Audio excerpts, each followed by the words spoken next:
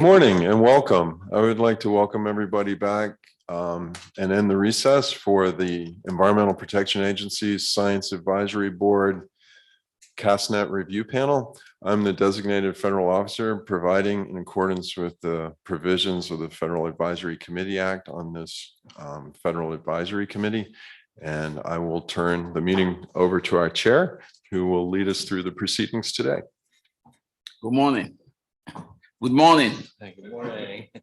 Thank you very much for the great work that you are doing. Today, we're going to be getting to the discussions. And the EPA is looking for the best ideas. And if anyone will provide it, is this your team. So just think broad and deep. And let's not get into resources. Or how much money something will cost. And then we prioritize the ideas that we have. And then we present it to the end. So at the end of the discussions today, there will be a summary of what we discussed by the lead discussants. And if you look at the agenda, the way it's written, there's a lead discussant. There are people who are participating in the discussion.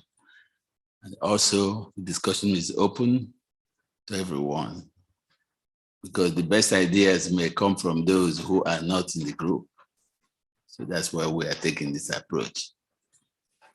Yeah, yesterday we had a great time with our speakers who presented insights as to where they want the CASTNet to go. And then there were questions and answers. Of course, you never answer all the questions, but at least we know what those questions are. And then we'll continue with the agenda as written. So charge question 1 will be led by Dr. Burns. And then the discussants will be Pradelle, Dr. Sharp, Angie, and Dr. Graham. So Dr. Burns. Okay, good morning, everyone. So we are leading the discussion on question 1. It's a 5-part question. So I'm suggesting that we kind of deal with it part by part. And so I'll say a few words and then Dr. Shah and Katie will each say a few words as well. And then we'll open it up to anyone who has questions or input and we'll kind of deal with those. One thing is to try to keep us on time. We don't want to dwell on one for too long. So if you see, you can signal me that we need to move on, just so we get to everything. And we have about, is it an hour or 45 minutes? Yeah, it looks like almost. Okay, just to make sure we get through everything. You also beginning a little early. Yeah, okay, we're ahead of time. That's right. Okay, good. Okay, so the first part of our question is asking about, does this program provide high quality data on these ambient concentrations of the sulfur nitrogen species, as well as ozone and other forms of pollution?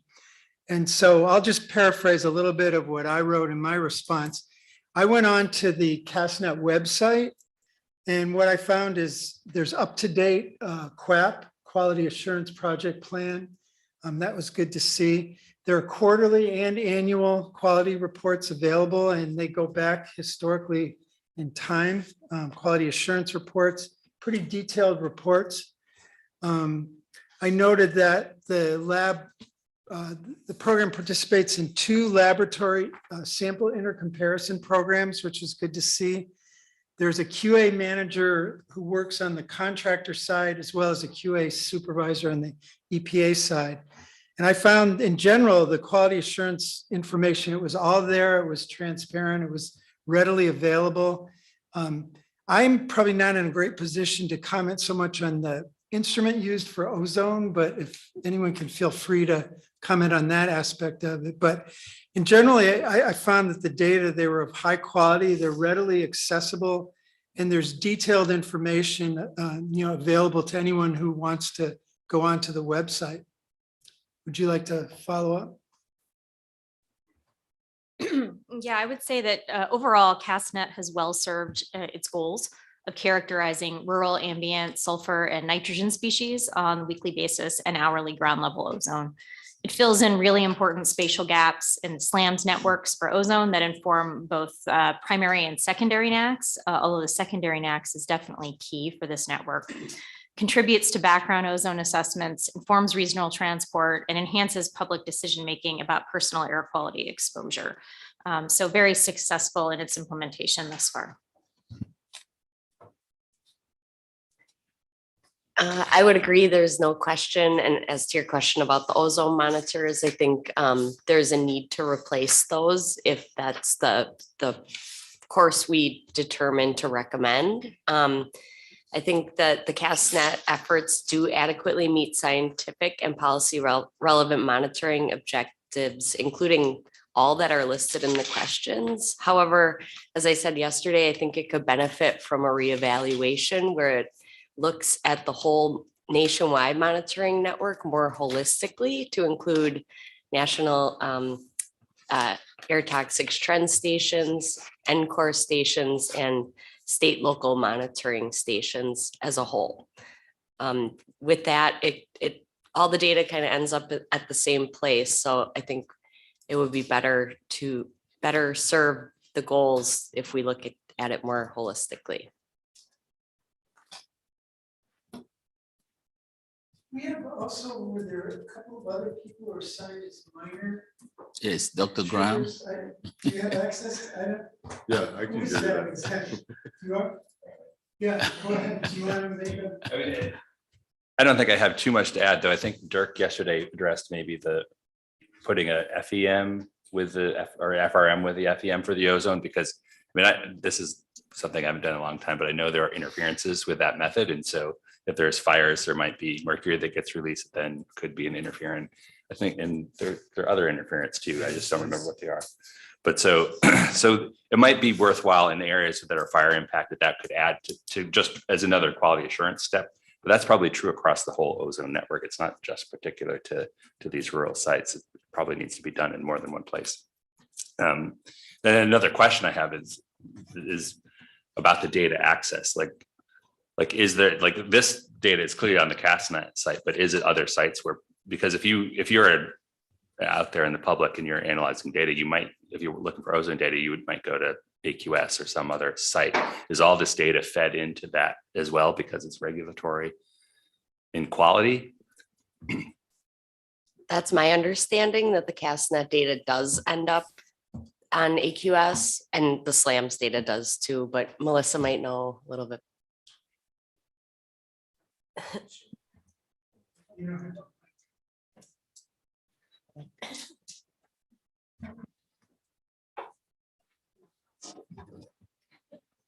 Yeah, the ozone data does go to AQS. It's also reported to Air Now hourly, so it's in that platform as well. The filter pack data does not go into AQS. Yeah, so that's just on the CASTNet website. And I guess that probably makes sense because, but from a standpoint of if you're evaluating holistically, you know, a researcher is going to want to have maybe other access. I know we're focused here on the CASTNet portion of it, but the more accessible that data is, then the better, you know, people will be able to access it and look at it as to fill in those gaps. You know, it's not just sufficient to look at the rural areas. Really, the whole point is to fill in what was missing from other things. So.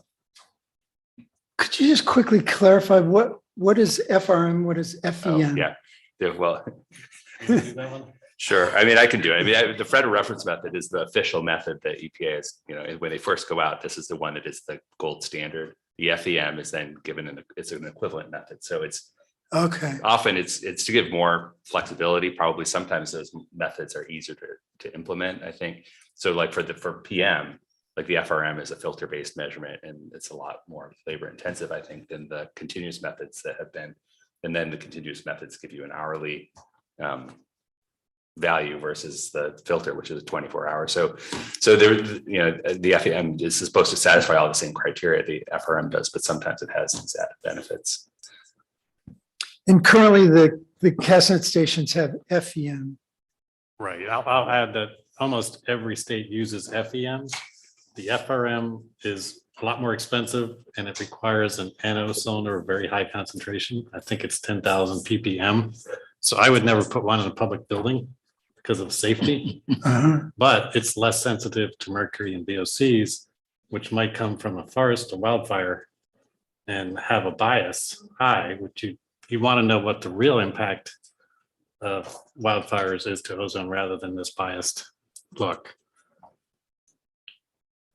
And I will add that the state forecasters are getting used to having those ozone sites. And now when they do their forecast, they include the CASTNet ozone sites. Okay.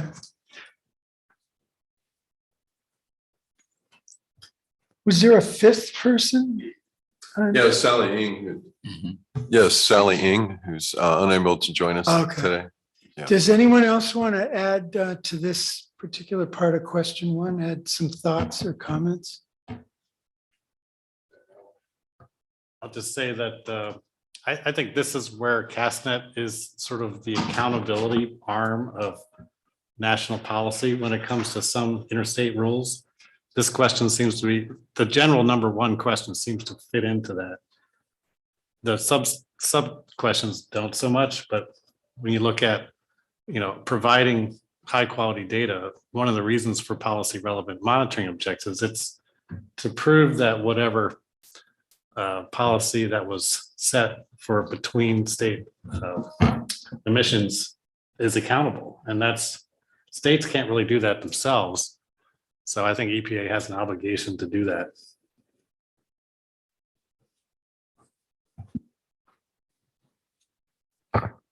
Anyone else have any thoughts they want to share? Go ahead. Yes.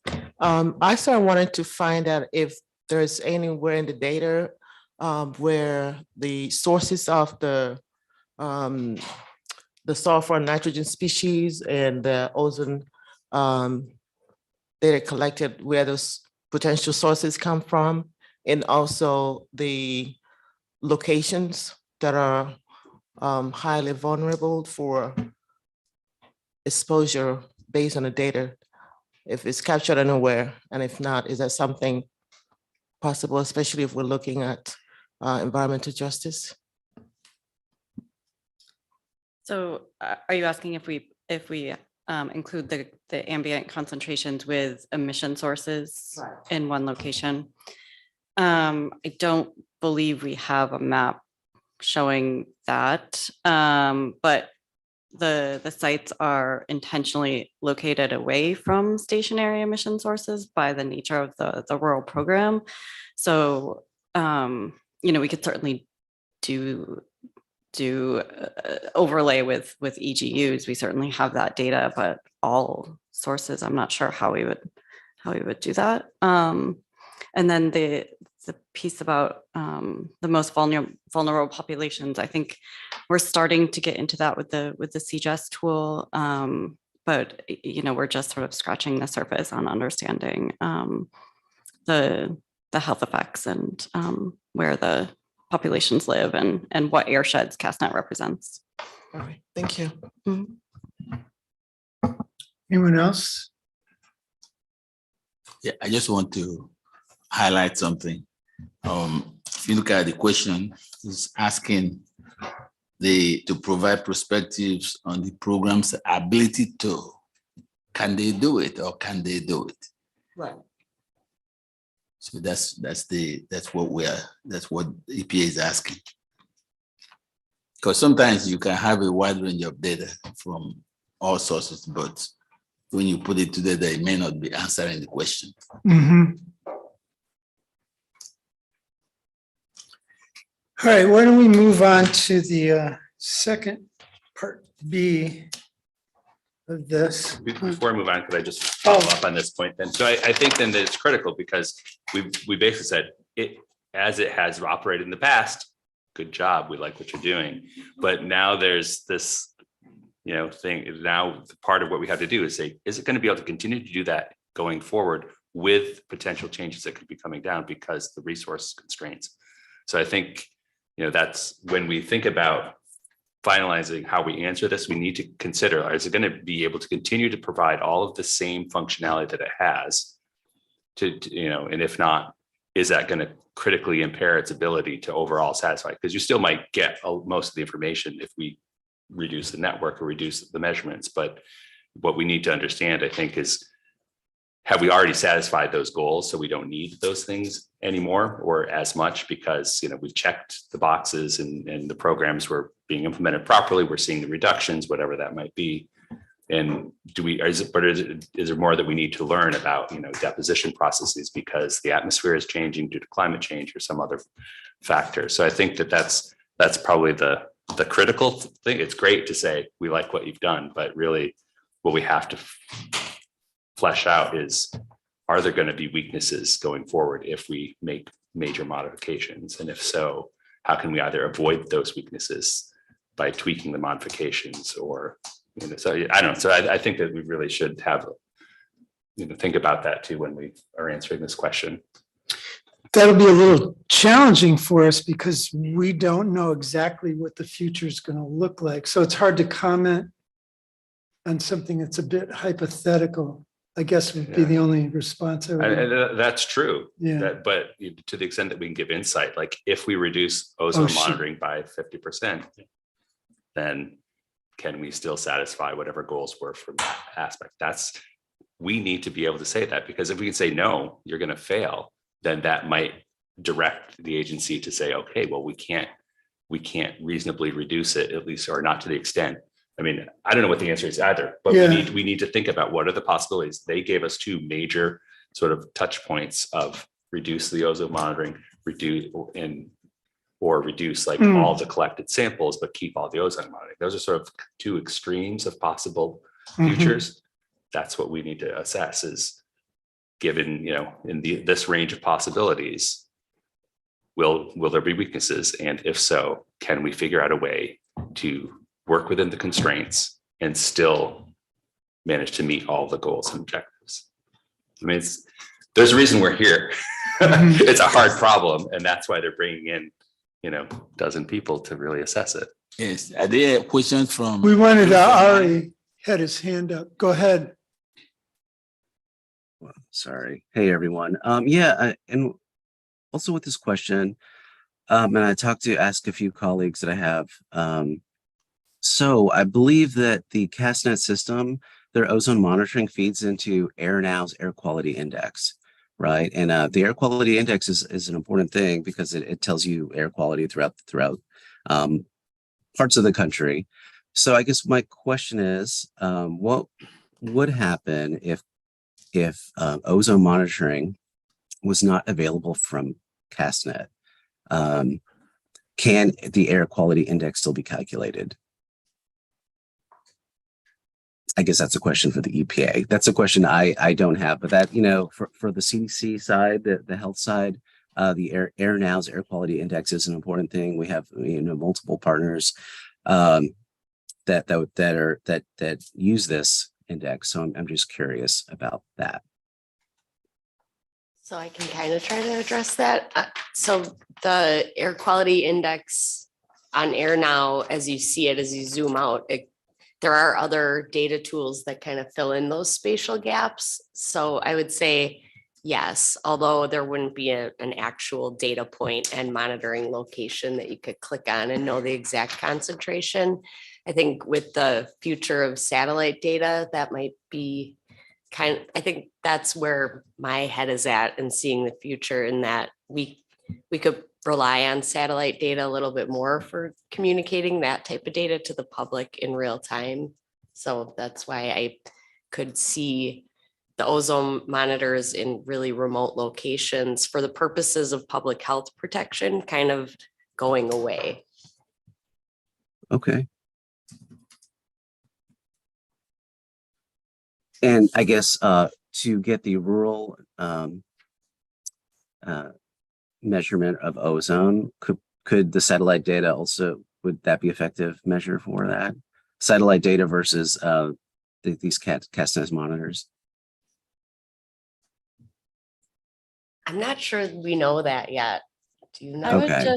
I would just say, the satellites rely on the ground-based measurements to validate the satellite retrievals. So Sure. without the ground truthing, of the monitors where there's no other monitors available, you're sort of, it's sort of the same as with the models, right? It's only as good as you're able to validate them. And I Okay, would just great. harp on the fact that Tempo was just lost and or launched. Excuse me, Oh, launched. And so losing CASTNet data at this kind of pivotal time would be really challenging. Yeah, and also that, plus we also have to keep in mind, I mean, I think Tempo will be absolutely amazing, but it's still specifically for ozone, it gives us free tropospheric ozone. It doesn't give us the surface ozone. And so, yeah, we absolutely need the ground truth if we want to try and make sense out of it. Yeah, I'll quadruple affirm everything that's just been said about ground truthing. And I'll point out something that I mentioned yesterday, which is with such a major reduction that's on the table of the number of sites, I would expect there to be at least some modeling analyses that look at the impact of the reduction of that data on model performance. So model performance is crucial to begin with, but looking at that and then reducing the number of sites and doing additional studies in a hypothetical manner is something that we can do right now, right? We can use that to inform whether the number of sites or the specific sites make too big of an impact to be lost. And that's something that I would expect the agency to do. Dr. Mao? okay. Yeah, hi. Could I just add something to answer Ari's question? So Ari, were you asking, if API still could be calculated if ozone monitors were reduced? Is that what you were asking? That was really what I'm asking, but I'm kind of getting at, like, maybe we should frame the importance of CASTNet. I mean, obvious on the health side of things. I mean, I know the AQI actually allows. It's one of these measures that schools use. So it's like, okay, maybe we shouldn't have people our children outside. A lot of folks actually use these air quality indexes to figure out what they should be doing. Yeah. So if you frame the importance of CASTNet based on the health outcomes, and if you frame it in that way, I feel like a lot of folks would see the importance of this as well. And there's so many groups that we work with at the CDC that would find that know the value of the air quality index. So to me, this was interesting. I mean, it was surprising to see that CASTNet was going to be cut, and I had to be on this panel, it's like, oh, I didn't realize it was going to be cut to that extent, or that's what these scenarios are. So I think there would be a lot of support for trying to get CASTNet at full levels from multiple agencies. I don't speak for the CDC, but I do work for them. But I feel like there would be a lot of support from the CDC and other health agencies to continue monitoring. I see. So if I understand this correctly, API calculation that is displayed on the EPA website, those are forecast API calculations. So the API is calculated based on average concentration levels of a few air pollutants, including ozone. So other than ozone, there will be other criteria pollutants, right? But the calculation basically was based on model results, I believe. If you want to forecast the API, that means that has not happened. I mean, this is going to happen today. So they are basing API calculation on the model results, model predicted criteria pollutant concentrations. So I would say if you shrink the network, you have fewer monitoring sites, the impact would be the modelers would have a lot less data to evaluate their model performance. So the credibility of the model results or the credibility of API forecast will be impacted. That's what I see. I mean, if I'm mistaken, then please correct me. Yes, that's the yes. Thank you for answering that. Let me also add that if EPA plans to reduce the number of sites, I don't think we should really worry about that. Let's worry about the science. and they are looking for more money. So let's provide data or information that will support that. So I don't want us to worry about how much money is going to be cut or how many sites will be closed. Let's work on the big ideas for them. And hopefully they will find money to sustain, if not all, but majority of the sites. We're taking a lot of time in this part. We're gonna get squeezed. We're not gonna be able to get to the later parts of the question. I hate to cut off discussion, but if we only have an hour. So if it's okay, we'll move on to part 2, which has more to do with reporting on geographic, spatial and temporal patterns regarding air concentrations and deposition. And, I took this as where are things at right now, but, we could get into what could be a risk, I suppose. But, I mean, the strength, I think, for just the average person who wants to look at these data, are these color-coded maps. The CASTNet produces, so does NEDP. They do them on an annual basis for different regions, both for concentrations and for deposition. I know for NADP, that's the most used product that NADP produces, and you can turn it into a movie, which is really compelling visually. Like walk through the years and watch the colors shrink and grow. It's not a quantitative assessment of trends, but it gives you a really good picture. Sounds good. And so that always raises the question of, if sites go away, do you risk being able to draw the map? And that's exactly what's happened with MDN, by the way. It's shrunk so much you can no longer draw the national map. So that's always a risk.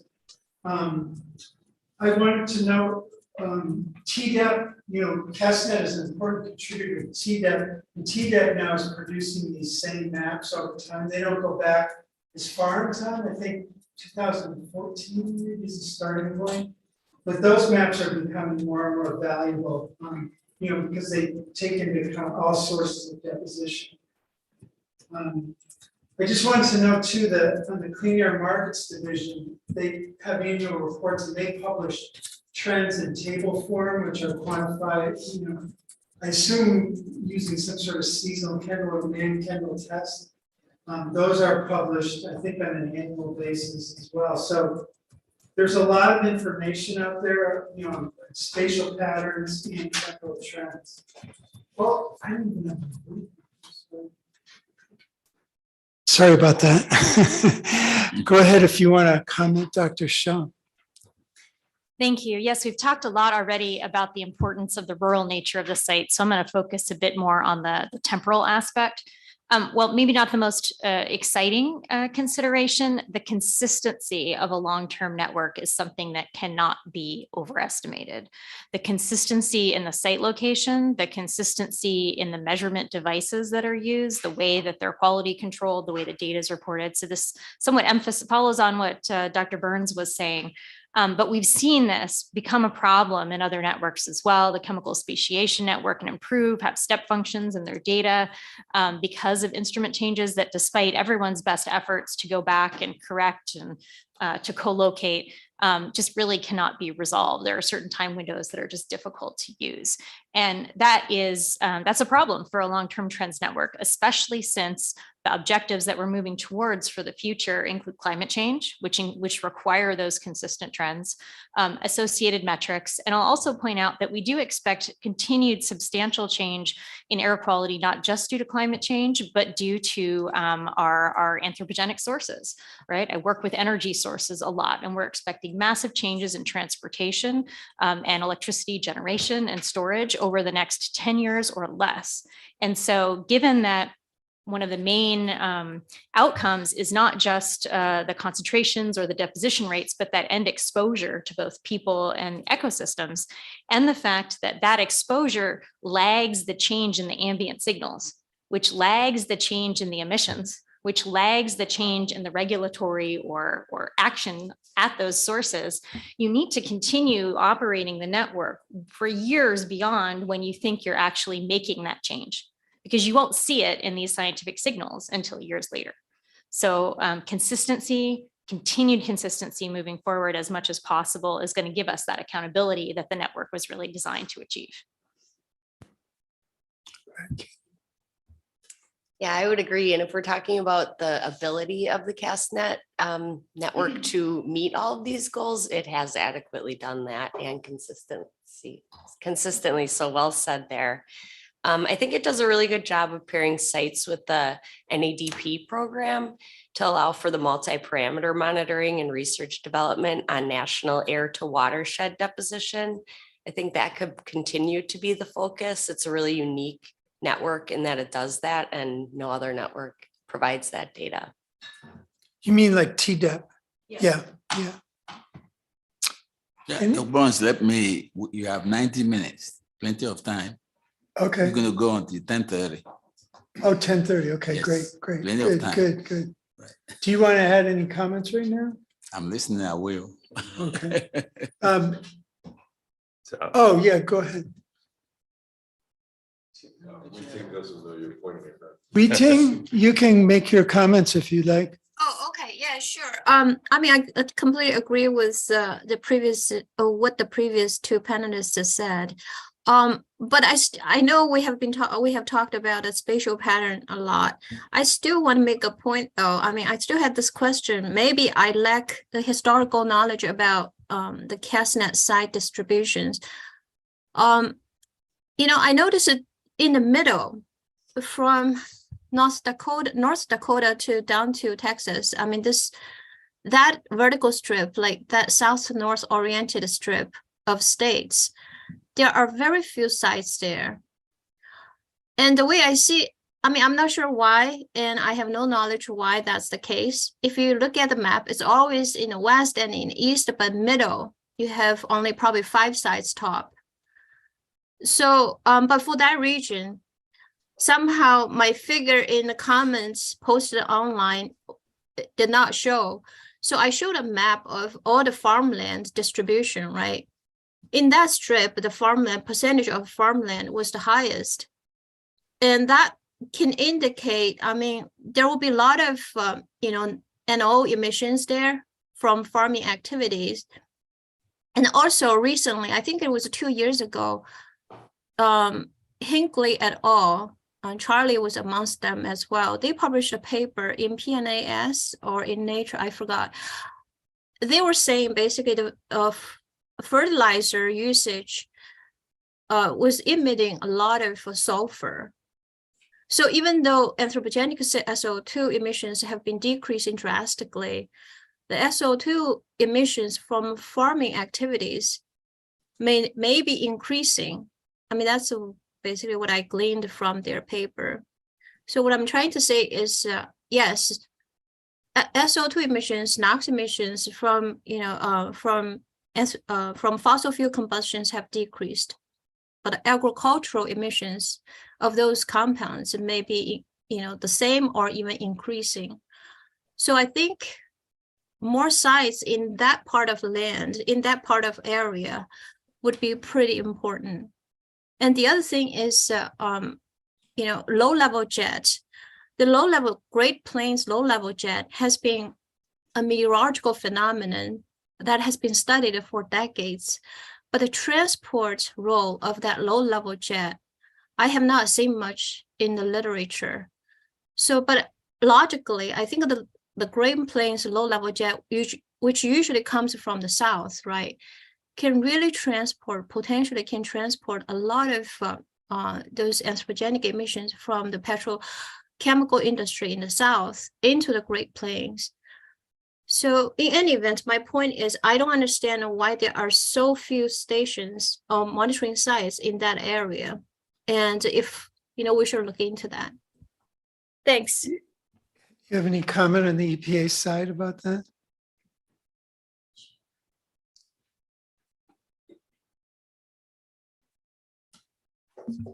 Yeah, so it's a good question, and maybe the history predates me as well, but the EPA sites were primarily in the east because we were looking at the changes in emissions from coal, EGU emissions, and then as the Park Service joined, their sites were primarily in the west. So that's, sort of the distribution of sites was set up that way based on just the partners. The primarily the sites in the middle of the country that you referenced are tribal sites. So those have come online since 2002.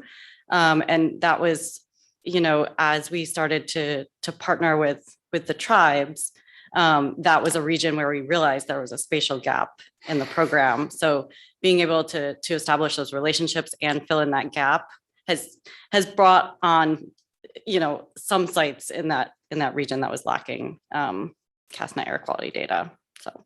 Oh, that's really great to know. So yeah, I did notice that in one of those news sites, in the section about news sites, you didn't mention like about 3 to 5 tribal sites. So are those sites mainly located in that area, like in the middle? For potential expansion of the program? Yes. Yeah. No, we haven't selected specific tribes to work with. There's a sort of a delicate dance we do with the EPA regions and the tribes, but we would look at where there are spatial gaps in the program and the need for additional monitoring. I see.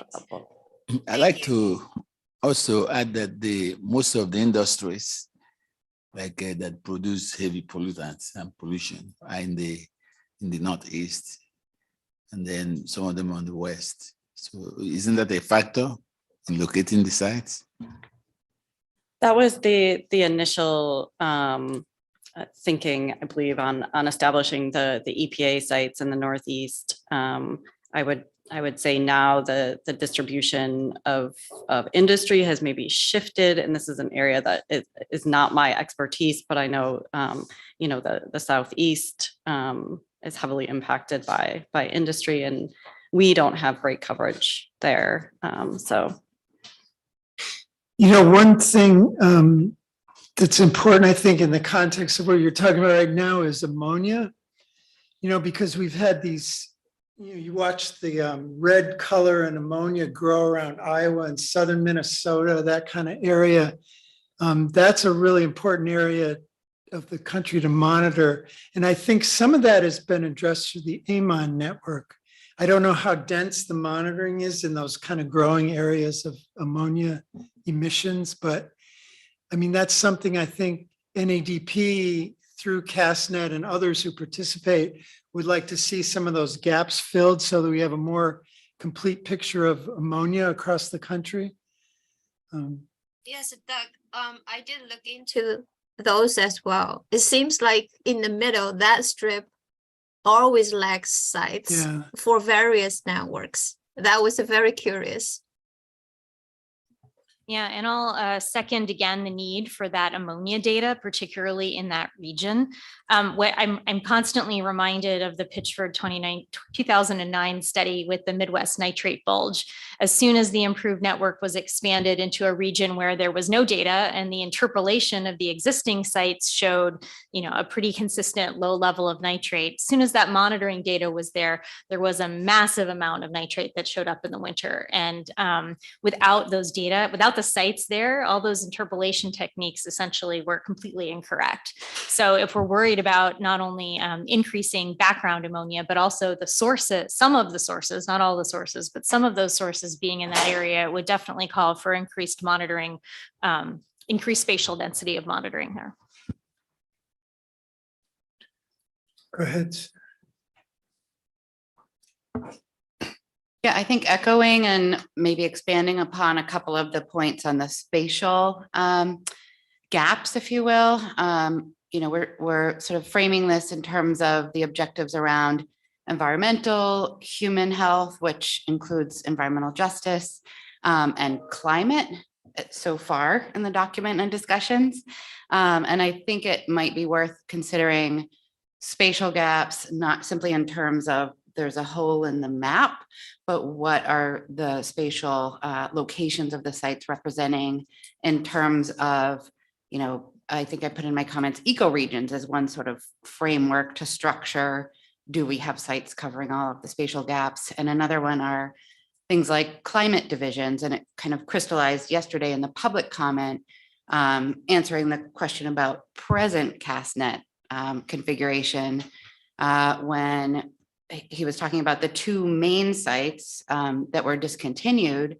I realized that the 3 sites that had been in Maine happened to be, or maybe by design, in each of the 3 climate divisions across the state. And the state has great climate variability. It's about as much as in all of Europe that you find just in the state of Maine. So with those 2 sites being discontinued at I think it was Howland and Ashland. Now we just have one of the climate divisions that isn't representative of the entire state.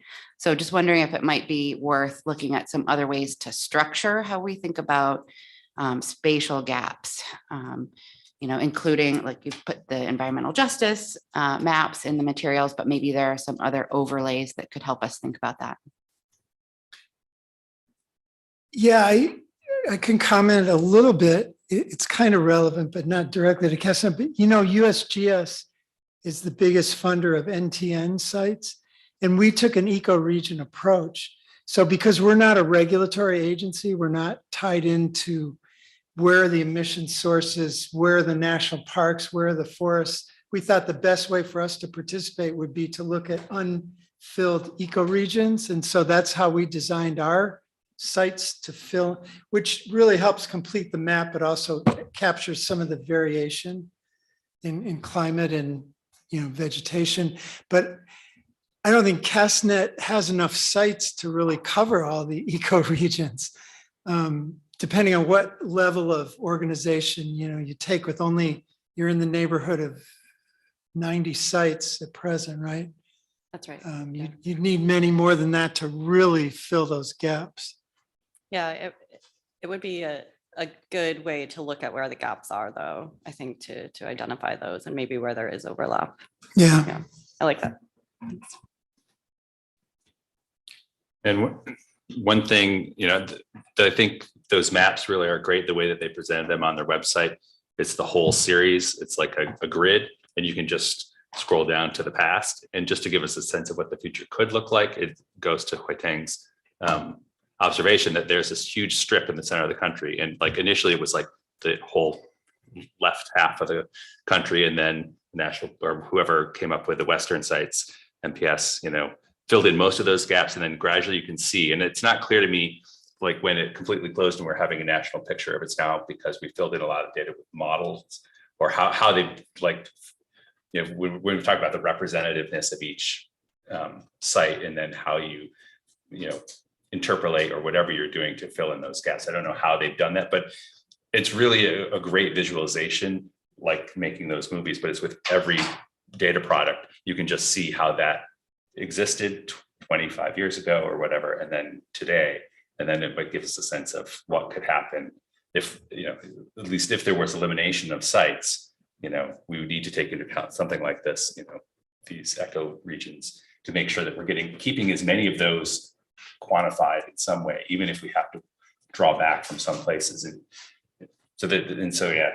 I think that the equates modeling, I think that's historically maybe going to help us define which sites either the models are already doing a good job capturing, so maybe they're less critical from a maintenance standpoint, and versus ones where the model is having more trouble capturing, and those are the ones that we really need to make sure we keep those trends going over time. But I will just add one thing about equates. So, and Greg is definitely the expert on this, but the model that we've used to create the TDEP maps only goes through 2019. Right. So, we have the measurement data obviously through 2022 and then part of 2023. So we're all, the more we rely on these models, we're going to be lagging in what we're able to report as well. So the measurements help sort of bring it to the current level. I mean, one topic that's come up, this is more on the NADP side of CASTNet, is if EPA has to cut sites and it jeopardizes, in terms of gaps or being able to draw the map, USGS might be able to step in to a very limited extent. Maybe we give up one of our sites that's close to another site and take on an EPA site. So we have those kind of discussions within NADP, like if some agency has to cut some sites, how can we kind of minimize the damage. We can't do that so much on the, filter pack and ozone side of things, but in wet deposition, we can try to minimize the damage if some NADP sites get cut.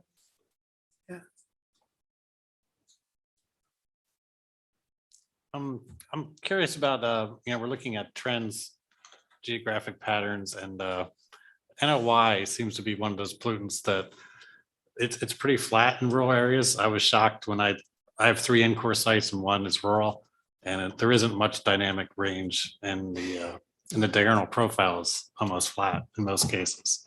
I mean, I don't know how useful that data are in comparison to either a total nitrogen approach or the filter pack data that's used by a lot of people. Are you asking about NOI? Yeah.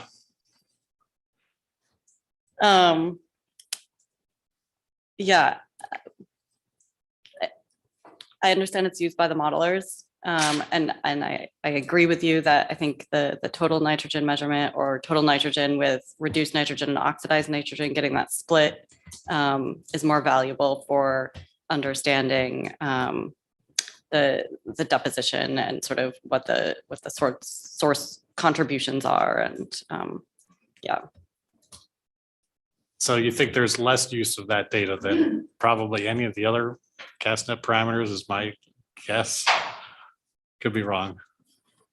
I think it's important, but I think we do get the measurements from NCORE, from PAMS. So again, it's not the unique piece of CASTNet like the filter pack. Just one quick comment. Yeah, I know we want to hear from EPA, but I think we should discuss with panel members. Everybody made a comment on this. So this might be time for you to bring forward what you were thinking in the preliminary comments that you submitted.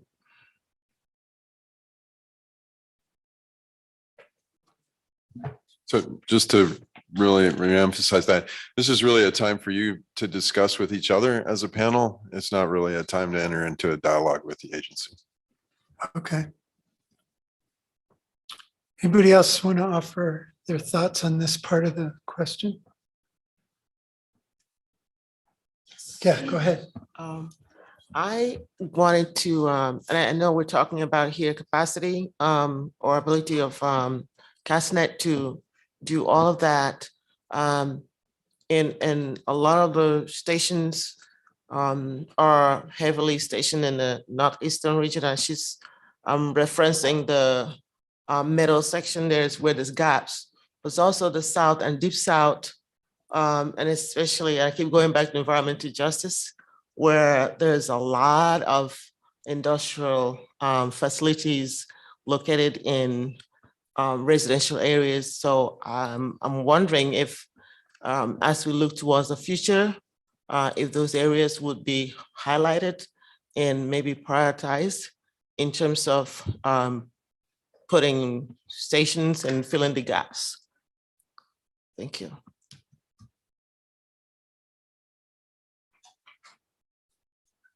Anyone else have some thoughts? I would just agree with that. And I think that's always been the case with the CASTNet network. And it's pretty much, I was thinking as we're talking, and I think there's an immediate need for something if I know we're not supposed to think about funding, but I think it's in the back of all of our minds. So perhaps we could kind of think about it as like a near-term and long-term goal, and we can develop our thoughts that way, just as a suggestion. Because I think you're not going to be able to move a site that's really expensive, but maybe in the future they could, which would be very beneficial, I think. I have something to say that's addressing B, C, and D with respect to dry deposition. And I know with the budget cuts, it's unrealistic that dry deposition would be measured, but I just do want to highlight that dry deposition isn't measured of these air pollutants. and precursors in the CASTNet or any other US network. And there are only a few individual sites in the US with these measurements, and typically they're not affiliated with the EPA or receive support from the EPA. And so the lack of dry deposition data really does hinder our ability to assess total deposition, as well as develop and validate models. Dry deposition not only matters for the ambient concentrations of the pollutants and their precursors in the atmosphere, but also for thinking about harm to vegetation. And so one example is ozone, where the mechanism by which ozone injures plants is dry deposition. Ozone just diffuses into plant stomata and reacts really quickly with internal fluids and tissues. And so I've heard a lot about how CASTNet is really important for measuring the ambient ozone concentrations in rural vegetated areas, unlike AQS or SLAMs, and thus assessing ozone damage to plants, which I do think that these measurements are so important for informing ozone damage to plants. But I do want to emphasize that there's a lot of research suggesting that metrics of ozone plant damage based on ambient concentrations are not adequate for figuring out the spatial and temporal variability of the stomatal flux of ozone, which is the actual dose of ozone that the plant receives. And then my final point that I want to make is that, we do expect dry deposition to change with climate. We expect changes in vegetation, their distributions, stomatal activity, as well as meteorology. That's an important driver of dry deposition. And I think with anthropogenic emissions decreasing or changing, there may be a stronger role for natural sources and sinks like dry deposition influencing trends and variability in air pollutants. And so I do think that this is a major weakness going forward, that we do lack this data in CASTNet and as well as in general in the US. You can correct me if I'm wrong, but my understanding is there's lots of different approaches to calculating or estimating deposition, and maybe not even a really agreed upon approach depending on the pollutant. Of truly, I've seen surrogate surfaces, and then there's experiments with the dry bucket on NADP. There's a lot of different kind of almost research methods people have been exploring. And so in my mind, there is not a really agreed upon method. I would say for pollutants other than ozone, that is most likely correct. And I think John Walker or someone else could comment better on that. But for ozone, it's undeniably the eddy covariance method. Okay. I know we're limiting engagement with the agency, but if I can just provide some technical context maybe on flux measurements. If you are going to say something, I invite you to take your tent and go to the table. Yeah, I just with wanted to make sure it was okay. Yeah, just a quick clarifying comment.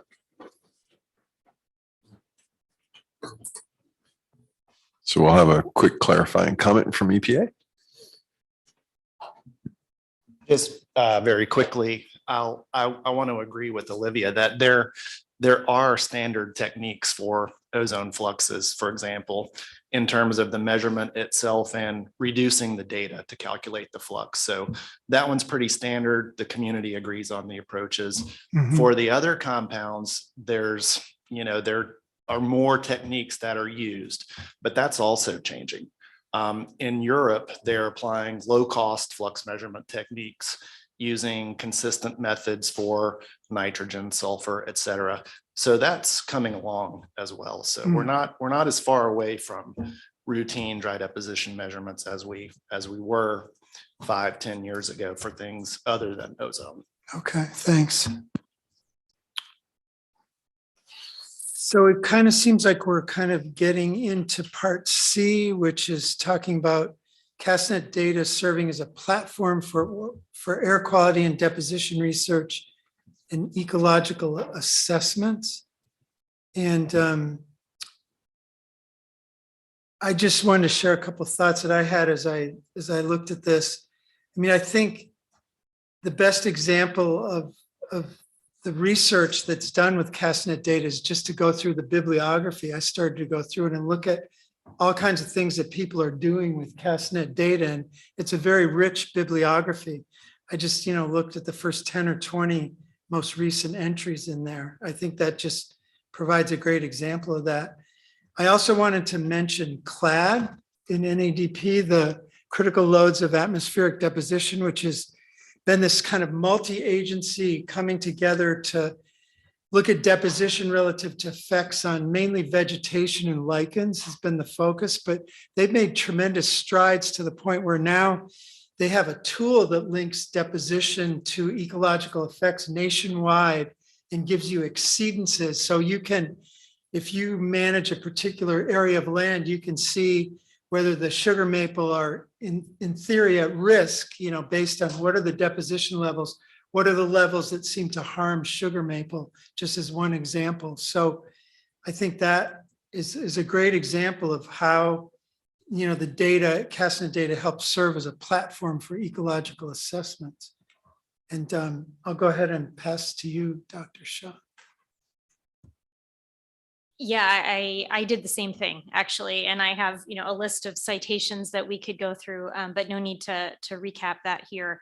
I think that this is also a very important topic for looking ahead. It's really important that we keep some of these sites available as locations that other researchers, whether they are EPA, other agency, university researchers, can come to and use them as the basis for expansion, whether it is testing of a new device, such as the new dry deposition monitoring techniques that we're just talking about, where they can be compared in direct side-by-side co-location with the long-term trends of deposition measurements. They can be doing that at these rural sites. And I think that there are a couple areas we've talked about, a lot of the newly developed areas that we want to add monitors to, but one commenter mentioned contaminants of emerging concern.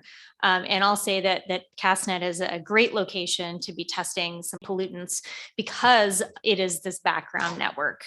So really important, I think, to upgrade and maintain whatever facilities are selected so that they can effectively host visiting researchers. I'll just say I completely agree with that. I kind of had the same notes. And as far as serve as a platform for air quality deposition research and ecological assessments, I think that is really truly where CASTNet can shine. Melissa yesterday mentioned that these sites have established IT telemetry for data and power, which are some of the most difficult things to obtain when you're starting a new site.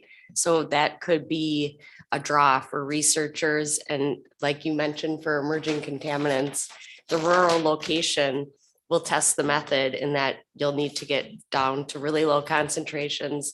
And if you make a mistake in the method development testing and you get a really high concentration, it won't be as much of a concern for the public. So I think that's kind of overall where I see the network going. Just a quick thought when you talked about, a platform for other scientists to use, maybe to look at new contaminants. Also, in that context, the archive program sharing filter eluents and things like that, because we were looking at nitrate isotopes and trying to do some source tracking. And we used the CASTNet filters to obtain isotope signals. So having an active archiving program and sharing with other scientists is an important element of that, kind of serving as a platform. And NADP does the same thing. They freeze aliquots of rainfall, make it available to scientists for various isotope, emerging contaminants, all sorts of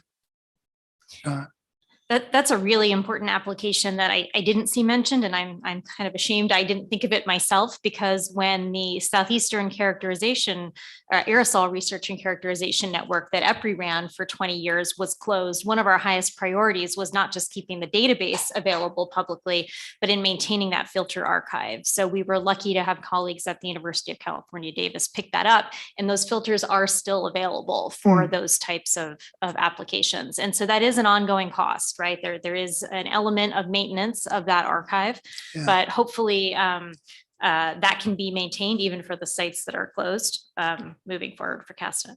Yeah.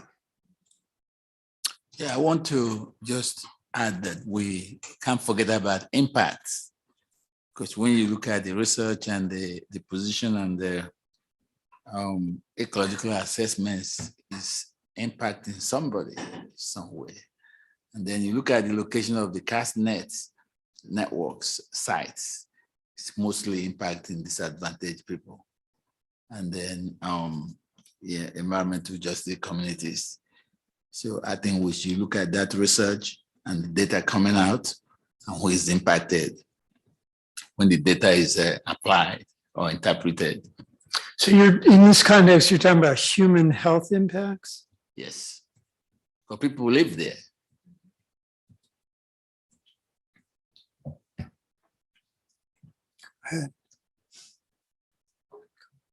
And that's kind of part of what I'm alluding to in my 2 or 3 previous comments, because those sites somehow overlaying them with who is affected and locations would make a great sense. And there's a lot of talk about citizen science, a lot of community-based organizations with the help of researchers and organizations such as CASTNet.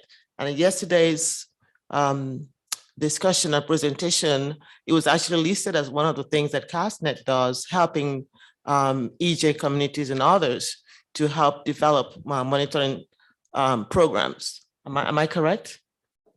I believe it was stated yesterday. So making this this data accessible or helping them understand how the data affects them or how they can actually use this through help of researchers and CASTNet to understand how it affects them and how they can take actions for maybe mitigation or looking for resources. I think that would be great. Thank you. One thing I would just comment on is that I think historically the CASTNet network is primarily designed for ecological effects kinds of applications and research. That's kind of the background of NADP. And so, you know, we may be suggesting a pivot more towards human health, but that would really be, I'd say, a fundamental change. Just something to keep in mind. I'm not judging whether that's good or bad, but it would be a real kind of pivot for the program. Dr. Burns, the mission of EPA is to protect human health and the environment. Yeah, but I think if you look at I don't know, I don't have the mission of CASTNet there, but I'm just commenting, my opinion is that it's been primarily focused more on the ecological effects side. I'm not saying EPA, you know, doesn't have a broader mission, but only just commenting on my, you know, understanding of the CASTNet program and kind of what the focus has been. So, yeah. Mr. Brennan, can you chime in on this? Well, I don't really have a historic knowledge of it, but I think that it's good to have this discussion about the perspectives of the history and how we got here and to think forward where we're going. Yeah. So the only comment I'll make is I think this is a productive on-point discussion. Yeah. And keep at it. Yeah. I only wanted to remark that I do think it would be a little bit of a pivot. I'm not saying it's good or bad, just kind of making that observation. Yeah, and as Yeah. somebody who does have historical involvement in the agency's larger monitoring efforts, you're exactly right. You know, but the panel was discussing earlier that they thought it would be a good recommendation to evaluate CASTNet's role within the larger context of EPA's overall monitoring strategy. And this is again, probably just re-emphasizing that point that was made earlier, that this might be a recommendation the panel wants to make. Yeah. So. And I think that it's probably part of the next question addressing this whole EJ component. I think that's because that's such a core element in the strategic plan. So we can continue it in the next hour.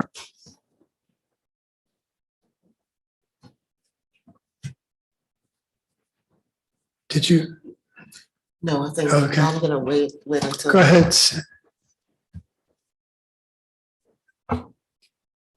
Yeah, just a quick note about I would call it the present CASTNet, given the recent site cuts, again, a couple of those sites have been really sites where there's been a lot of leveraged research, and they have served as a platform.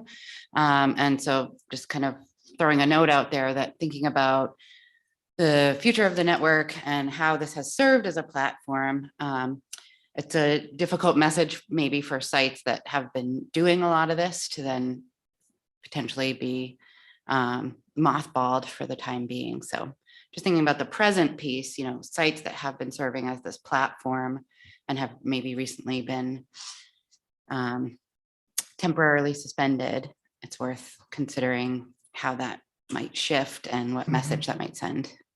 Yeah.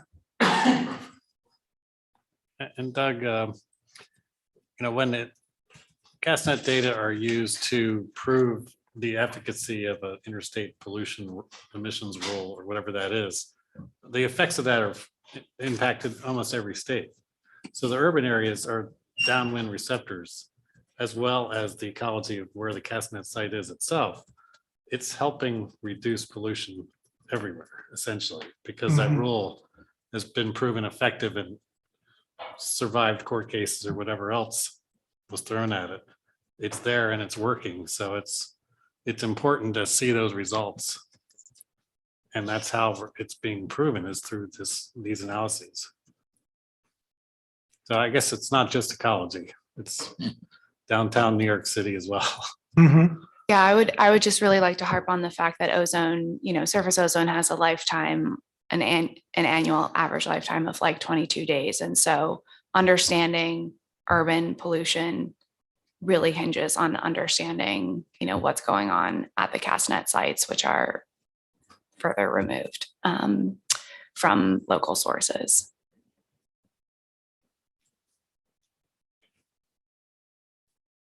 Go ahead, Kate. I would just ask what would be your ideal addition to those rural ozone sites? If pie in the sky question, that would help determine that. Well, yeah, I think it has to, the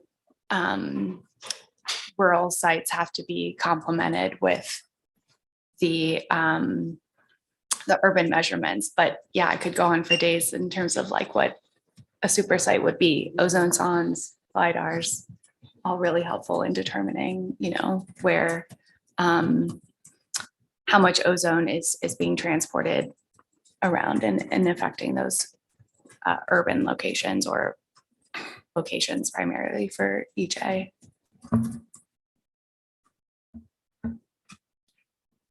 Yeah, because it just kind of gets me to thinking too, rural ozone may become more and more important if the max is lowered. Yeah, 100%. Yeah.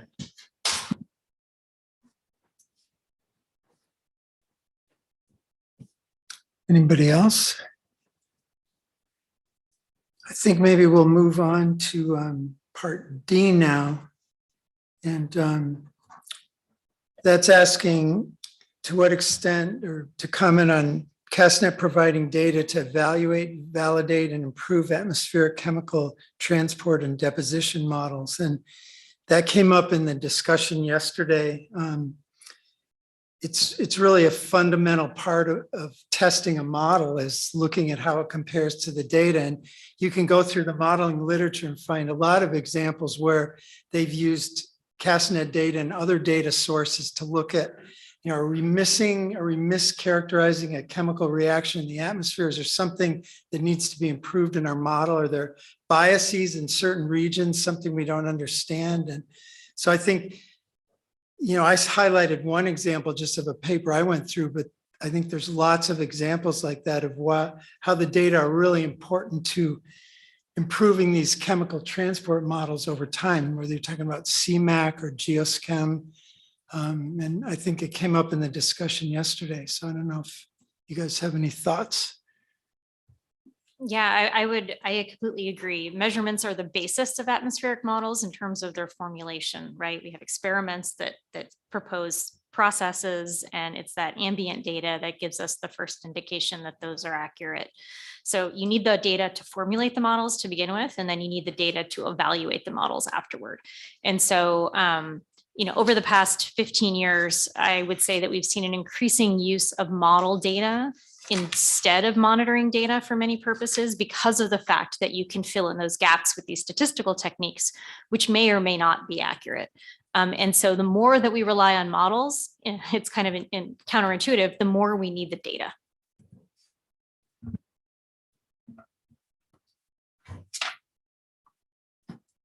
Yeah, I just want to definitely second that. And it brings us also back to the EJ issue that we discussed earlier, because, I mean, first of all, I want to add a note of caution that if you look simply at the geographical map and the dots on there that tell us the CASTNet sites, it doesn't really tell us if they are ideally located. I mean, there is a gap in one region. If you don't know the spatial variability or anything, we can't really say what site coverage we need, which also brings it back to the point that there needs to be very careful assessment work being done on what spatial scales or what coverage to really get from CASTNet at the moment. As I said, dots on a map without knowing the variability don't tell me much about that. And again, we will never be able to cover the entire US with measurements. I mean, wouldn't that be nice? But it's not possible. So we continue to absolutely rely on models for any health impact studies, for any ecological impact studies. We just have to. So having the right data set to really improve our models, ground truth our models, however we do that, I think it's just absolutely crucial. And CASTNet data have just shown that they are invaluable for our work. Yeah, and I'd just like to reiterate the point that any chemical transport model looking at ozone, the first data set they turn to is CASTNet. I wanted to just add one quick thing. The T-depth that we talk about is actually described as measurement model fusion. So it's sort of like the models used, but the measurements are sort of fused together to create this total deposition map. So that's an example of how you truly integrate, monitoring data into what's ultimately a modeled product. And CASTNet data are critical to that T-depth approach. Dr. Burns, is there anything about specific chemical measurements of the NOx and the other compounds, specific chemical measurements? What about them? Yes, is there anything on that? Because when we talk about data, how are those determined? The concentrations in the filter packs? I don't know, can we ask for EPA clarification if they want to describe the method? No, if I understand his question correctly, I think what he's asking is when you were talking about ozone and the measurements and the model fusion, he's asking, and you can correct me if I'm wrong, are there specific chemical measurements to add, like, for example, to the ozone measurement, he was mentioning NOx, NOI, NOZ, things like that, that maybe aren't being measured now. Right. I think people have spoken about that. There's, I don't know, Dirk, you may know more. There's certain organic nitrogen compounds that aren't measured is one thing that comes to mind. Yeah. For me, it's almost more a matter of time. Integration period is a weekly pack. It's for me, I don't know how you run a model on a weekly data set versus a 1 hour ozone model like that. I understand completely. So, as a modelers here, what would having it more hourly data, how would that help when you're looking at weekly data sets? Getting at diel cycles, day-to-day variability, it's all very important. And we're getting to the point where we're not just looking at monthly or annual averages with our even global chemical transport models. We're getting to the point where we want to look at day-to-day variability, day-to-night variability, all of this. But So- you can still integrate the weekly data into Yeah, that. of course. Okay. Getting back to, I think what you're trying to ask is, my understanding is that in CMAC, they have routines for making estimates of some compounds that aren't measured. I think N205, is that one of them? Or there's some more complex.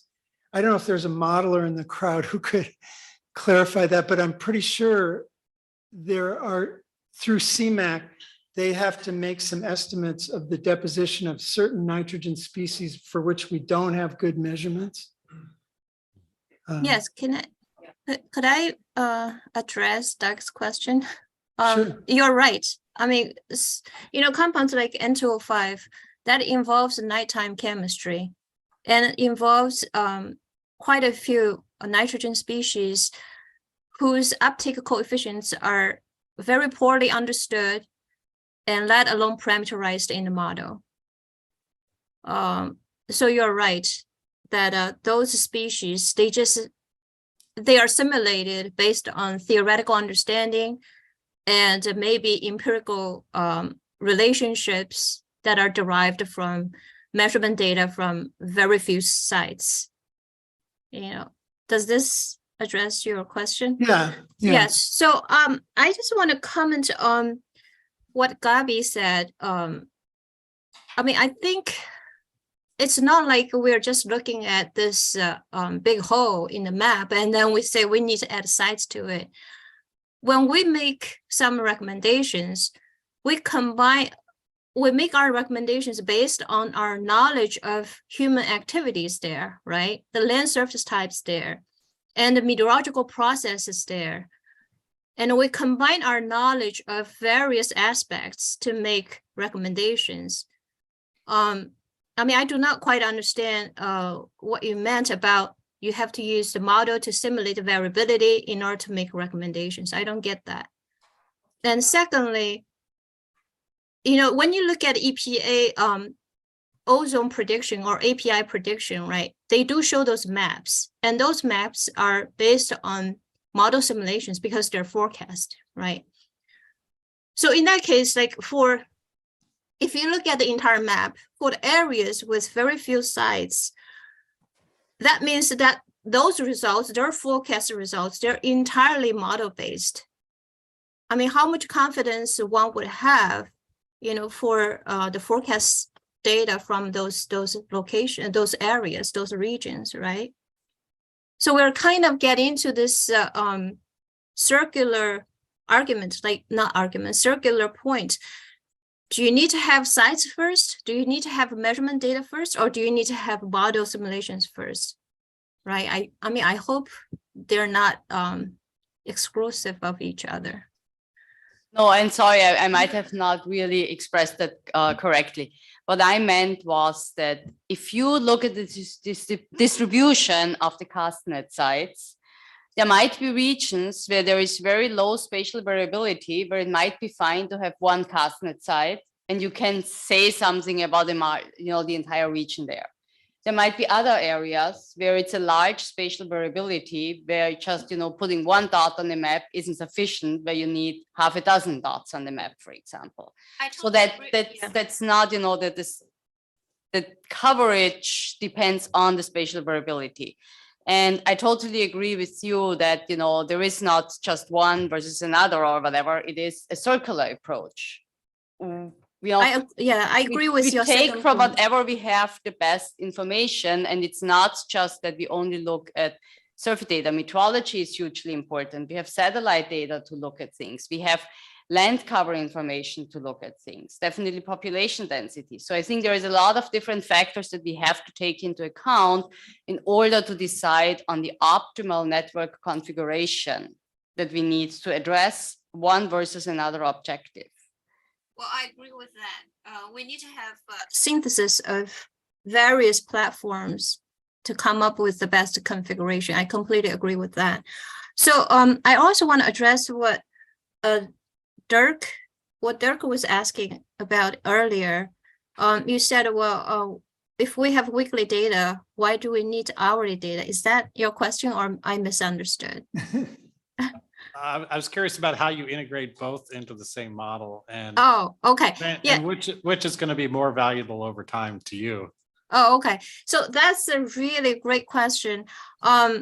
So let's say for ozone, like if you want to determine next ozone non-attainment problems, right? So your daytime variables, your daytime hours, hourly data definitely are very important, because if you look at the highest ozone non-attainment concentrations, they usually occur, in the day, in the afternoon hours between like 2 o'clock to 6 o'clock, right? So during that window, the concentrations change rapidly, actually, in some areas, in some environments. So that's why our data are really important.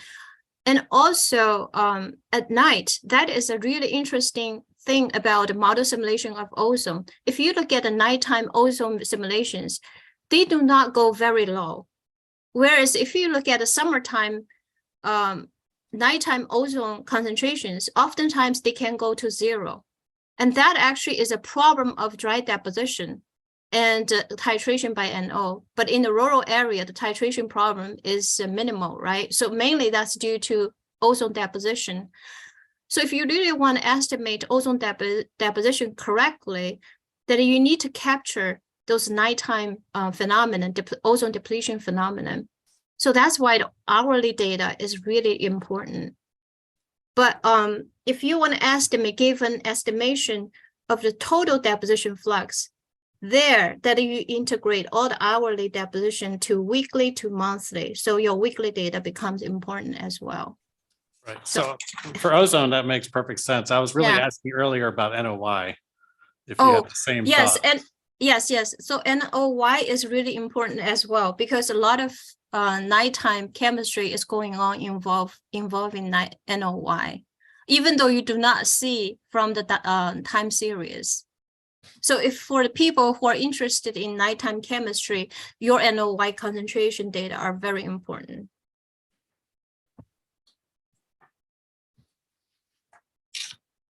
Okay, maybe we have about 9 minutes left. Maybe we should get to the last part of question 1, which is the extent to which CASTNet data support the implementation of and compliance with the national air quality standards for ozone, NOx, SO2, and PM. And I can say, because, I am serving on the CASAC for that. And so, yes, we do look at CASTNet data and NADP data. We look at emissions changes and patterns. And then we look at, we were focusing a lot on the secondary standards. We look at ecological impacts and where does deposition stand relative to ecological impacts in our assessment. So, the CASTNet data are an important part of the whole evaluation that we went through and are still going through in this assessment. I've not been involved in ozone, so others can comment on that. But I know that for the NOx, SOx, and PM, that we do use the CASTNet data, and they are an important part of our assessment. Do you want to go, Dr. Shaw? Yeah, I'll just point out that if you look at the integrated science assessments for both the primary and the secondary standards, you can see comments throughout that discuss that even still now, the sparsity of ozone measurements in the West are an inhibitor to understanding the attainment or, developments that have been happening. And so particularly in those areas, further reduction of sites will make it far more difficult to meet the objectives of the network to inform those standard development processes. I'll just comment a little bit on the NACS implementation from a regulatory attainment, non-attainment decision-making perspective.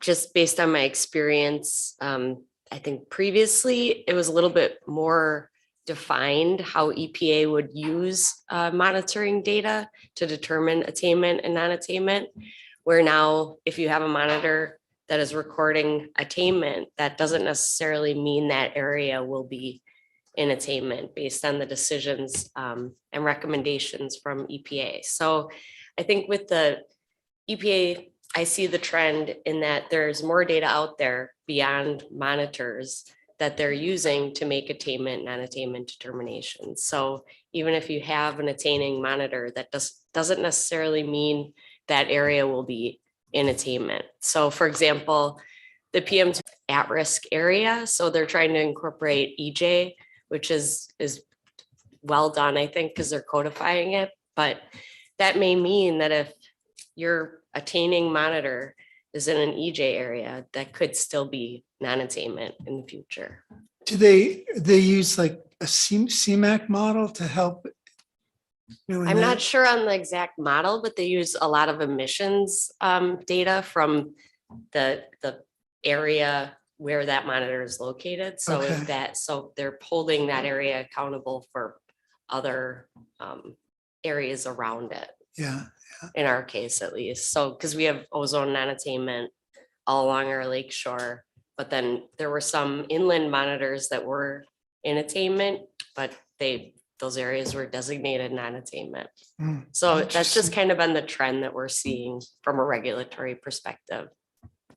So are you saying that they're non-attainment because they contribute, those areas are non-attainment because they're contributing to areas that do have non-attainment?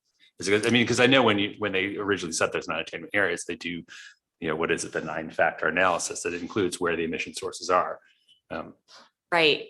Is that really Yeah, what it but is, or is it beyond that now? But it's not that clear because there are other areas that are contributing a lot more. So that, like this one example that we had didn't really make a lot of sense. Anybody else have any thoughts or input they want to Yeah, share? I have a little bit more just from the compliance standpoint. I mean, the ozone monitors, because now the regulatory monitors, they can be used explicitly to evaluate whether or not they meet the standard.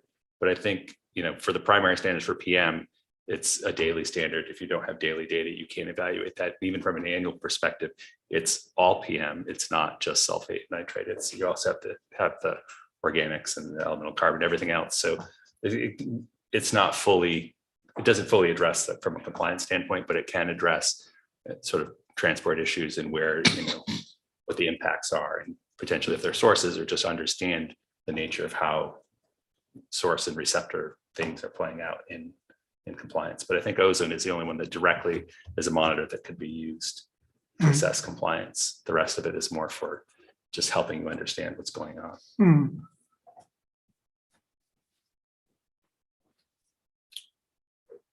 Anybody else have anything they want to share? Go ahead.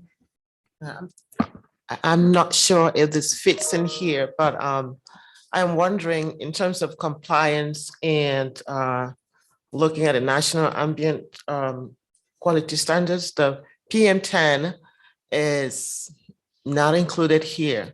And I think it's important that it's included because with the wood burning and biomass industry, part of the problem pollution coming from there seems to be fitting to the PM10. So I'm thinking that this is just part of recommendation or something that moving forward, it would be included there for monitoring purposes.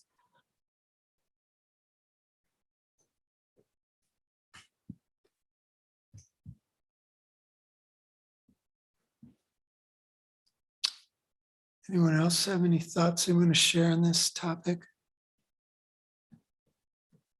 Yeah, I think a lot of the people's comments earlier mentioned the secondary ozone, and it's such a big question as to how that's going to be monitored, what the form is going to be of the new standard, that making any changes to the network before that is known is probably not a good idea.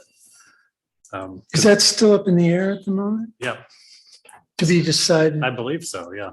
So Yeah. that would change, you know, how it's done, and it would potentially make the rural sites very, very important for compliance with the secondary standard. Hmm.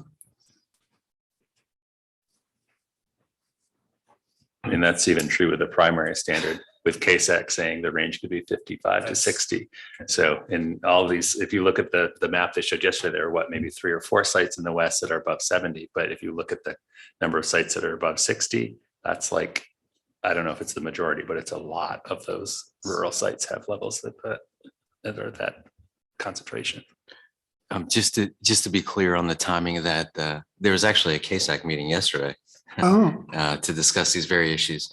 They're still in draft form. They're still deliberating, and it would have to go to the administrator next. So I think it's a good discussion, but just keep in mind that those recommendations are still draft. Okay. It's good to know. Looks like we heading down to 10:30. But let's keep one thing in mind. Tomorrow morning, we shall convene at 9 again. Then we shall address charge question 6, and then summarize all the key points responding to the charge questions, and then the lead writers for tomorrow. So as we are thinking ahead, let's not forget tomorrow. Okay, great. Then tomorrow meeting will adjourn at 12 noon tomorrow. So and I'll defer to DFO to defer. Yeah, so, I think we're all set. yeah. Yeah, we're thanks gonna- everyone for a robust discussion. I hope everyone feels free to pipe up, offer your opinion. You know, this is all just a forum for discussion, so. Yeah, and I'll amplify that. Yeah, everybody is welcome to contribute to the discussion, everybody on the panel to every question, and you're encouraged to do so. So thank you for that. And thank you for the discussion this morning. We had an hour and a half long discussion of this first question. I felt it was very robust and I appreciate that. As Dr. Uzo said, summary tomorrow doesn't have to be perfect, just a general sense as we head off into writing teams, and we'll talk more about that process tomorrow. And then right now we're going to break for 15 minutes to get comfortable and get organized, and then we'll start the next charge question when we return.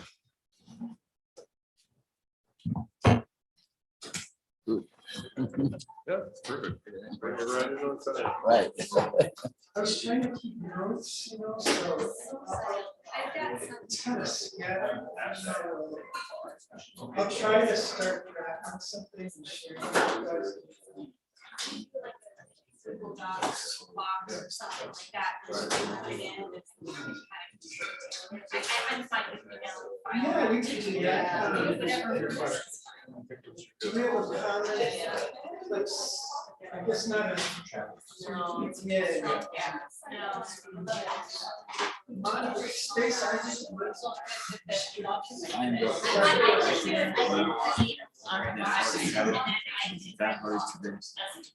Oh, okay. Okay. You have a lot of questions. Let's try. Yes, sir. Same thing, yeah. We don't do drop. Yes, sir.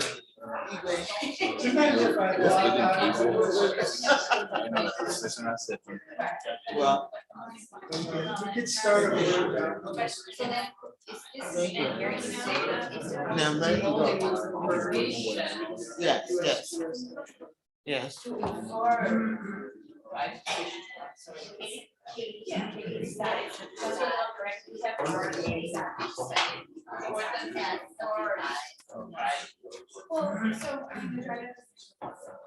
Okay, so you should just now get an email that says you can see it.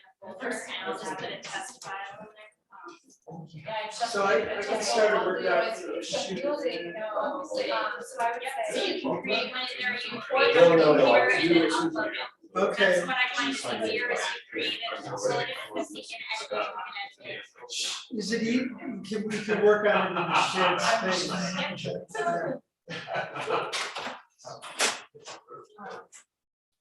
Oops, I left this.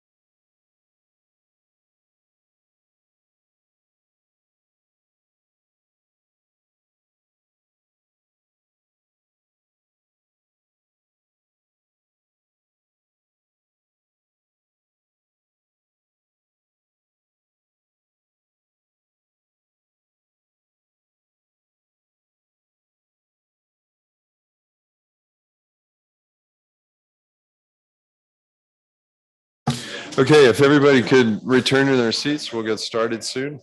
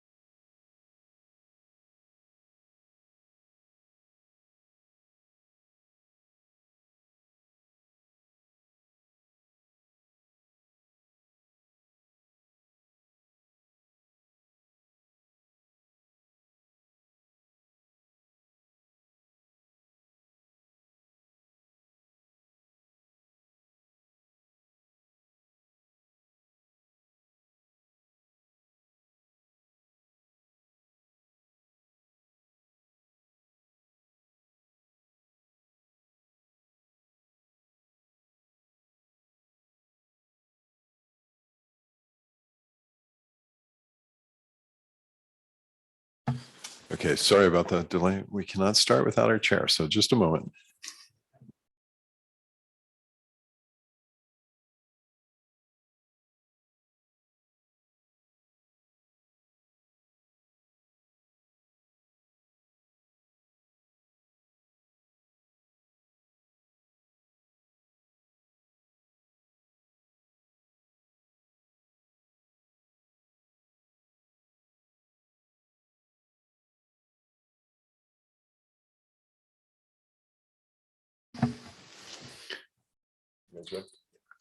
All right, I would like to welcome everybody back from our short recess, and I'd like to turn it back over to our chair, Dr. Rizzo. Thank you.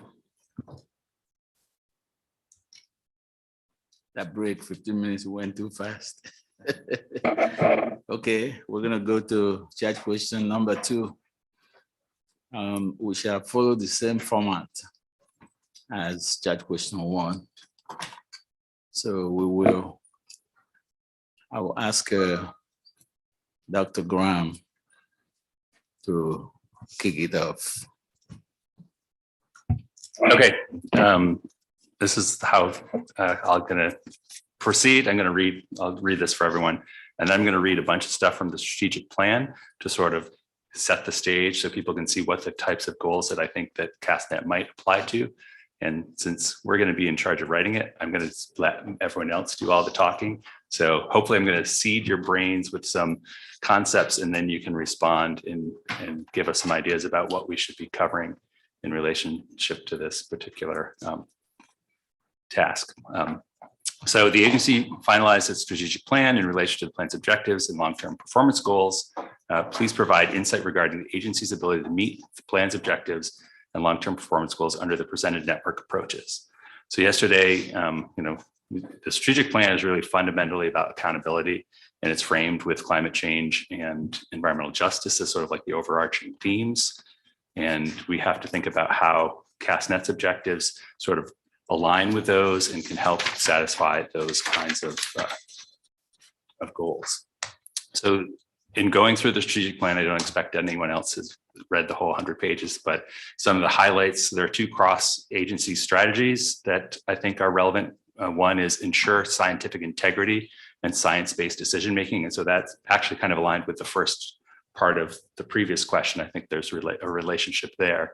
And then another strategic cross-agency strategy was strengthen tribal, state, and local partnerships and enhance engagement. I think we heard a lot about that and how this network is aligned with a number of other organizations and how those things complement each other and work together. So I think could be one of the focuses that we could highlight and work on. So there are a number of different goals throughout the strategic plan.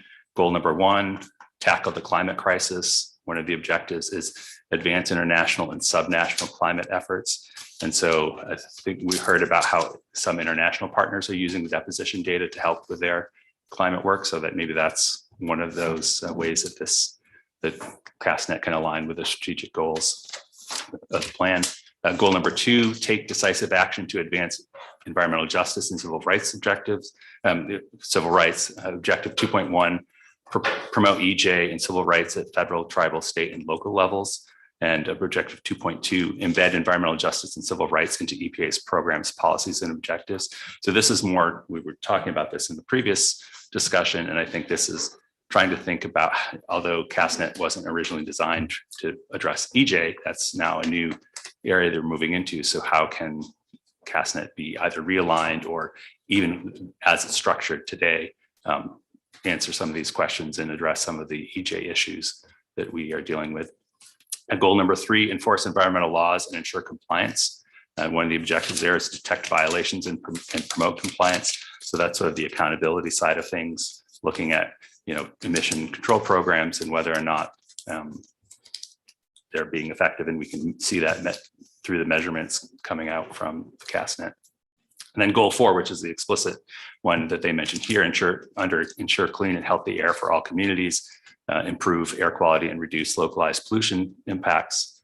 And then finally, goal 5, ensure clean and safe water for all communities, with an objective, protect and restore water bodies and watersheds. So maybe the picture of the fish and the trout we saw yesterday might be sort of aligned in that area. So there are a lot of areas within the strategic plan where CASTNet could address and help address those goals. And so what I'm hoping that all of you fellow panelists can help us formulate, you know, how some of those goals that I just outlined might be, CASTNet might be addressed.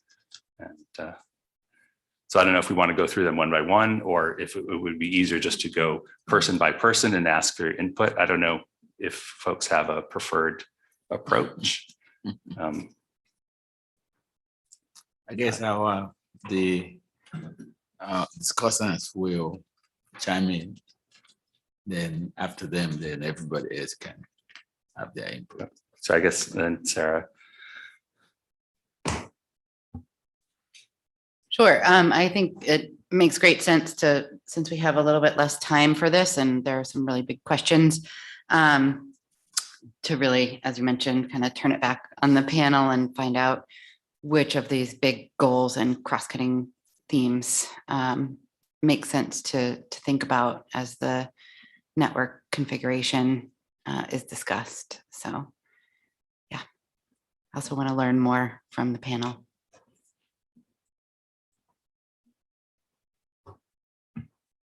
So I know that you're all eager to jump in. So I'm not going to call on people unless I have to.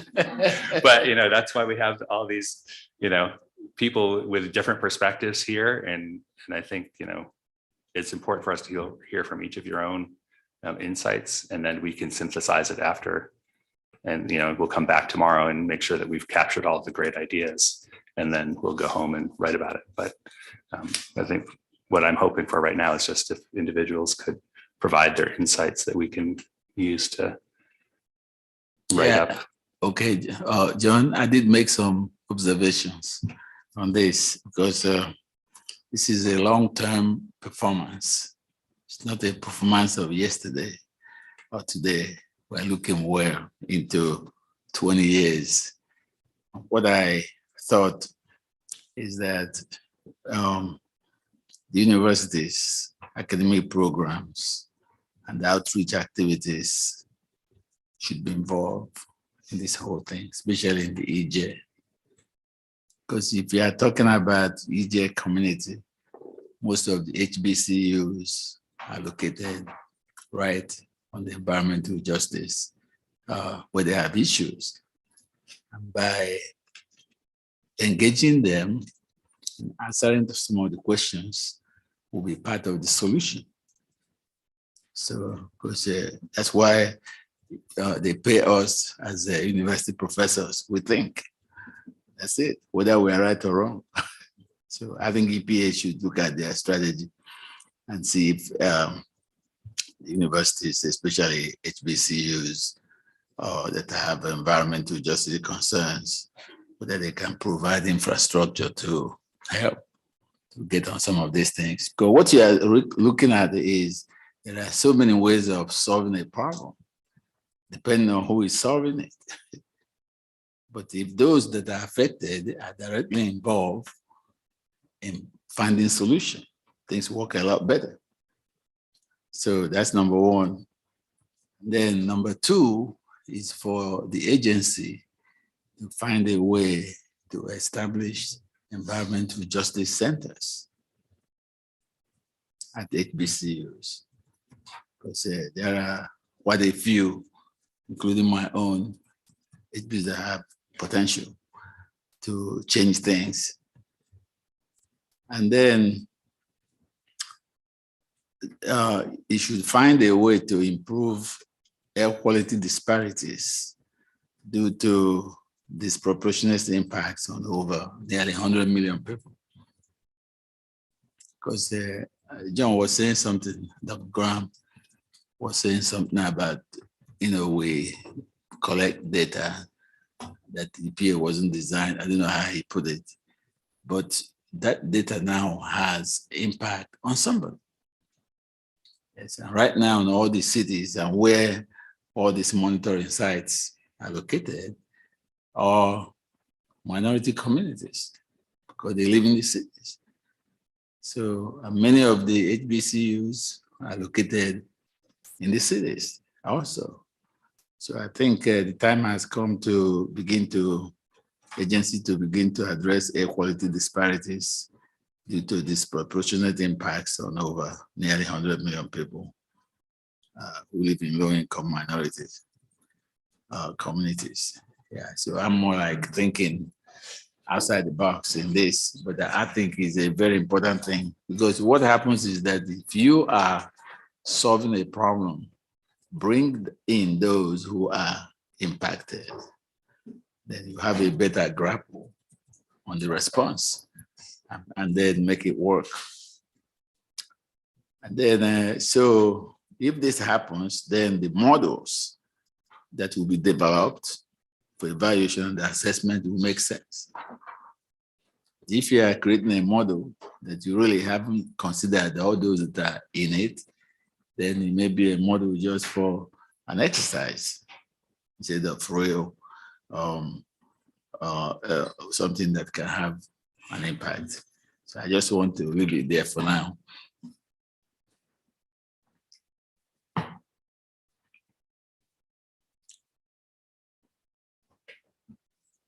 So I guess some of the specific goals then underneath this particular one, objective 4.1 to think about, then they're in the timeline for this strategic plan, it's more like 5 years, not 20 years. It's the time horizon. But in any case, the specific goals that the EPA put forth for air quality improvements in 2026, reduce NOx emissions from EGUs by 21%, reduce concentration of pollutants in non-attainment counties by 10%, ensure compliance of PM NACs, especially for people in low socioeconomic status, and limit the use of HCFCs. So those are some of the core, goals, but, those are all mostly focused on emissions. And, these are measurements. So measurements are really just to help understand, are we meeting those goals? And it's hard to, because like 21% reduction of NOx emissions from EGUs, but we've talked about how NOx is, right now, I don't know that EGUs is necessarily the dominant NOx source anymore. So, that's a great goal, but to what extent are we going to be able to measure through CASTNet whether or not that's happened because, we're looking at deposition mostly of, maybe nitric acid of, for ambient levels of nitrogen compounds. So my struggle with this whole topic was that I sort of read this plan in detail, and it was hard for me to look at the really specific elements of the plan and map it to the goals. But so I went back and looked at sort of the overarching themes, which is why I highlighted in each of the individual areas of the strategic plan what CASTNet might help to satisfy. But so please go ahead. Yeah, I would agree. I had kind of the same statement in my response, is that the specific goals that are mentioned here can't be met through a monitoring network. It can only be measured and tracked.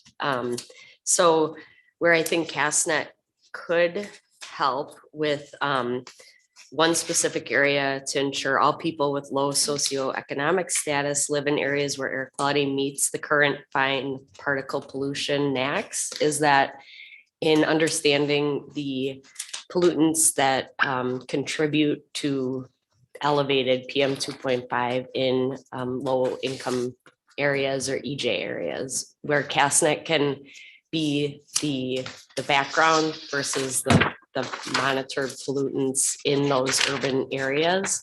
So you can kind of delineate the difference and what's causing those monitors to read higher than the rural monitors. I think that is where it could be useful, and kind of what we've talked about as far as modeling goes, it's an indirect benefit kind of to those areas as well. Because if you can improve the model in those areas, then you can implement better policies to protect those areas.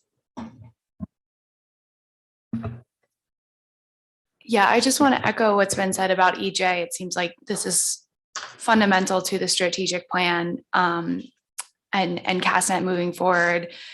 And I think I said this yesterday, but it seems like there really needs to be an analysis of, who is covered by SLAMs and CASTNet right now, and who may be covered in the future or lose coverage.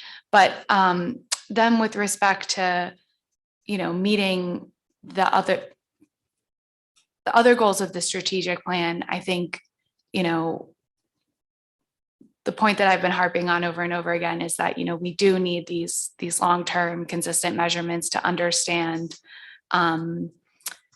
what's happening generally that also impacts the, urban or other locations. For lack of a better word, I'll just say, the background pollution concentrations, the pollution concentrations that happen, in the absence, or not in the absence, but in the absence of really strong local sources. But then, I also felt like the strategic plan really, the emphasis was on climate and altering the emissions that cause climate change. And so just echoing what you were saying, John, what other people have been saying, that CASTNet really does serve as checks and balances on those impacts.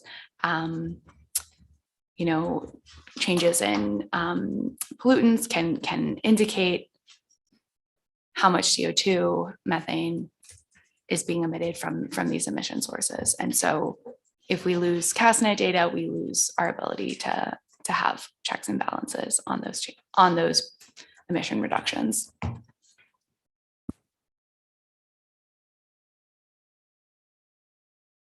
I'm going to do that every time. Maybe I could ask a specific question related to the climate piece then, to kind of follow up on that.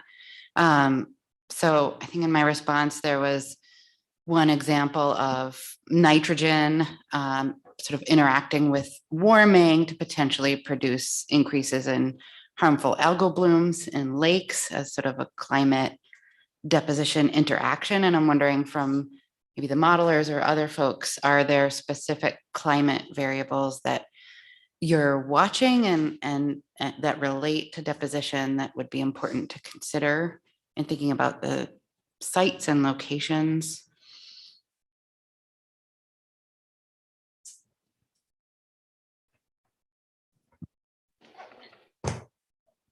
In short, yes. Yeah, I think, one thing is just having, confidence in trends and variables, just like precip, temperature, surface wetness, that are fundamental for our understanding of deposition processes and building predictive ability of them. But then there's also kind of what you're implying about, these interactive effects of the impacts of deposition on ecosystems. And so, yeah, there's the temperature algal bloom thing. There's, well, if we have changing ozone deposition in the future, but also changes in soil NOx emissions or isoprene emissions due to temperature, how do all these changes impact pollution? And so, yeah, I would just say this is why we need a lot of CASTNet monitors, because what's going to be important in one region is going to be different in another region. And so teasing out the effects of changing natural sources and sinks with climate is going to be challenging.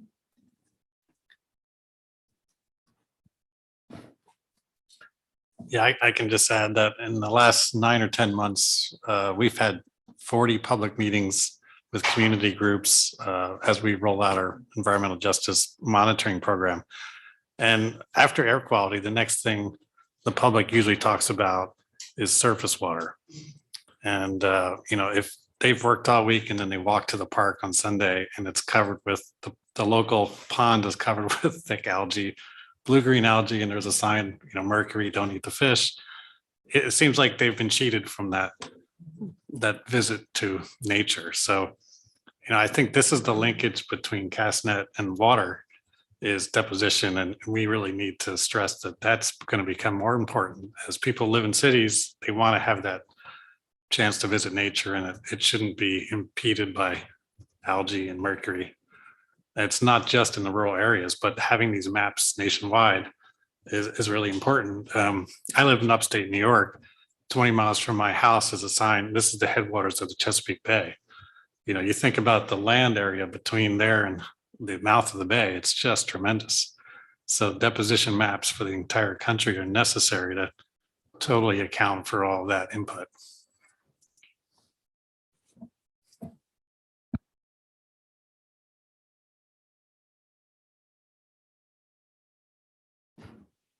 I'd like to comment for a bit on these two kind of new priorities or new objectives in terms of climate monitoring and disadvantaged community monitoring.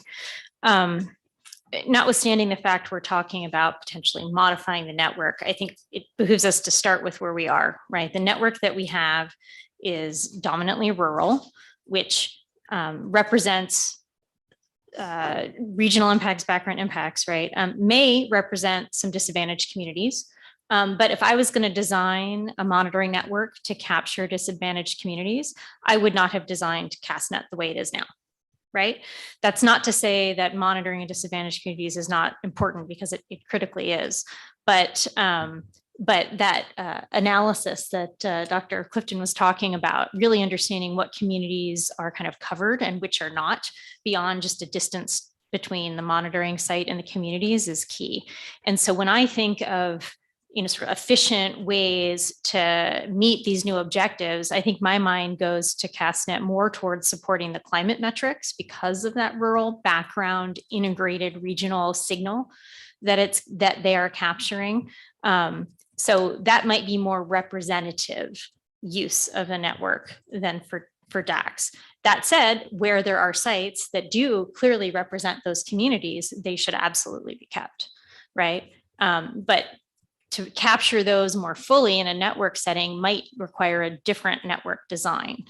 And that would go to some of the comments we've talked about in terms of consistency of the existing network, and potentially a further expansion of budget to make those goals met more holistically.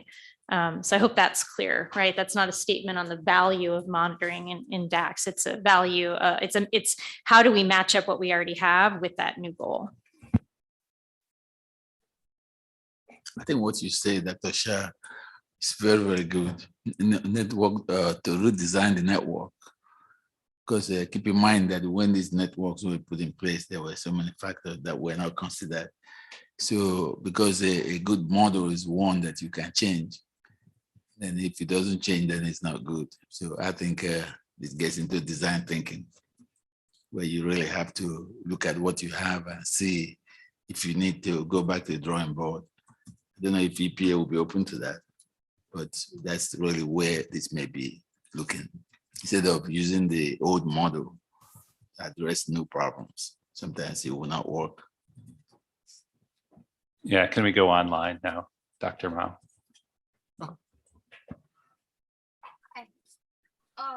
Well, sorry, my comments are always lacking. So, but I just want to add a few things to what Olivia said when she addressed Sarah's question, like what climate variables monitors care about.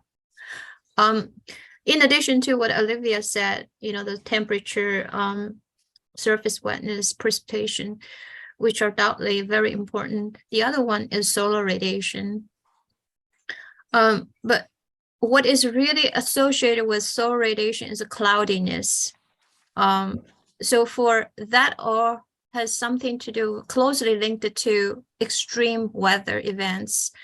So let's say for the extended drought period in California, which ran for almost a decade, one can imagine, the cloudiness was very little, and hence the solar radiation intensity would be very strong, and there would be extended period of strong solar radiation.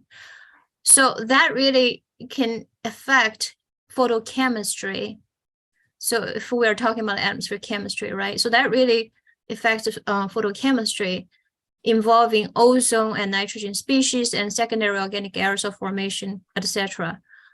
And on the other hand, it also affects ecosystems, which is like the plant's growth, and even beetles, like even those insects. So all these things, they can affect biogenic emissions. In turn, it affects air quality. So that's really a very complex system involving, not only atmosphere, but also the biosphere and the physiology of the plants, so on and so forth. I just want to put this out there.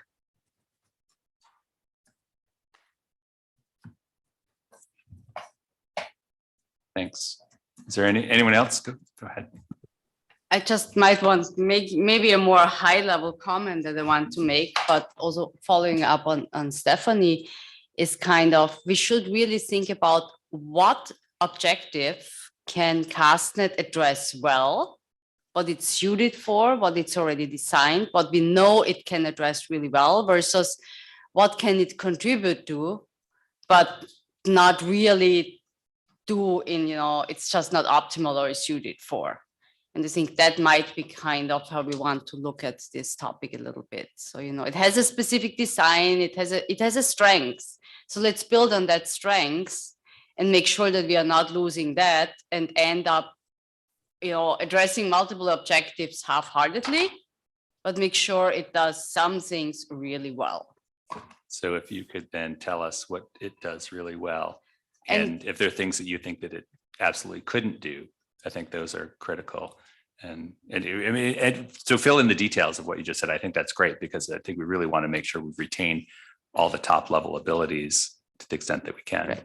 And then, I see it more from a research perspective, of course, so that's, I'm biased in that regard, but it does give us a lot of the measurements that we just need for understanding our models, for developing parameterizations, for developing our models.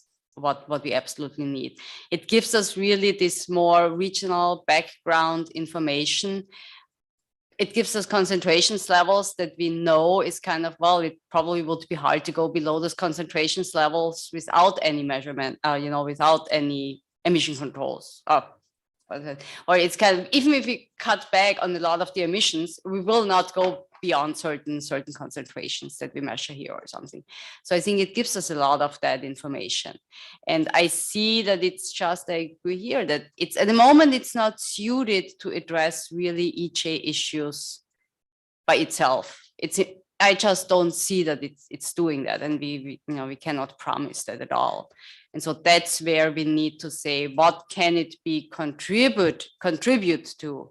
Because I just don't think that we can alternate, that we can change CASTNet, that it will really be able to be fully addressing EJ issues. So let's see what it can do in regard to understanding ecological impacts. It contributes to understanding health impacts, and it contributes to EJ issues. But I think its biggest strength is really in the ecological impacts and the deposition values, because that's where there is nothing else around that can take on that objective. And for the trends, I mean, if you look at some of the objectives, reduce by that many percent, well, if you don't have a baseline and not understanding where the trends are going and information on, are we reaching these goals, then in this regard of, what does CASTNet do well? I think if you want to make a bit of a pivot more towards really trying to address EJ concerns, I think to me, the most logical way to do that is by better serving tribes. I mean, I think that's really clear. I went to the Tribal Air Quality Forum this year, so I heard a lot of concerns raised, and it seems like there's a lot of interest and motivation in making measurements that are important to these tribal communities. A lot of times they don't have the funding or personnel to do it, and so it's a challenge to add sites. I think there's 8 right now, if that's right. In NADP, which is sort of CASTNet's part of it, we've been trying to serve tribes better. And so we engage in dialogue. We try to find ways we can provide funding and training for people. But I think that's a real logical way for CASTNet, if it was to expand and pivot a little more to EJ, is to try to increase our involvement with tribes. Yeah, and I do like that aspect, because you focus on one part of EJ that you might be able to cover, more optimally than you try to look at the entire big issue of EJ. And I think, that also comes in the other questions, but it might also, CASTNet can think about, you might not need a total full CASTNet site in all the tribal areas or something like that. So you can complement that even with low cost sensors. I mean, I was thinking, could there be something like a mobile CASTNet site that helps to better understand, what is the variability within a tribal community, and is one site sufficient? Do you need any other measurement, something like that? So, but I do like the point of singling out one aspect of EJ and trying to do that well. Okay. So I'm going back to the EJ question, and I do hear what you're saying about the tribal, focusing on the tribal group for the EJ, but a lot of times the issues facing the tribal group, they collectively face what they now call the BIPOC, people of Black, Indigenous, and people of color, which is all the group. So I would think if CASTNet is pivoting or looking towards even addressing that, it would probably be doing a self-audit and reassessment of the placement of the current monitoring stations. And I know they've done a great job. I did mention this yesterday on filling the gap between the SLAM, but now moving forward, if they wanted to pivot, and as a long-term goal would be to look at those monitoring sites and then decide between the BIPOC communities, would include the indigenous or tribal groups, to figure out vulnerability. The EJ screening tool also has, there's a vulnerability index. I mean, that's maybe asking too much. That could be used to determine prioritization of where those monitoring sites could be placed. If it happens to be the tribal group, based on that, then that would be a great tool to use for future placement of the monitoring sites. And I know we're talking about resources and budgetary issues.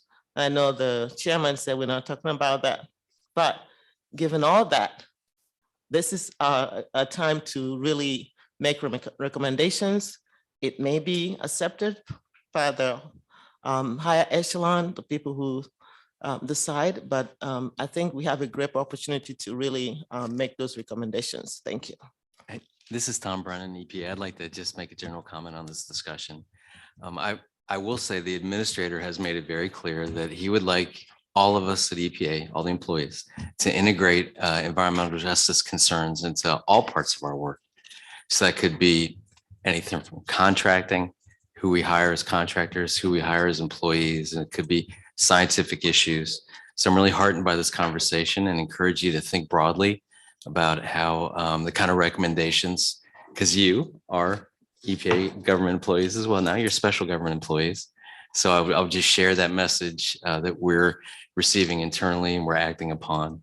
And thank you for putting your consideration to how best to characterize and future forward vision out how this tool might play multiple purposes, including environmental justice support. This is a question, and perhaps I should have asked it yesterday, but it seems like from the EJ perspective, I mean, a lot of it is about regulation.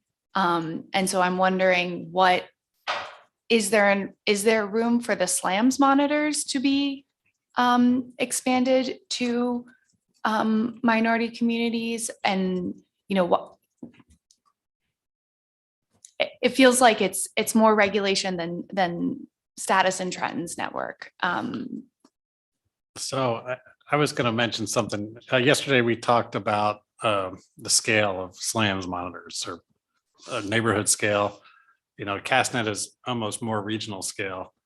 And the urban environmental justice community really wants micro or middle scale. And they're not particularly interested in hourly data. They want to know what's happening every minute. In our mobile EJ unit, we're looking at 1 second data. So they're not looking at 24-hour PM 2.5 averages. They want to know what's happening on the street corner, where the bus stops, where the 40-year-old diesel garbage truck spends half an hour on their street. They're looking at those sorts of local impacts, which are difficult for states to recognize because of the health-based standards are based on longer integration periods. So we're trying to fill in with monitors and smaller scales, and then find sources, but we can't always deal with it from a NACS perspective at all.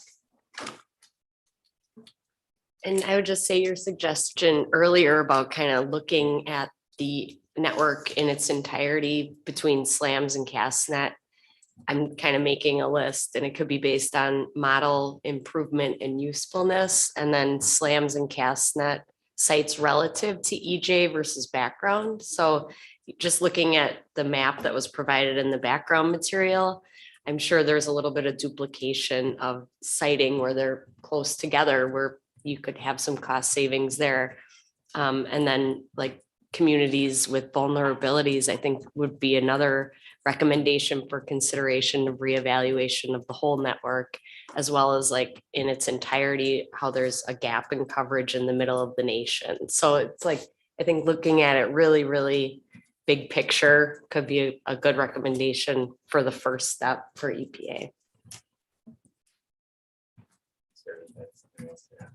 Yeah.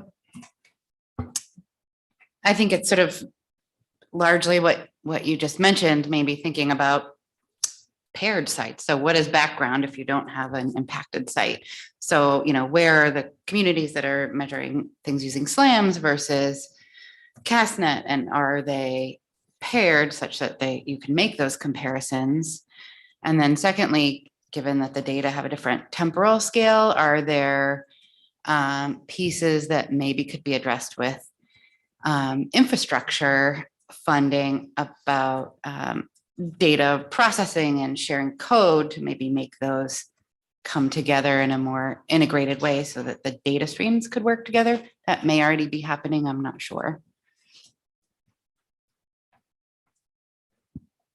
So I think part of then this question, because we're evaluating sort of the now, but part of from Dirk's point about the need for really highly time resolved and very specific spatial resolution, that to me is more like changing the network in the sense of, to what extent should CASTNet be implementing a lot of these low cost sensors, because they give you that highly time resolved data, even if it's not perfectly accurate, but if you look at the changes minute to minute, they may be enough for the kind of decision making that you need to make if you're like a person out in the public and you just need to know, are the levels of pollution high or low versus is it meeting a regulatory standard? Is it 10 micrograms versus 11? That's not the issue. It's like, is it a huge spike or not? So to what extent, even though CASTNet might not now be situated in a way to really evaluate all these questions, this is more in the later things we're going to review, but how can we think about, if it's failing to meet these goals, what are the things that we could implement that would help us meet them? so part of this is not only is it assessing how is it doing well, but then if we can identify where it's lacking, is there a way, does it make sense to take CASTNet into this other role, into versus say a SLAMS network, which is really located where the major populations are. Like what, I don't know, we can't really discount 20% of the population that lives in rural areas, but to what extent can we optimize our ability to know what's going on there without, committing all the resources that you really would need to do it well everywhere.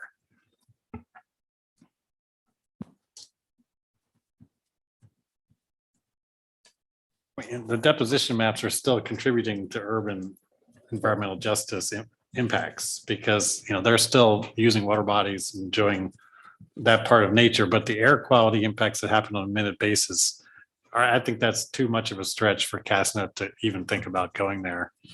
In rural regional sites, nothing happens over a minute. It's longer term, slower moving changes. And for climate change, that's what we want. We want a long-term stable network that can see a small change over time. And you look at even SLAMS networks aren't good at things like methane or other climate gases because we don't bother to buy NOAA class gas standards, which are needed to look at very, very small changes over long periods of time. States just aren't tasked with doing that. And, you need another network designed to look for those subtle changes over time. And CASTNet is well positioned for that.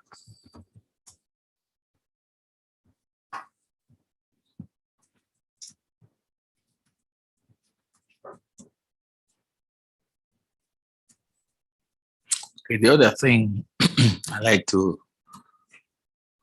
to add is the importance of infrastructure, because you have to have that to be able to do anything. And then having said that, I think revamping infrastructures at various locations can be done at once. Maybe something good so that in the future it can provide us with the data and the models that we expect. They maybe think about adding a few locations, a few more in the area that are vulnerable, like Dr. Anaru was talking about vulnerability index. So once all that is determined, they can put more locations. But the key is now look at the current infrastructure, maybe say by 2033 or 2030, we want to have 20 or 25 more new stations. So it's not something that will happen right away, but it will be a long-range plan. Because problems are changing. Look at climate change now. It's impacting everything, including too many insects at my yard. You have to fight with insects every day. I'm telling you, this is real. And so on. So we have to think boldly and very deep and come up with ideas, even though we're not asking the agencies to do it now, but it is something that they can put in there. It's a plan. That's why it's called a strategic plan. So if they have it, then over time, all these things will be addressed. And so we have a hand raised online again. Yeah. Hi. I almost feel like we're talking about a certain configuration where CASTNet sites, the current or existing CASTNet sites, serve as the central monitoring sites with research grade instruments. Then we're going to have satellite sites around them with low cost sensors. And those low cost sensors will be situated in the communities, right? At street level, that detects what the community, the residents are interested in, the air they're breathing, the truck that's emitting, what the truck is emitting, that sort of information. And that kind of information, if you visualize them online, you have a dashboard for that, then the communities can access that sort of information and know what they are breathing, what air they're breathing, what water they're drinking. However, those central sites, which are the existing CASTNet sites, they're providing those more of a large scale or well, background information. So for researchers, for scientists who look into the relationships between the data from the CASTNet sites, the existing CASTNet sites, and the data from the low sensor, instruments, then you basically can detect or you can delineate the impact of large scale processes on the street level air quality or water quality, what you have. So basically it's the satellite configuration, I would say, for each site.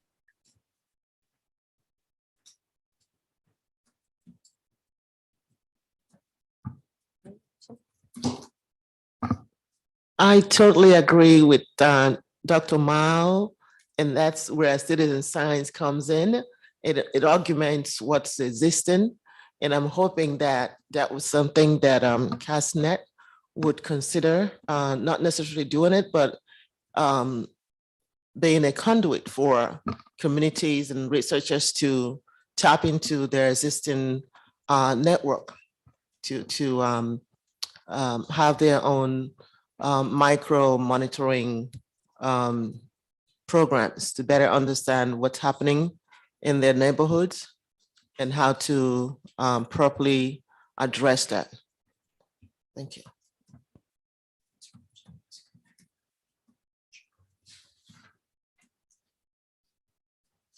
So I think we have maybe 10 or 12 minutes left. Is there anyone we haven't heard from? I think everyone has had something to contribute.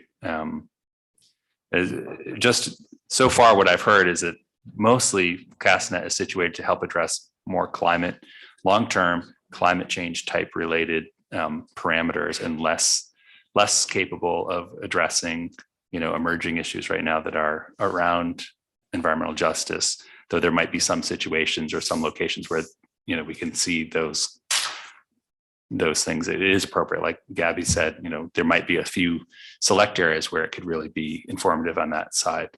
But, does that seem like is that a good summary, or have I missed something? I mean, I know that it's not that we want to discount the need to have environmental justice, but this may not be the right network to really focus on that. Yeah. If you count the model development, optimizing the satellite retrieval for urban data is going to be helpful in the future. And you can't really do it in a city. You have to do it in a rural area where you have a high quality, say, ozone, or we have 3 different formaldehyde instruments that are going to be used for the same thing.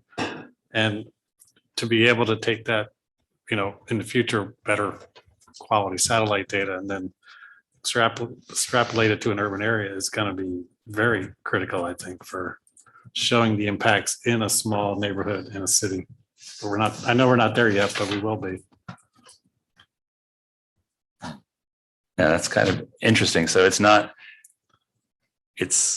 the verification that we get from CASTNet that then we can extend beyond. That's going to be the primary potential usage from an EJ. In addition to the deposition work also, yes, I think so. Okay, we have Ariel Managan online. Ariel? Yes, I'm here. Okay. Do you have a question or you want to speak? Oh, I didn't have a question. No, I didn't. Did I raise my hand accidentally? Okay. Sorry about that. Well, actually, it still would be useful to hear any of your insights. I mean, especially, coming from your perspective at the CDC, if you have health related insights that might be relevant to this discussion. I mean, if not, that's fine, but. No, I think, as a long-term monitoring, I think it's really important. I guess one thing I'm concerned with is, are we able to reach and monitor those rural areas that are at most risk to the health effects of climate change? There's a lot of urban monitoring going, but if we lose that rural area, especially in these communities, especially I'm in Atlanta, so the southeastern United States, there's not much coverage out there if we lose CASTNet. So that's one of my main concerns of losing the network. I know either one of the options isn't great of, what do? Do you maintain this coverage, or do you focus on other types of monitoring? So, I mean, either one isn't a great option. But I guess that's just my concern. If we are losing CASTNet sites, what type of populations are we not helping or observing? So I think that's it for me. Okay, thank you, Ariel. One other note is that we all heard Mr. Brennan about what the administrator is looking for.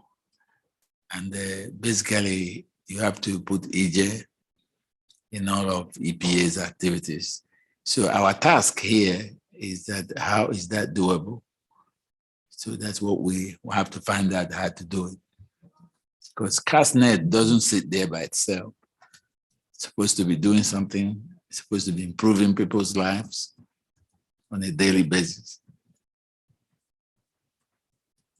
Yeah, Sarah.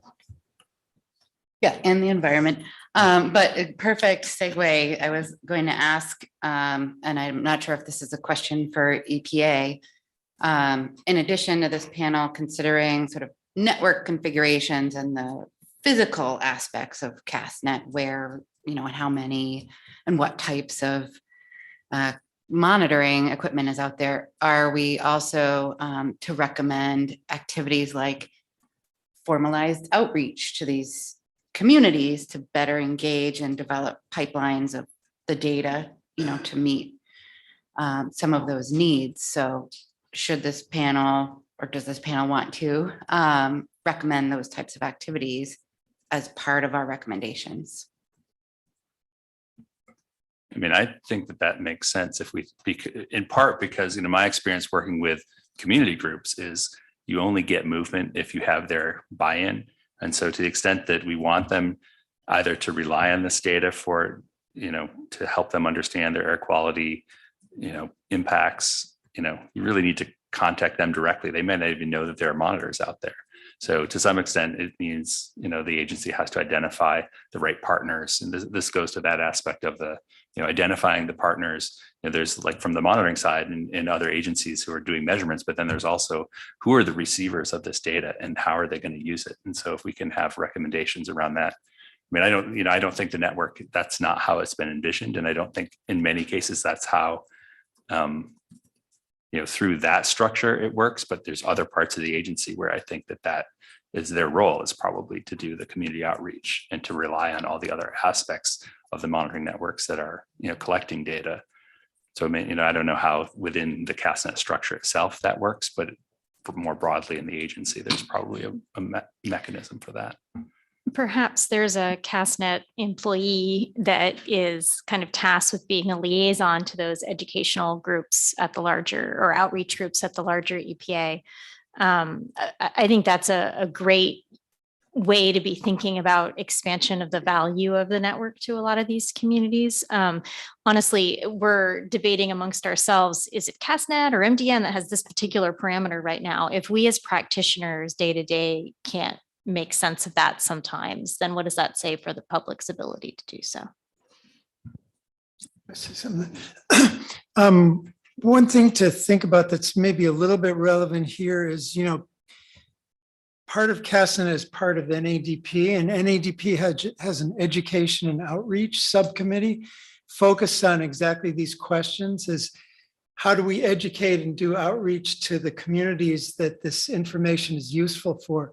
And so it might be possible for CASTNet to work through, because the EPA people are really part of NADP, strategies for reaching out to stakeholders that maybe we haven't reached in the past, or different ways to do this.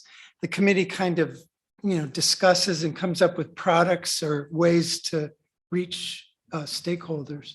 So that might be a thought. Okay, one other thing, EPA, many of you may know this, but EPA just awarded $177 million to EJ communities across the United States.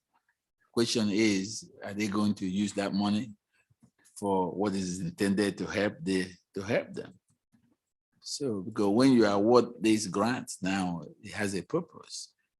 Then if there's a way we can look at what CASTNet does, and what impacts it will have in those communities, then you can leverage the CAST money with the 177 and more money to come.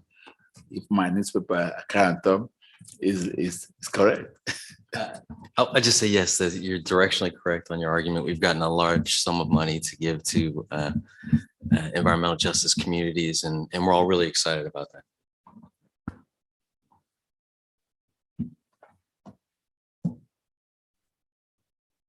Hey, this is Ari. Can I make another point? Sorry, I didn't raise my hand digitally, but yeah, so thinking about communities and outreach. So our the CDC, the Climate and Health Program, we have grantees that are state and local and tribal grantees. They have gone through something called this BRACE framework. This is building resilience against climate effects. So they have a lot of expertise throughout these, I guess we've been around for about 10 years, that are building resilience to climate change. So I guess what I'm saying is maybe you can build those relationships, maybe CASTNet can build those relationships, of course the dog's barking, of our grantees, just to get their expertise and what type of data they would use. They do a lot of air quality monitoring, especially during the summer days, extreme heat, and poor air quality. So we do have some resources I just offer, like our expertise of our own grantees in our program to help CASTNet in doing that outreach. And another thing, another point too is the CDC, along with the Agency for Toxic Substances and Disease Registry, a great government acronym, ATSDR, they've developed something called the Environmental Justice Index. So I'm not sure if you have seen all that. It's a really, it's a national scale map of a ranking of environmental justice communities. So that might be something as well, maybe for resource allocation, or if where you feel like you need to do some outreach. And I can drop that link in the chat, or I could share my screen, or maybe I'll just drop the link. Actually, if you could email that to me, I'll provide it to the panel. Okay, sure, will do. Yeah, thanks, Harry. Yeah. And that's it.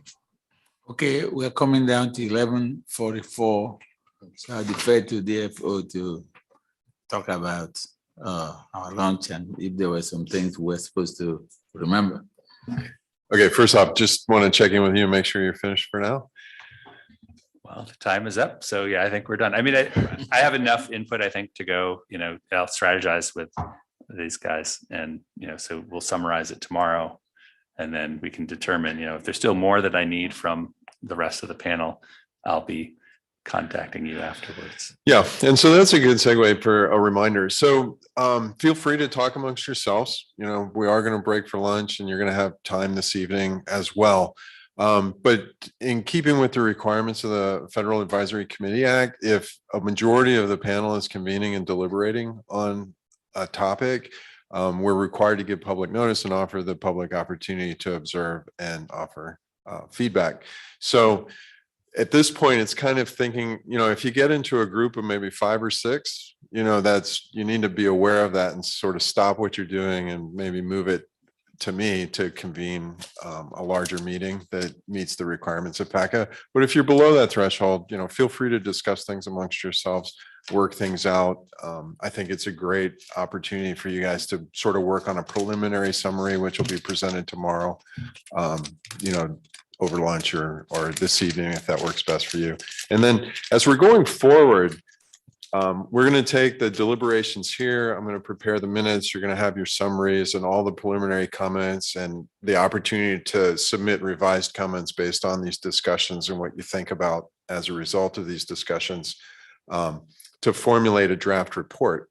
And we'll talk about the schedule for that draft report later, but we'll have further opportunity to convene small meetings if necessary, if you want to have larger discussions.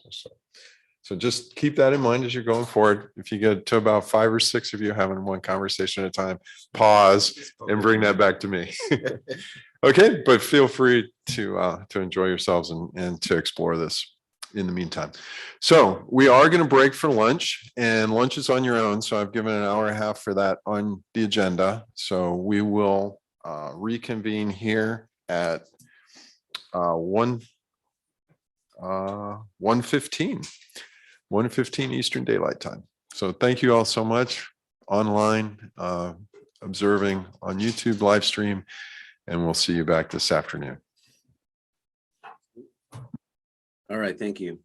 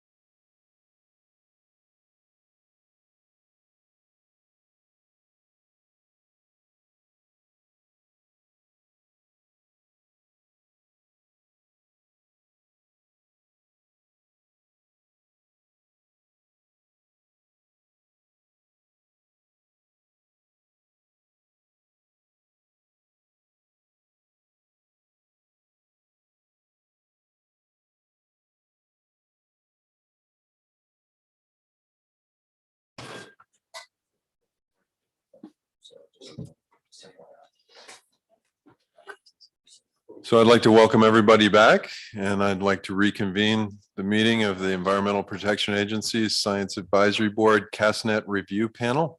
And I'll turn the agenda over to Dr. Uzo. Yeah, thank you. Good afternoon, everyone. I hope everyone had a nice lunch. That's good. So we're going to continue with our discussion of chat question number 3, led by Pradelle. Yeah, Katie Pradelle, Managan, Dr. Mao, Dr. Clifton, and Dr. Graham. Okay, Dr. Pradelle. All right, thank you. So I'll kick it off. I think we've addressed a couple of these through other questions. So if you have anything to say on probably, I would guess, A and B, we can address those, but I'll give a little bit of an overview and I'll read through what the scenarios that we're actually talking about in this question. So the question is, please comment on the extent to which each potential network configuration or the scenarios presented by EPA in the background material address scientific data needs to understand air quality and atmospheric deposition impacts on human health and ecosystems. So section 5.1.2 of the background materials it's titled Maintain Regulatory Monitoring with Significantly Reduced Deposition and Ecological Assessment Capacity.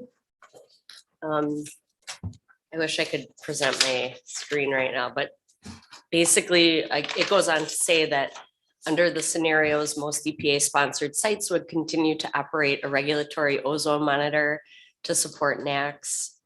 This scenario would allow for continued spatial coverage for ozone in rural and tribal areas and maintain site infrastructure, providing a platform for new research and monitoring efforts if funding is provided. But I think what this question is asking is, let's focus on these scenarios that they're presenting. And then the next question will focus on if there's more funding and different capacity that could be included in the network. So the two presented scenarios are maintain 45 to 50 EPA sponsored ozone sites and suspend ozone monitoring at 3 to 5 EPA sponsored CASTNet sites and maintain 10 to 15 EPA sponsored filter pack, NADP, NTN, and NADP AMON sites co-located with ozone sites and discontinue SO2 measurements at all filter pack sites.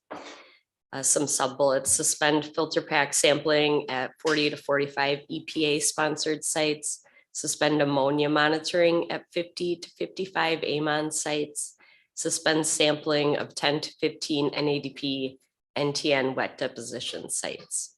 So I think what I've heard is that none of these will work, and what we've read through everybody's comments. And I think unless anybody has any opposition to that, I think that that's how we may respond in our write-up for this question.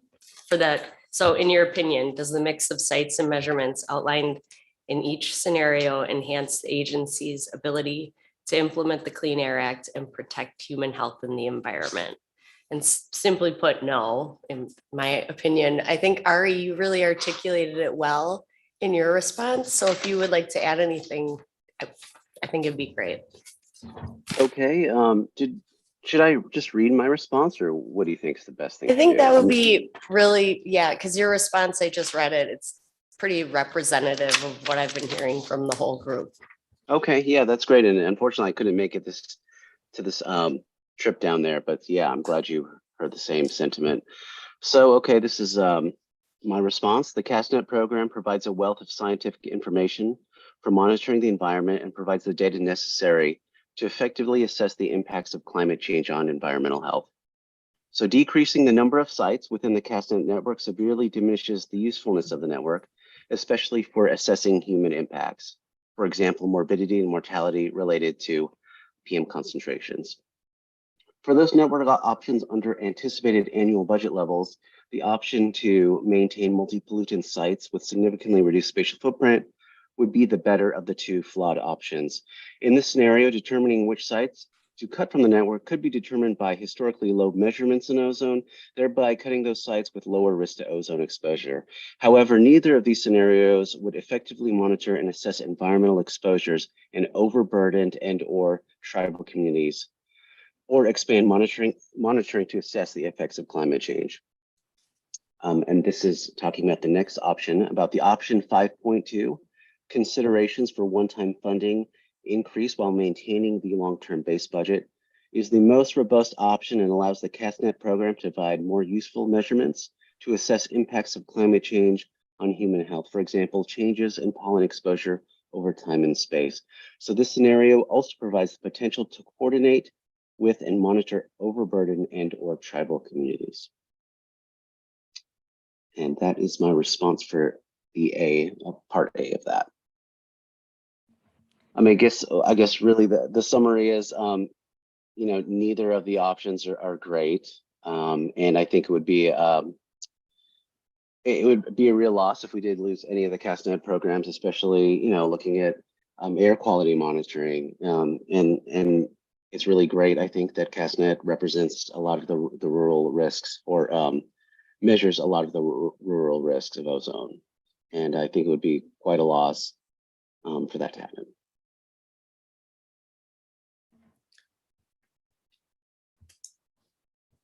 Okay, Dr. Mao, is there anything you'd like to add?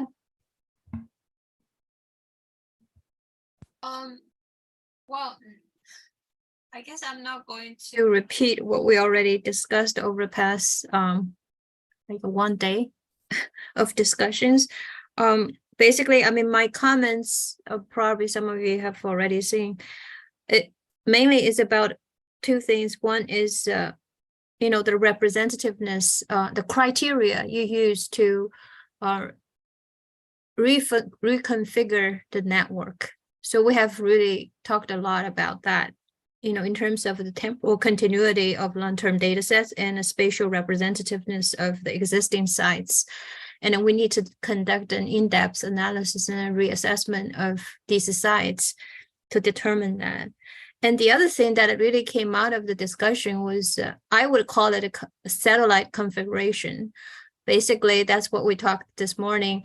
The CASTNet existing sites will be the central sites with high quality instruments, and then surrounded by low cost sensors, which will address the needs, EJ needs, and in the meantime, it addresses the needs of the scientists. The other thing is I also listed a bunch of alternative new measurements in the long run. I guess we can get to that later. Thanks. Yeah, I think the newer measurements are addressed in the next question. So we'll kind of, and you brought up a good point about how we've kind of one of the underlying themes of all the responses today is that there's a need to reevaluate the network as it fits in more holistically with the national monitoring network. And I just wonder if this is the response, this is the question where that response fits. So does anybody have any ideas on that?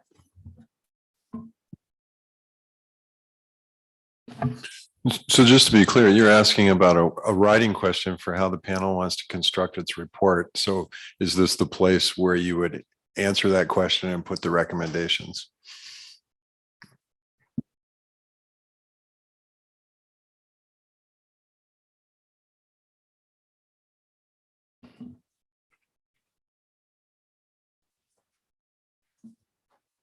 I'm seeing some head nods. Yeah, actually, I think that might be right, because the first question, right, is more focused on the past without thinking too much about the future. This is thinking about how the modifications sort of will continue, whether or not we can continue on the same pathway.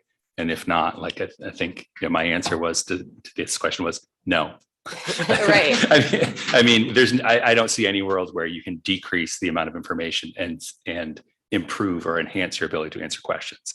Like you might still be able to answer them, but you're not going to improve it. So I think that's where we need to focus. It's the likelihood of increasing is not like, we're not going to enhance, but we want to minimize it to any extent we can, how reductions and changes in the network are still going to allow us to meet all of the goals and all the accomplishments that we can note to date. So yeah, I think that this is the right place where we assess like. And I just want to jump onto that. I really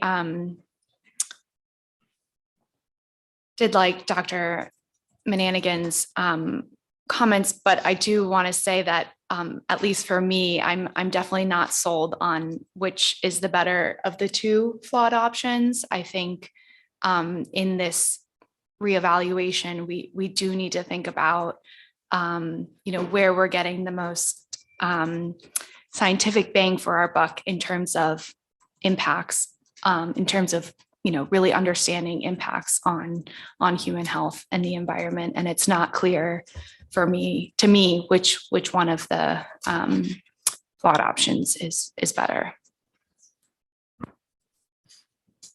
Yeah, that's a great point too. I mean, especially if air quality monitoring and that air quality index is based on measurements from CASTNet and ozone. Yeah, maybe we do need to make sure that we maintain those ozone monitors, but you're right. I'm not sure which one is best either. And also I should mention, I'm not a doctor. So you guys just call me Mr. Manangan. So, or Ari, really. I should prefer Ari, but anyway, just to clarify that on public record that I know I'm not a doctor.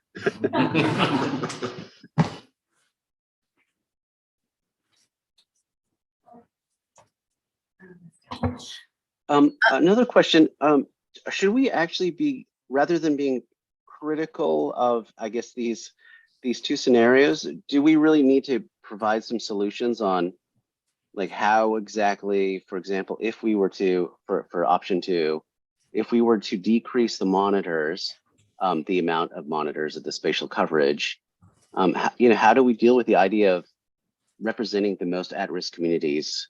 Do we need to provide that kind of detail? Is that useful to EPA? I bet it would, but again, that's a question that's hard to answer.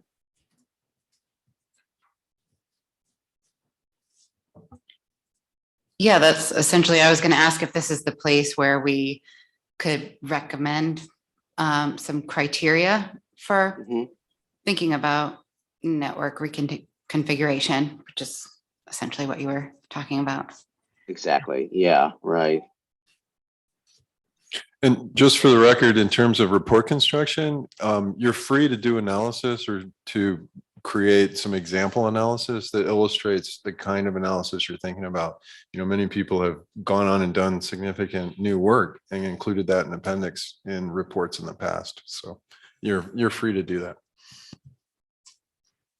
Okay, that's interesting. I mean, we were, I sent a link in the chat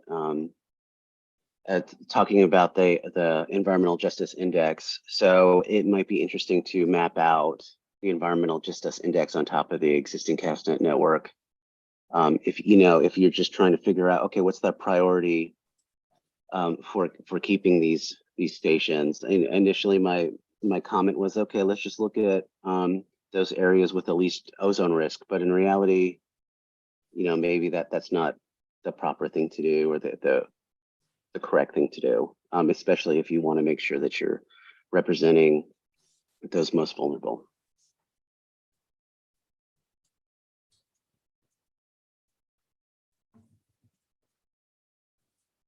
Okay, so I think this is, I think we've kind of already covered most of the questions, but maybe just to kind of check the box on C, and a question that would go towards kind of recommending solutions. Is there anything listed for suspension in the proposal that people would support? Or could we prioritize, for example, I think there's SO2 monitoring. Would that be SO2 measurements at all filter pack sites? Is that something we could live without?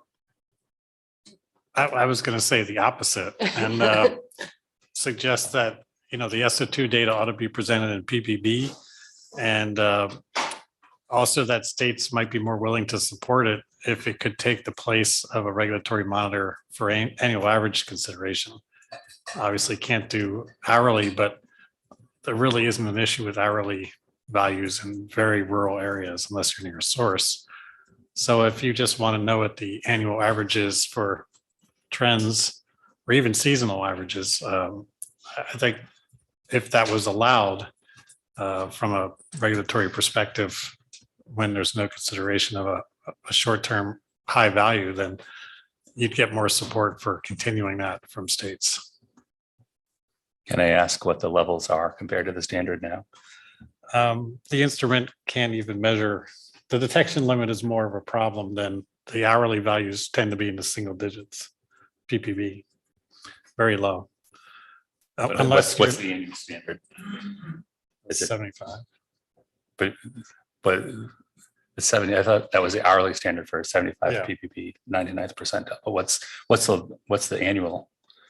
53. I mean, there is no. It doesn't matter. So 53. I mean, 53 is not that far from 75. Like, I mean, so I'm thinking if the levels are only 5 ppb, and that would be a max hour for like the season.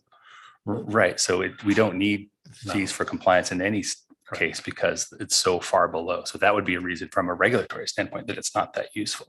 Still might be useful from evaluating models and understanding trends. But if we can't, but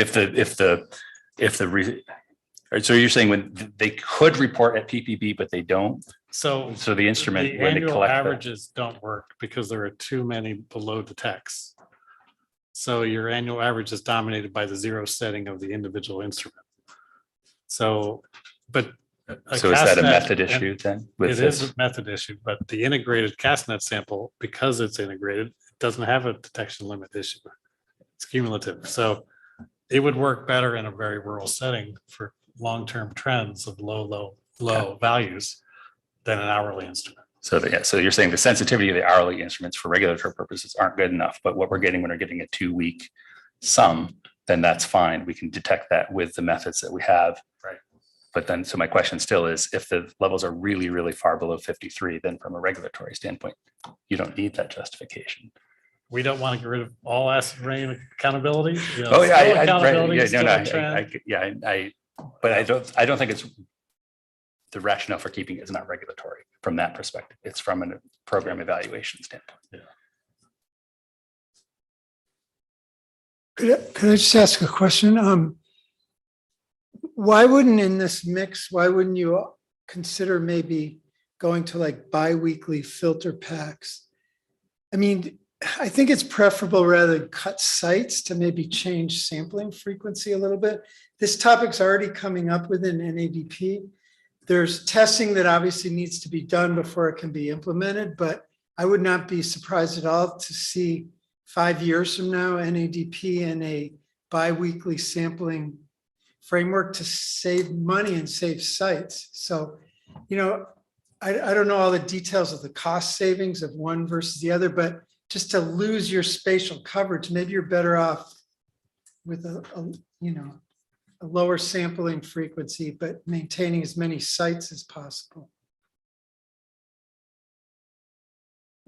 Yeah, related to that, I was thinking maybe you could even prioritize seasons, like keep the same sampling schedule, but if there were certain seasons that were important, because I know the ozone has a season, right? So, obviously there's a reason to measure it for year long for other reasons, but we might be able to retain the compliance side of the ozone monitors by only operating them part of the year. I don't know if that saves any money because you still have to replace the instrument, but I just want to jump in there and say I think it's a really critical point for changing ozone seasonality. There's been increasing wintertime values with reductions in NOx emissions, and some work, including my own, has suggested that there will be a shift in the surface ozone seasonality. And so while we aren't necessarily there yet, I think a huge strength of CASTNet is the year-round ozone monitoring over the SLAMS data, which isn't necessarily year-round. I second Dr. Clifton's remarks.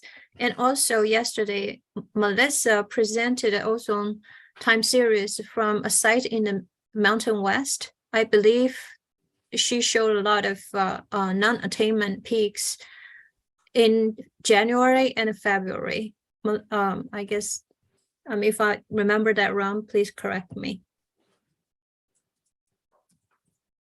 Yeah, well, that's the UNTA. So that's both, that's a reflectance from the surface, it's snow plus emissions.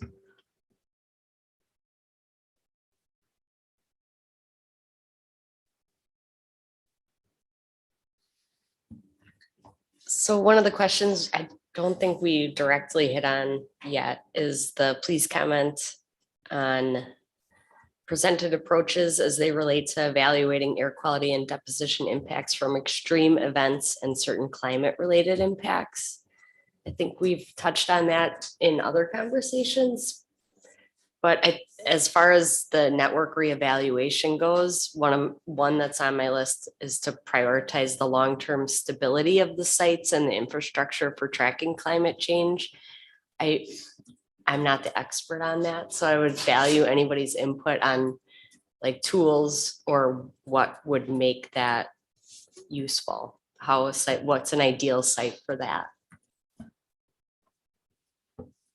I would just note that, and this may be something that goes onto the list of criteria to consider, are there co-located within a reasonable spatial extent meteorological measurements that can be used.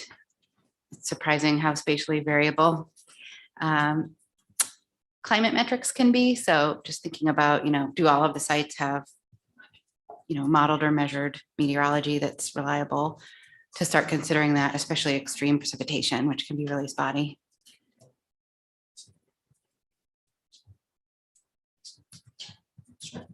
To define an exceptional event, you have to already know what the background is and the variability is of all the pollutants.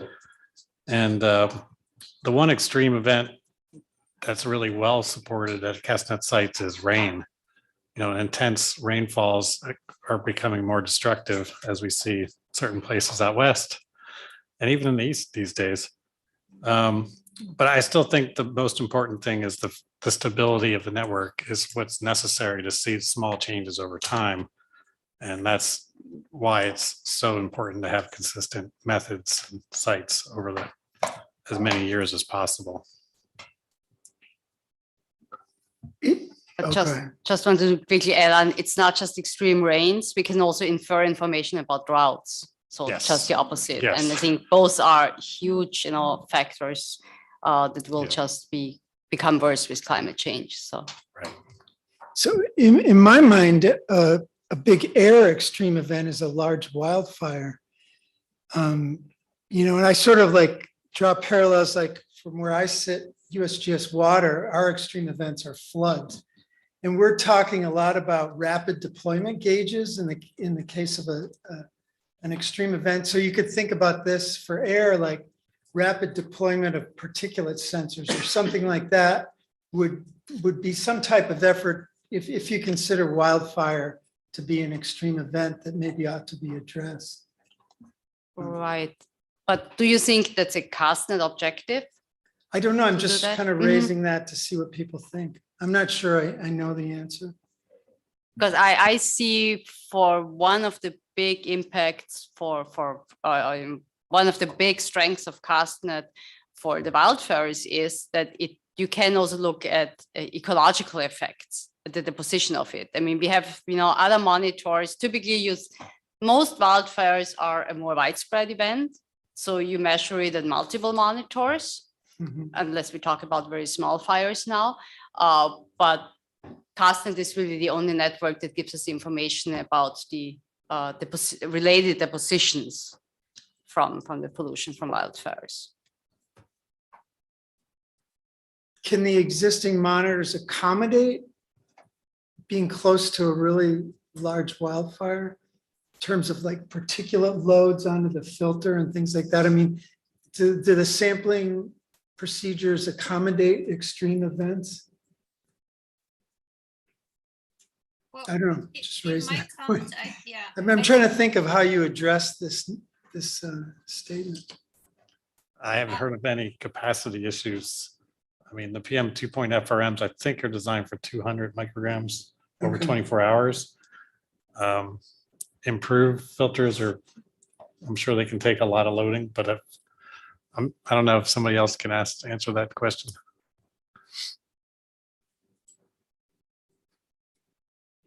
Well, I just think online instruments should be deployed, especially in the region which are sensitive or which are exposed to the wildfires influence the most. If you use weekly or bi-weekly samples, then I think the impact of fires tend to be underestimated. So especially something like, organic aerosols, reactive nitrogen, mercury even. Yes, so my point is that, the instruments needs to be automated to really quantify the influence of fires. So to help answer some of the questions here, we have seen increases in potassium on the filters. We haven't seen the filters be overloaded with particulates. Another thing I would say is recently sites out west that were threatened by wildfires, we removed the equipment to protect it often. So obviously we don't have the funds to just replace a shelter if it's, we can't obviously remove the shelter off the landscape if it's being threatened by fire, but we will remove the ozone analyzer and other expensive equipment that we have in the shelter to protect it. So that's one issue that we face with the wildfires, is just having some pretty significant assets out there being threatened. And I think, Sarah, you may have brought this up, but there's, I think, 7 sites that are co-located or nearby climate reference sites. So that's another source of data for use in CASTNet. But speaking directly to the loading, it's gravimetric mass on the filter and you've got a flow monitor on the flow, so you know if it gets clogged, right? Yeah. I wanted to just mention one other kind of extreme event. I think we always think of it as climate related events, but there was this big train derailment in East Palestine Ohio, I think, right near the Pennsylvania border. And so both CASTNet and NADP picked up a chemical signal hundreds of miles away from that. That is important information. It's a different type of extreme event. In fact, there were even upwind measurable changes, including all the way into Wisconsin, which you would have never expected, but it seems pretty convincing. So that's just a different type of extreme event that a network like CASTNet picks up that has implications for EPA, all sorts of legal issues surrounding things like that, which these sorts of accidents seem to be happening with increasing frequency. I don't know if I'm just imagining that, but.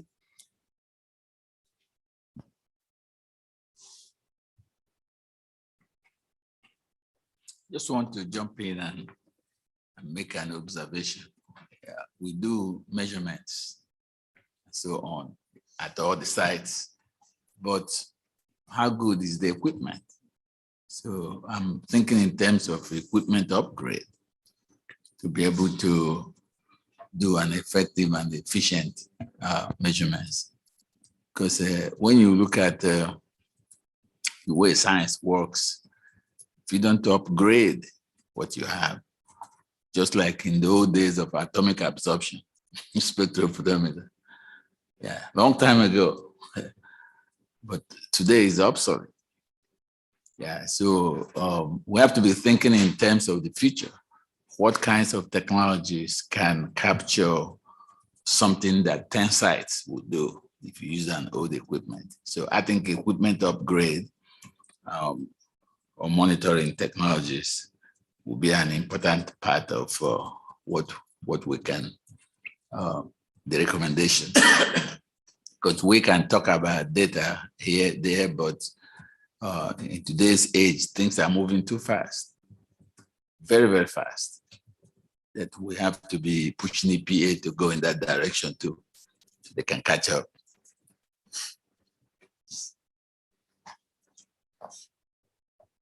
When it comes to the wildfire smoke, this is an area where the low-cost microsensors may have strong utility.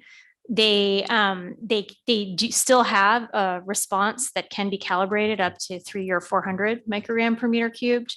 You need a lot of calibration and work to do that. I know EPA ORG has done a ton of that already. South Coast Air Quality Basin has done a ton of it. So you need to be really careful with those calibrations. But if we're concerned about expensive equipment being damaged due to that kind of exposure, and potentially capturing a variety of sites throughout the extremely long distances that these large wildfire plumes go, that could be an appropriate use for the microsensor network.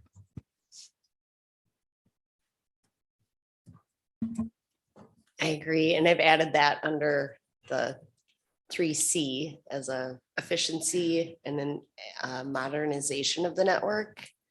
I also added the bi-weekly collection of the filter packs, but I'm not sure we all have consensus on that. It's an option if you're going to try to save money. So can we just mentally go through it? The filter packs are now how frequent? Weekly. And so bi-weekly would be every 2 weeks. Yeah. Okay.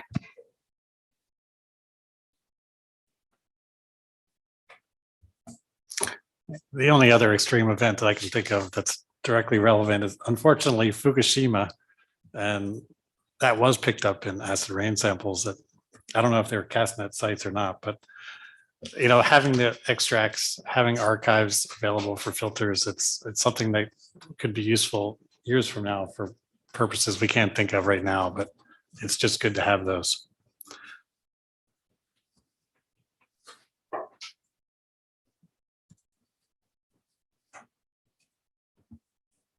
All right, so kind of getting back to the reevaluation of the network, just so I have everybody's kind of priorities listed, that the reevaluation on site usage with respect to model improvement, perhaps through criteria in AQS, and I can talk offline with you, Olivia, about that.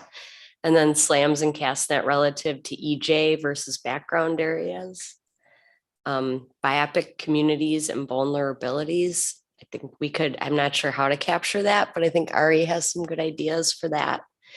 Nationwide coverage, middle of the nation coverage, kind of maybe long-term relocation plan. And then the prioritization of long-term stability sites for tracking climate change. So that, I think if anybody has anything to add to that, just now is the time to probably say that.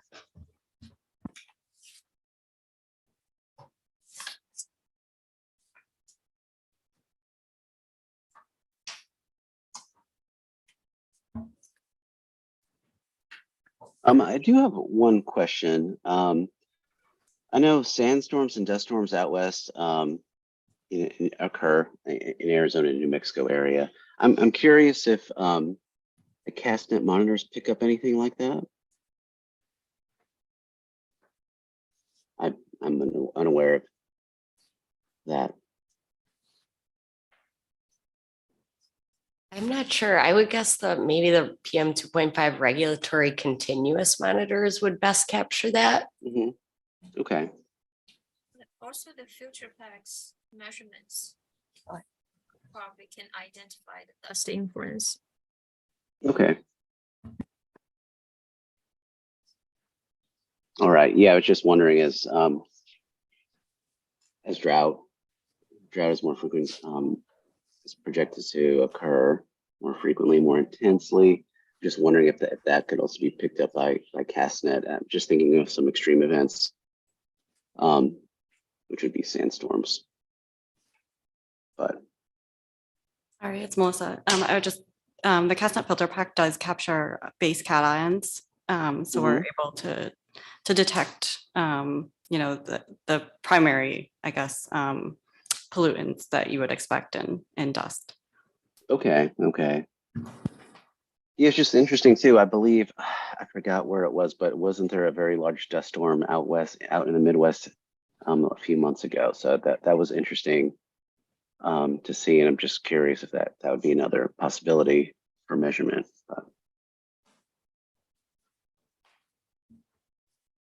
Yeah, that would be something to consider with new technology. I think it's a known limitation of purple air sensors. So that would be something for EPA to consider when they do, if they were to put a PM 2.5 continuous sensor at CASTNet sites. That's a Okay. good point.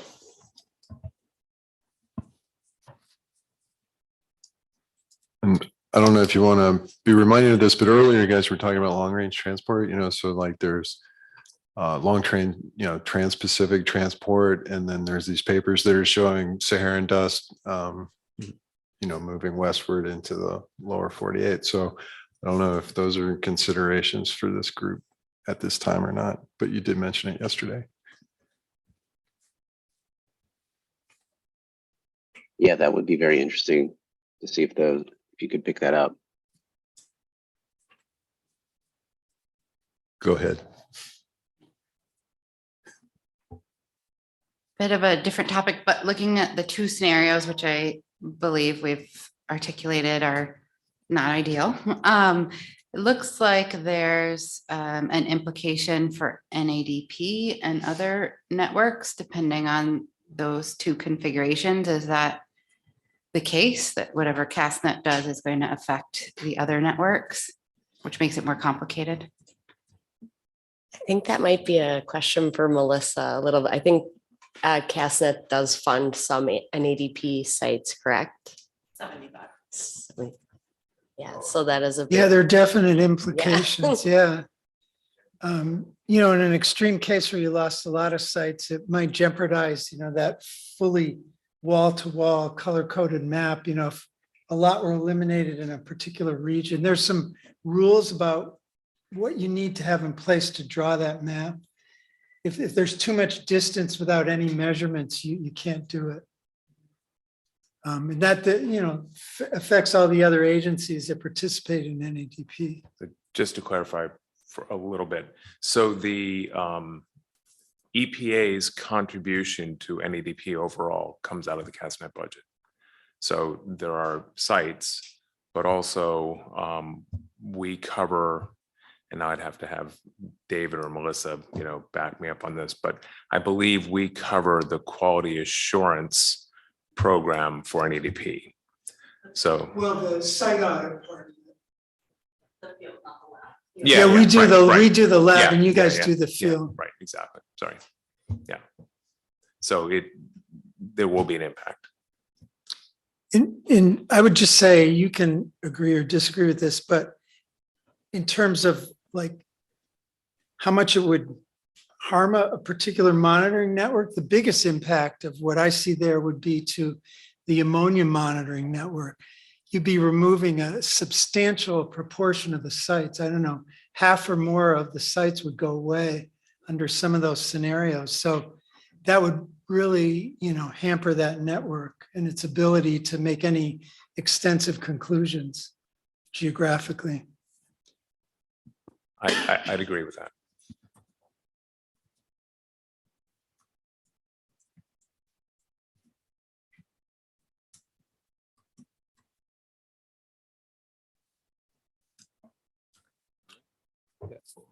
Okay, I think we have enough to go on for a response.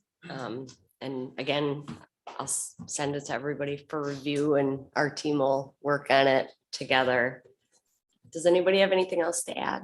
I would like to add to point C. Okay. And so that's mostly just because Sally Inc. isn't able to be here. And so she actually let us just send us an email to present her point. And I want to make sure that we present her point. And I think she makes a really good one. And let me just read that.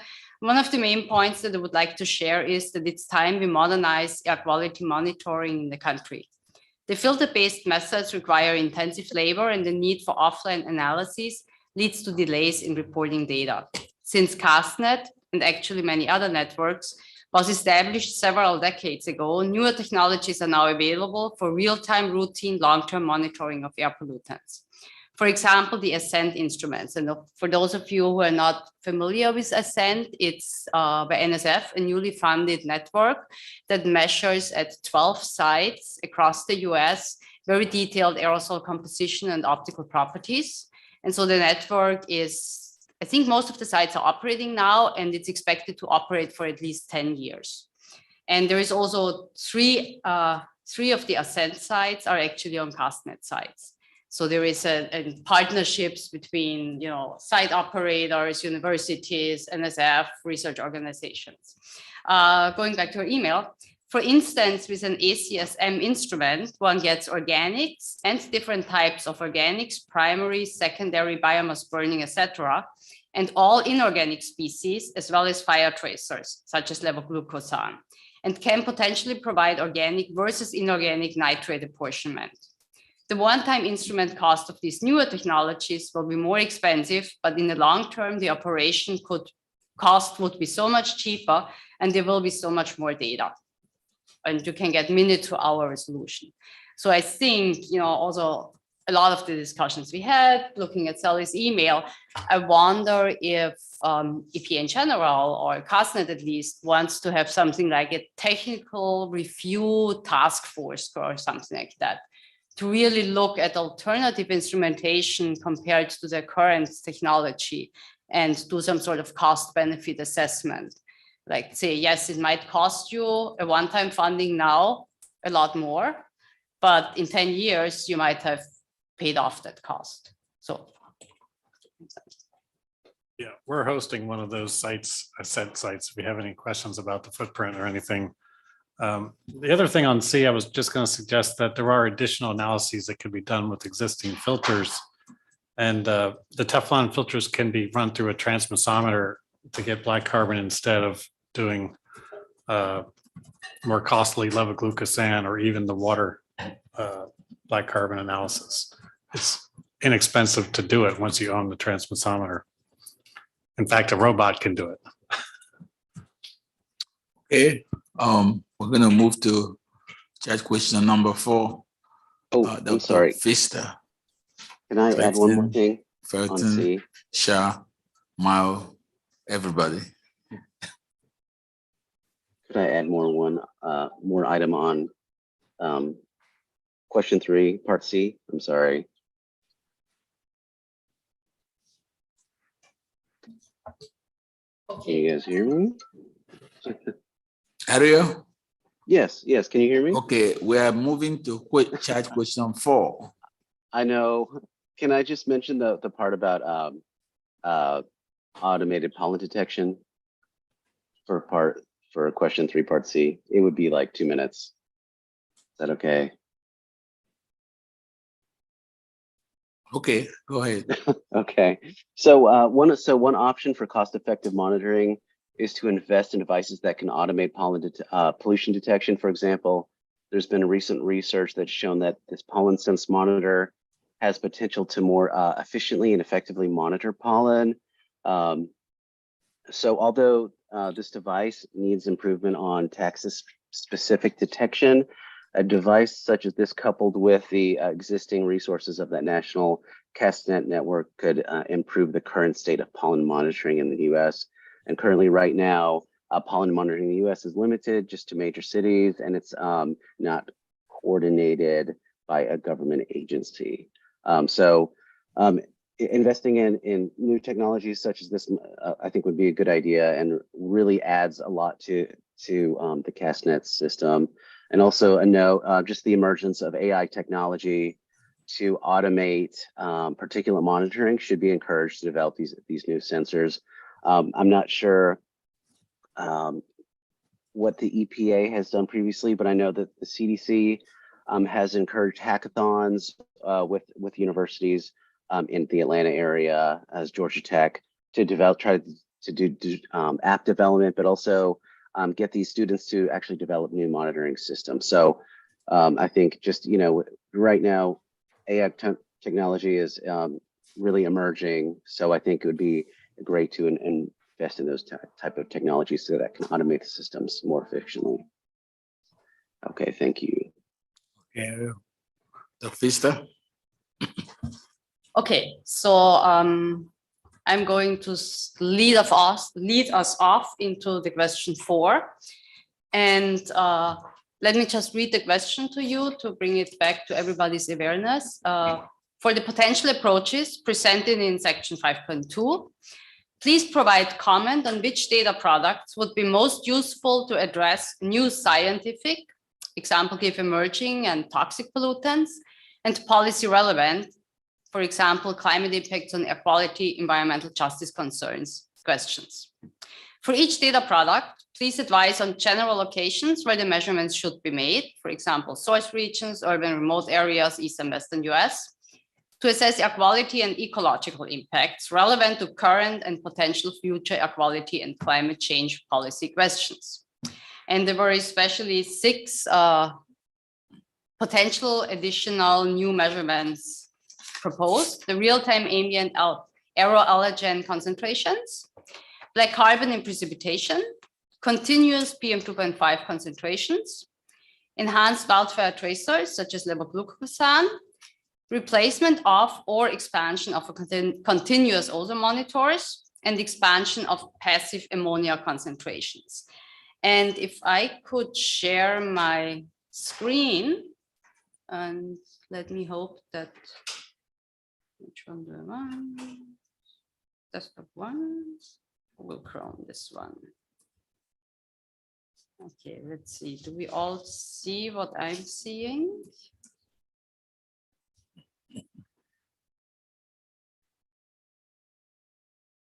Let me just make that small. Sorry about that. So what we have done is actually we tried to get a little bit everybody's comments already in here.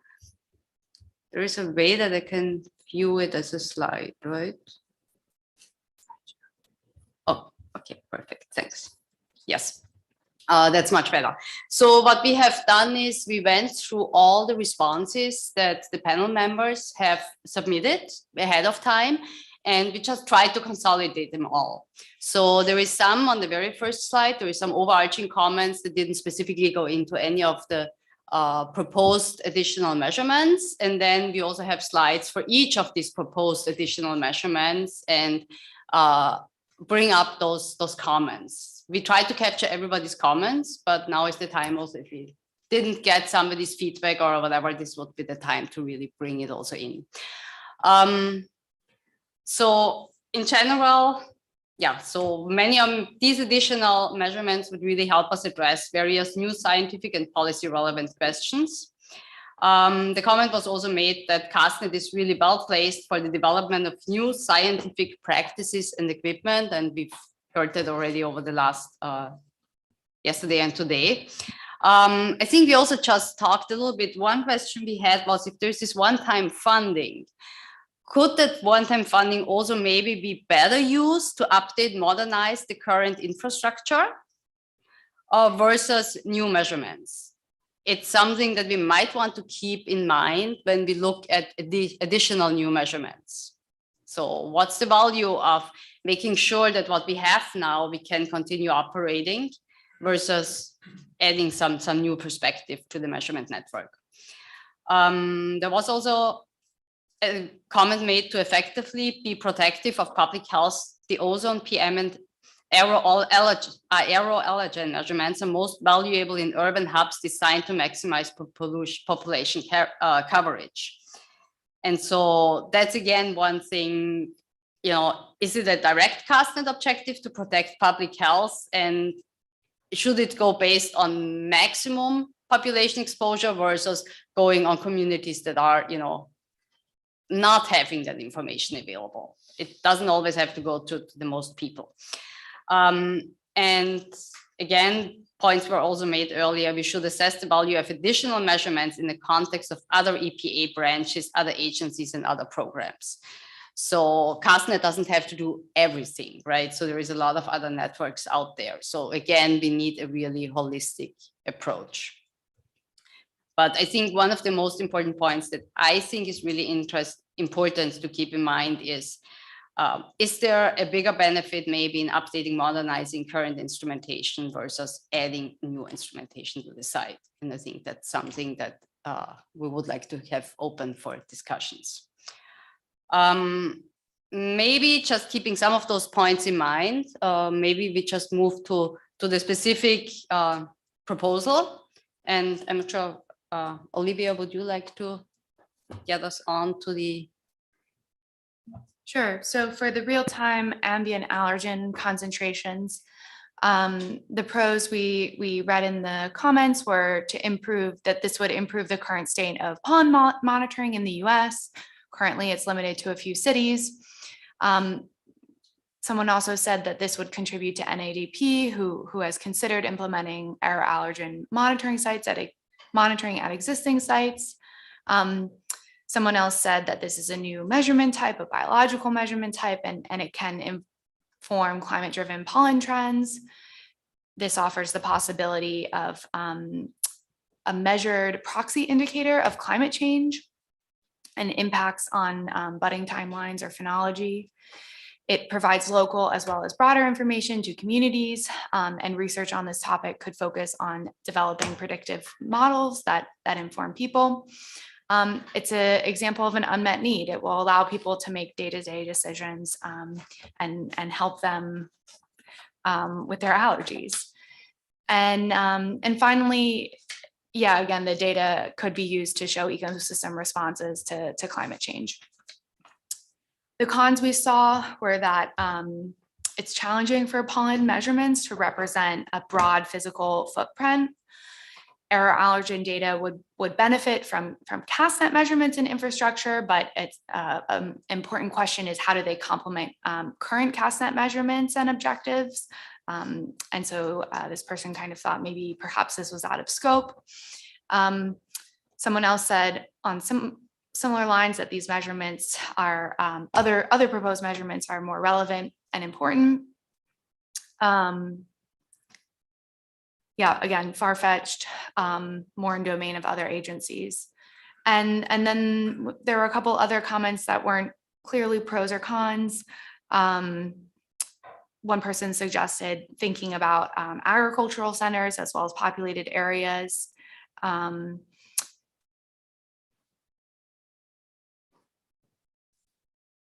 Someone suggested that we need 25 to 50 real-time monitoring sites using existing network sites. There's only some data on pollen available from the National Allergy Bureau.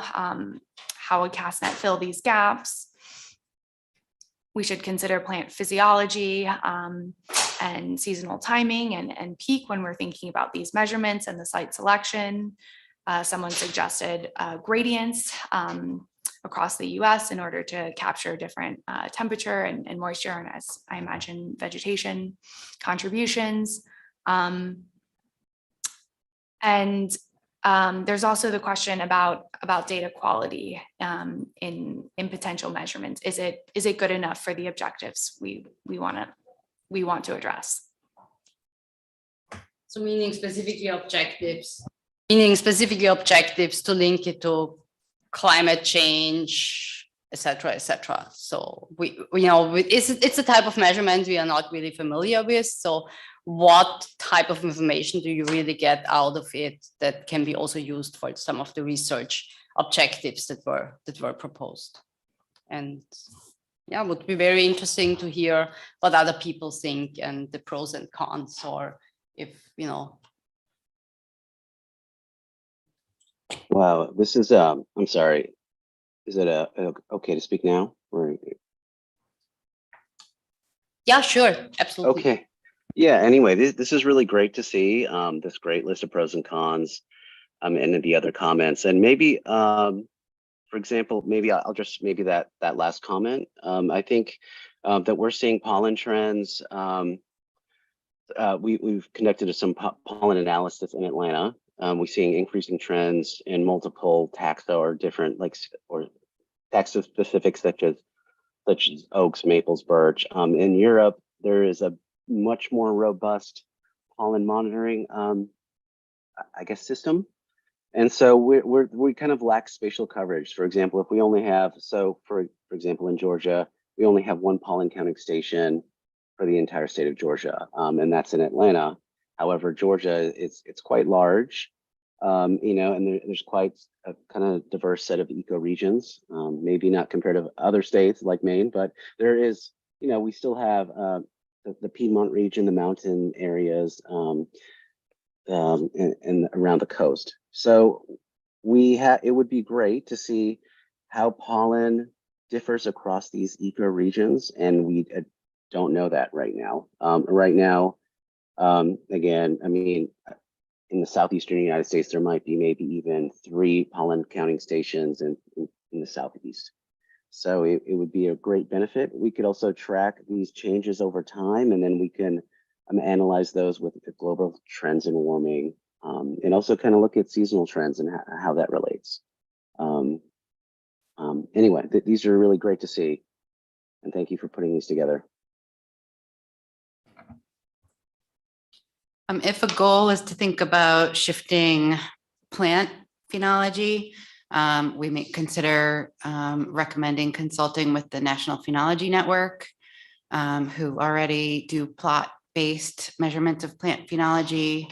And I'm not the lead, but folks in my department also lead citizen science projects using iNaturalist and coordinating with NPN looking at flowering times, which can be really species specific. So are you doing I guess this is a question for Ari, are you doing, metabarcoding or DNA work to get measures of species, or is it No. sort of broader? It's more broader, so it's more taxa specific. That's all we have for pollen counting. But we actually, I work with Teresa Crimmins from the National Phenology Network. So we actually are in the middle of an analysis looking at their data and see how it actually relates to pollen counts throughout the country. So we are definitely looking at that. Of course, we're lacking in the data, and that's why we want to see if the National Phenology Network data, which is a gridded data set, is actually a good measure and a good representative measure for pollen, which is unknown. And then in order for us to really answer that question, we want to broaden our actual measurement observations of pollen. And just looking at the CASTNet system, that the infrastructure is already there. I think it just seems like a lot of potential. However, I can't answer that question that they had here. Yeah, how does this fit into the existing real scope of CASTNet? You're right. I'm not sure if it is part of the scope. Maybe that EPA can answer that. And does something like an automated pollen monitoring system fit in with the current framework or infrastructure?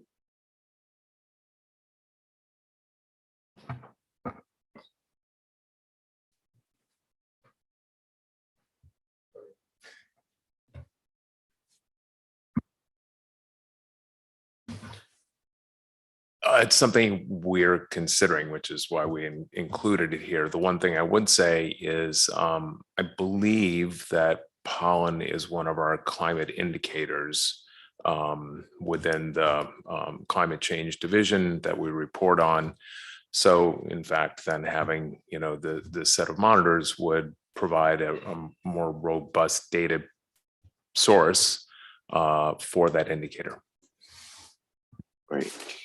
How have these particular devices that we're talking about, these automated systems, been compared against the National Allergy Organization maps and any of these other devices? I guess I'm wondering, is this an instrument that's ready for a multi-site year-long test, that we would learn from and then be able to gain insight on the value in a broader network deployment?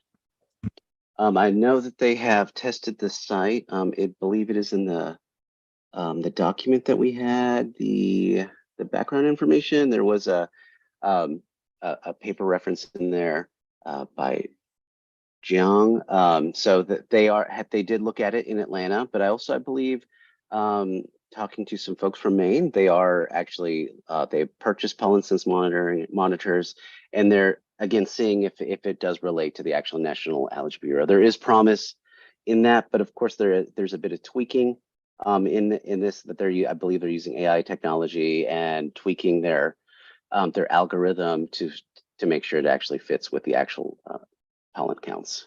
I think there would be it would be a good idea maybe to test it out before, to see if it actually would work on a small number of sites. But yeah, I could. I know that I talked to one of the researchers on that last week about it, and he said there's great promise, especially for Atlanta area. But perhaps for each one of the stations, the algorithm would have to be kind of tweaked per area, per monitoring station. Which we're not sure though if they can be compared throughout different locations. Okay. Well, some of what I wanted to say has been covered, but I just wanted to reemphasize that there is a great need for a more robust pollen monitoring, especially with the climate change, the impact or the link between pollen and climate change. One of the things that I've noticed is that more species are flowering much earlier, especially regionally, and also the pollen load, it's becoming heavier, and that's related to health impacts.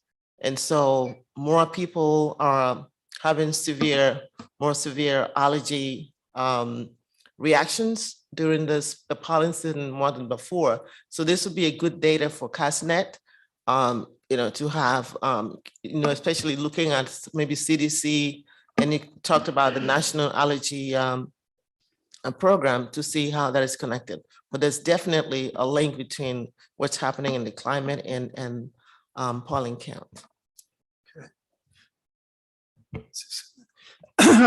My colleague, Gregory Weatherby at the USGS has been playing a leadership role. NADP has an aerogen monitoring subcommittee now that's exploring this issue. And he submitted a statement that he would like to be entered into the record. First, he said they did some research. They wanted to see how well the NADP precipitation collection network could identify variations in pollen. So they paired some pollen sense sensors with the NADP collectors. And he didn't give me all the results, but he said there's a paper in review at AeroAllergen right now summarizing those results.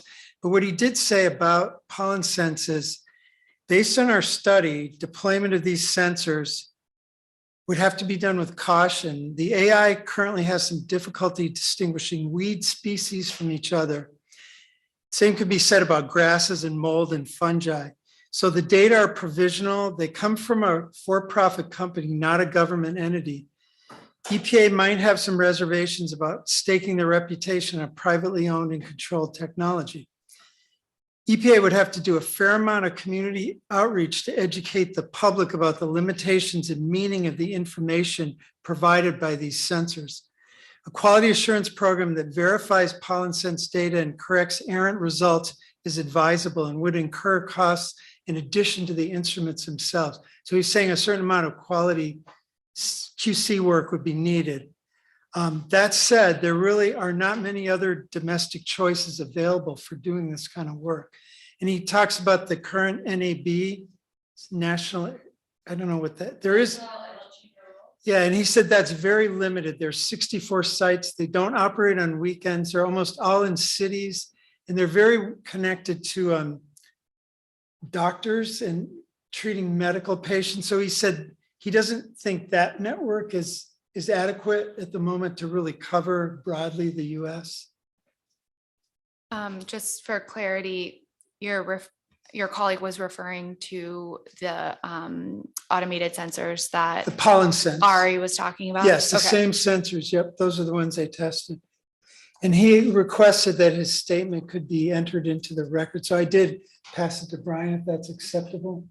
Yeah, and I'll make a copy and post it to the meeting You website as also a meeting heard from material, as a Andy public comment. Johnson. He's also been involved in that effort. I think he made a statement yesterday, focused on that quite a bit, I think. So are these the same sensors? Are these the same sensors that are also used in the European network, or do the European networks use different sensors? I don't know. Does I Ari? believe I believe the European networks use different sensors, which are hundreds of thousands of dollars, unfortunately. I guess one attractive thing is that these are fairly inexpensive from what I've heard. I don't know how much each one costs. I think Greg included that amount in his Ari, did you not just say they were hundreds of thousands? 6,000 each. Yeah. Oh, 6,000. Pollen 6,000. sense. Yeah. The pollen European sensor- ones he's saying were quite expensive, but the pollen sense are 6,000 each. If you order a large amount, it goes down to 2,500 each. Is that accurate? So if you purchased 100 of these times 2,500, well, yeah, 250,000, is that right? That's what that would cost. Given the impact on human health, it would seem that a population-driven network would be the best source for deploying those devices. So the SLAMs, for example, or potentially a limited number in key CASTNet areas to get some sense of rural. But rather than it be blanketed through the CASTNet network, it seems to me it would be more appropriate elsewhere. Yeah, I would agree with that. And as far, I'm not a public health expert, but the other monitoring that is kind of on the table seems like it may be a higher priority based on the impact to human health, such as continuous PM 2.5 concentrations. So people can make good decisions when responding for wildfires and dust storms, for example. Yeah, and I would like to go maybe back to one comment that was made, that was challenging the measurements to represent broad physical footprints of exposure, which kind of, if you put these sensors at the CASTNet sites, how relevant is it really for population then? Yeah, and I just wanted to follow up on something that Katie said. I think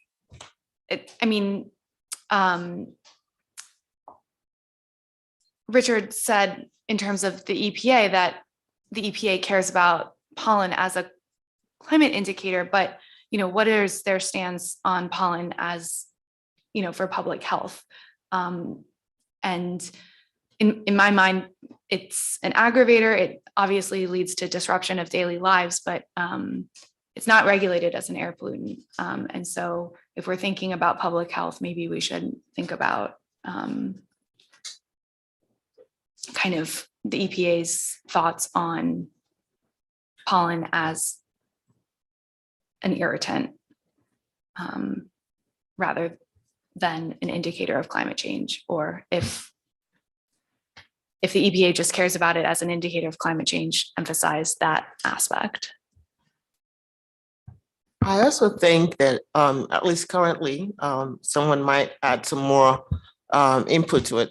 The monitoring, the limited monitoring that is done is mostly for implementation purpose of warning people on days where there's high pollen count to tell you what to do, whether to avoid going outside, especially if you are in one of the vulnerable population that have health problems. And so any way you look at it, it's, even though it's a climate change indicator, but it's still linked to health issues. So maybe moving from just a warning or programmatic issue, but to something a little more detailed in terms of health impact. Well, in terms of the CDC, I mean, CDC definitely considers this a public health concern. Allergic rhinitis or pollen-related illness. It also exacerbates asthma. So from a public health standpoint, right, of course, there are other exposures that are perhaps, perhaps more important than when you're trying to prioritize these. But it definitely exacerbates asthma-related illness. That's known. We're seeing increasing trends in pollen, but right, I understand there might be different priorities. But in terms of the health side, the CDC's National Centers for Environmental Health, we see that pollen is a significant issue. Well, actually, we should say asthma is a significant issue, and pollen is a known trigger for asthma-related illness. Let me just jump in on question 4. We do have the I, and then the II, and so on up to 6.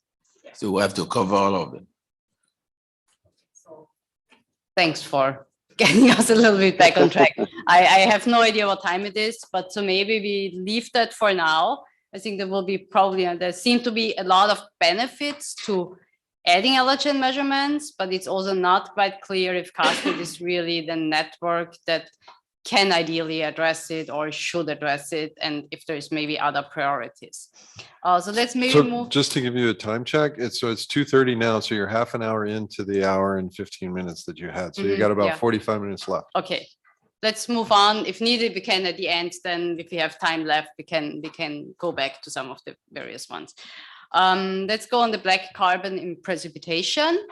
So some of the comments that were in support of it was better understand how wildfires impact trends in black carbon emissions, especially in remote snow-covered areas where climate impacts are most significant. There was also a comment made that it would really help to have the data downwind of metro areas to assess the fate and transport of combustion from diesel and also urban sources, so not just wildfires, but also look at other black carbon sources. And it could be an efficient starting point for more widespread monitoring. There were a number of cons that were also brought forward, that if you have it at CASTNet sites, it really ignores the bulk of transportation and industrial combustion sources, since CASTNet sites are less impacted by that. To really assess the impacts, you need to measure ambient black carbon concentrations in the first place. So if you measure black carbon in precipitation, it really gives you only one piece of the puzzle. It was also not quite clear why black carbon beta position is still poorly understood.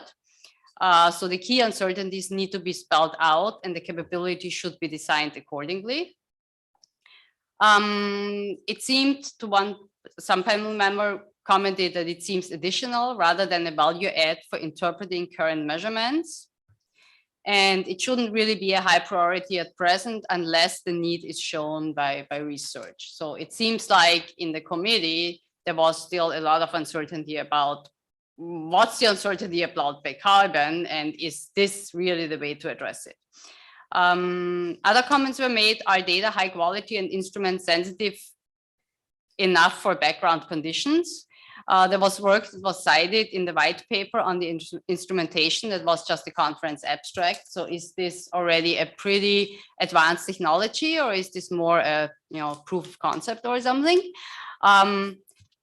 If it is decided that it should be added, it might be sufficient to have a few remote stations in focusing on the snow-covered areas where there is some, non-negligible ambient concentrations. And if you look at the EPA strategic plan, that had a focus on black carbon wet deposition over the Arctic. So that should really help to inform the modeling of this aspect in the strategic plan. So open the floor to comments, feedback. Dirk? The one thing I thought of that's not on this list is that understanding the sink rate for black carbon, that probably is the most important one, is deposition. So if you're modeling where it goes, knowing where it, how much rain takes it out of the atmosphere is very important. Right, but do we have even, as I said, there is this one comment is, do we have enough information about ambient concentrations of black carbon to make good use of knowing what the sink is? I mean, we do in urban areas, and I have all of my mass filters scanned optically for black carbon, but that's only in one state. So I guess the clarifying point I want here is, in the absence of ambient concentrations of black carbon, do you think that, wet deposition measurements would really be helpful? I've never seen them, so I can't, but relating them to the ambient would be very, very interesting. So But in the absence of ambient, because we don't have those. We have only one station, basically. Okay. And how do they relate now? I don't know. I know that NADP is doing some monitoring at a few sites. It's really being led by the Wisconsin State Laboratory of Hygiene. They have I don't know if he's a postdoc, but they have a research associate who's doing the work. I don't know a ton about it. I've seen his presentations. They're measuring it in wet deposition at a handful of sites. It always strikes me as it's kind of research. I'm not sure it's ready to be implemented in a network kind of way. I think they're learning some things, but it just strikes me as it's interesting research, but maybe not ready to be implemented in a network kind of way. Maybe not quite prime time yet. Yeah, and one thing that I will note is Tammy Bond is on the full Chartered Science Advisory Board, so she'll be part of the review of your report as well. So she can comment on all the research aspects of it and address our uncertainties. So any further input, comments? Otherwise, I would say that seems a little bit more like maybe not the highest priority. It's not quite proven that it should be already part of a network in the long term. But maybe looking at some of the current research that's being done, some of the current pilot projects, and assess whether it's really of a great value. And maybe measuring ambient black carbon concentration should be the first step before you go to the sink. I would also add, especially for the black carbon, to be more of a regional specific priority. A place like California, where or areas where there's wildfires and on almost on a constant basis, maybe they should be prioritized on that particular region until better information is gathered. So like the comment was made, really a few remote stations in the snow-covered areas could be maybe some pilot projects, but then you want to measure the ambient concentrations as well as the sink, probably to get a full budget. This is not my area of expertise, but just sort of to add to that, thinking about the geographic locations. And I think it's been mentioned before that in maybe some rural communities, wood burning is a really big source of heat, and that might be worth considering. I'm not saying that black carbon should be prioritized, but we may want to mention it's not only wildfires, but there are some locations where wood burning is consistent for months of the year, especially in some rural communities. Yeah, and that's something that I've seen or I've heard and seen throughout kind of as a thread is this, wood burning is impacting these remote communities. And from what I understand, it can be really hard to understand if that's happening because it happens at night. And so the satellites aren't seeing it. And so perhaps this is where black carbon and precip, or I think someone also had it in their results for what we'll discuss later in the levoglucosan tracer measurements, that could potentially act as a tracer for wood burning as well.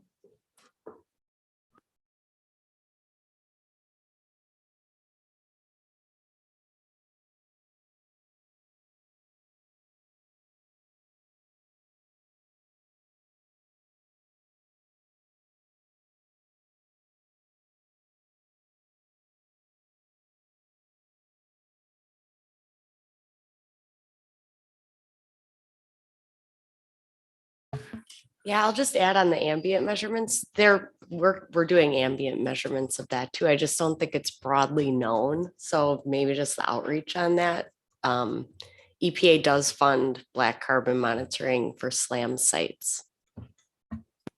Usually tailored at the near road urban sites. It's not, I think we have one rural NCORE site, so we do it there, but nowhere else. Yeah, we have 3 sites, near road, kind of neighborhood near the Yep. lake, and then NCORE. So NCORE could be a good resource for that.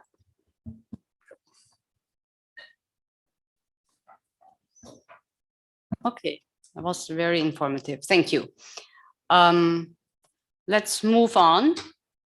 Could I just go back Yes. one? So the person who emailed you, did you say it was the AMS measurements for organic aerosol? ACM measurements. Wait, what's that? The aerosol chemical.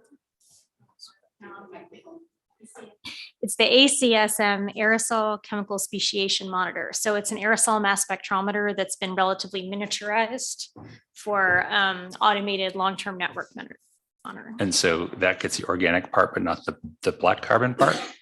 Because because that's the weakness of CASTNet, is it only measures the inorganic PM. It doesn't measure, like sulfate nitrate, but it doesn't get BC, OC. Stephanie knows much me, so I believe it also gives you information about black carbon.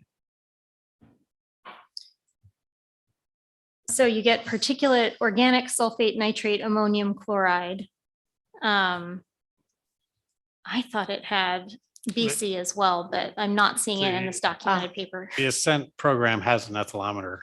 Yeah, Okay, that's so- just to say, it has a combination of a number of 3 or 4 different instruments in order to get the full suite of aerosol composition as well as optical Because parameters. if we were to recommend something like that at a limited number of sites, then we'd add the wet deposition maybe to get the total. And then it would be helpful from a research standpoint for modeling, because right now, the organic part is becoming a more and more important part of the PM, in addition to the fact that the model probably does the least well at that compared to some of the other components. And we might want to consider, there is already at 3 CASTNet sites, we have the Ascent measurements.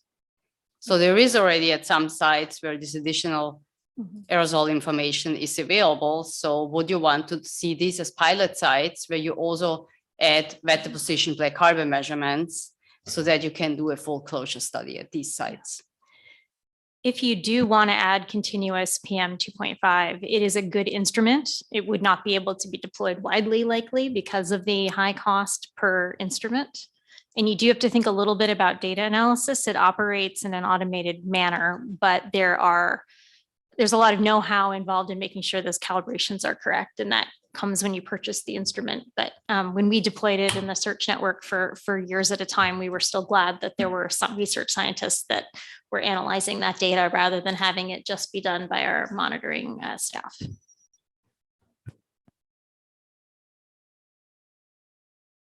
I should point out also, I believe that Sally mentioned that they are working on ways to get the organic versus reduced nitrogen fractions with the ACSM, which was something that was of interest to many folks in the discussion yesterday, but I'm less familiar about that particular data product.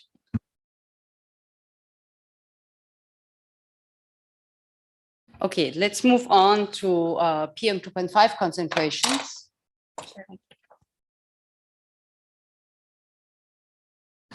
If you don't mind, just turn on your microphone. Thank you. So the pros for the continuous PM 2.5 concentrations, this should be given serious consideration, especially with the increasing roles of wildfires. Also in light of the lower NACs. This helps create a more robust multi-pollutant network for health and climate assessments. Someone had a comment about how partnering with state and tribal agencies could help alleviate the burden that agencies with limited capabilities with regulatory PM 2.5 face with management, administration, training, and data reporting.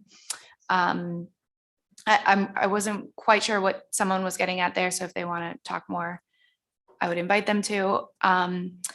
One of the unique capabilities of CASTNet is the PM precursor data, helps increase understanding of the contribution from different sources and also the evaluation of different fire impacts. So I guess they're implying that these precursors data with the PM 2.5 would really be useful in doing that even better. Having co-located pollen plus PM 2.5 could allow for a better assessment of the interactive effects. Together with some of the inorganic PM 2.5 constituents, which are already measured, the bulk measurements would place constraints on the non-measured components, as well as the individual species fractionation. Again, top-down constraints provide on PM 2.5, provide crucial context for changes in air quality with climate and precursor emissions, including that relative and absolute contribution, which is expected of various species to PM 2.5, which is expected to change. The continuous PM 2.5 concentrations would inform remote sensing approaches.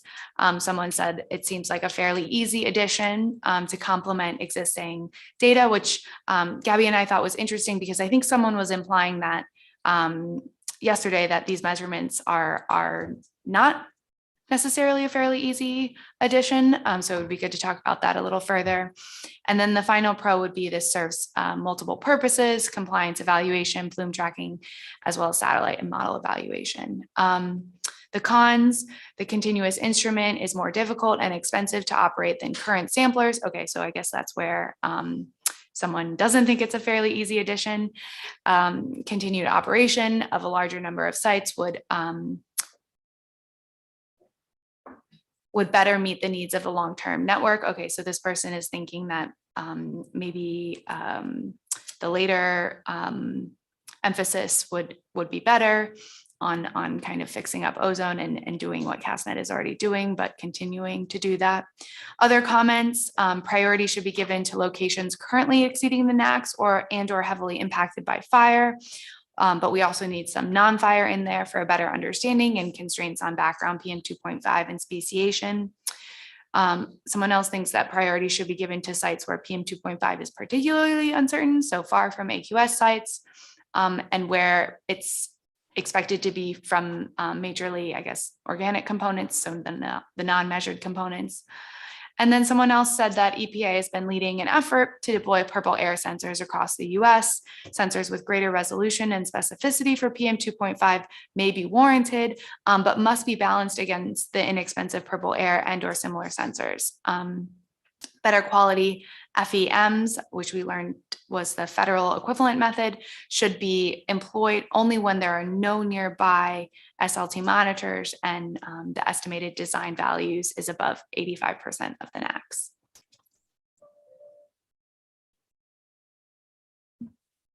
So if I'm not mistaken, the filter pack does not size select particles. So, you know, for PM 2.5 is probably a reasonable surrogate in the East, but in the West, it may not be at all. So it could be a regional distinction as to how well the filter pack represents what the PM 2.5 is actually seeing. So I wouldn't equate it nationally.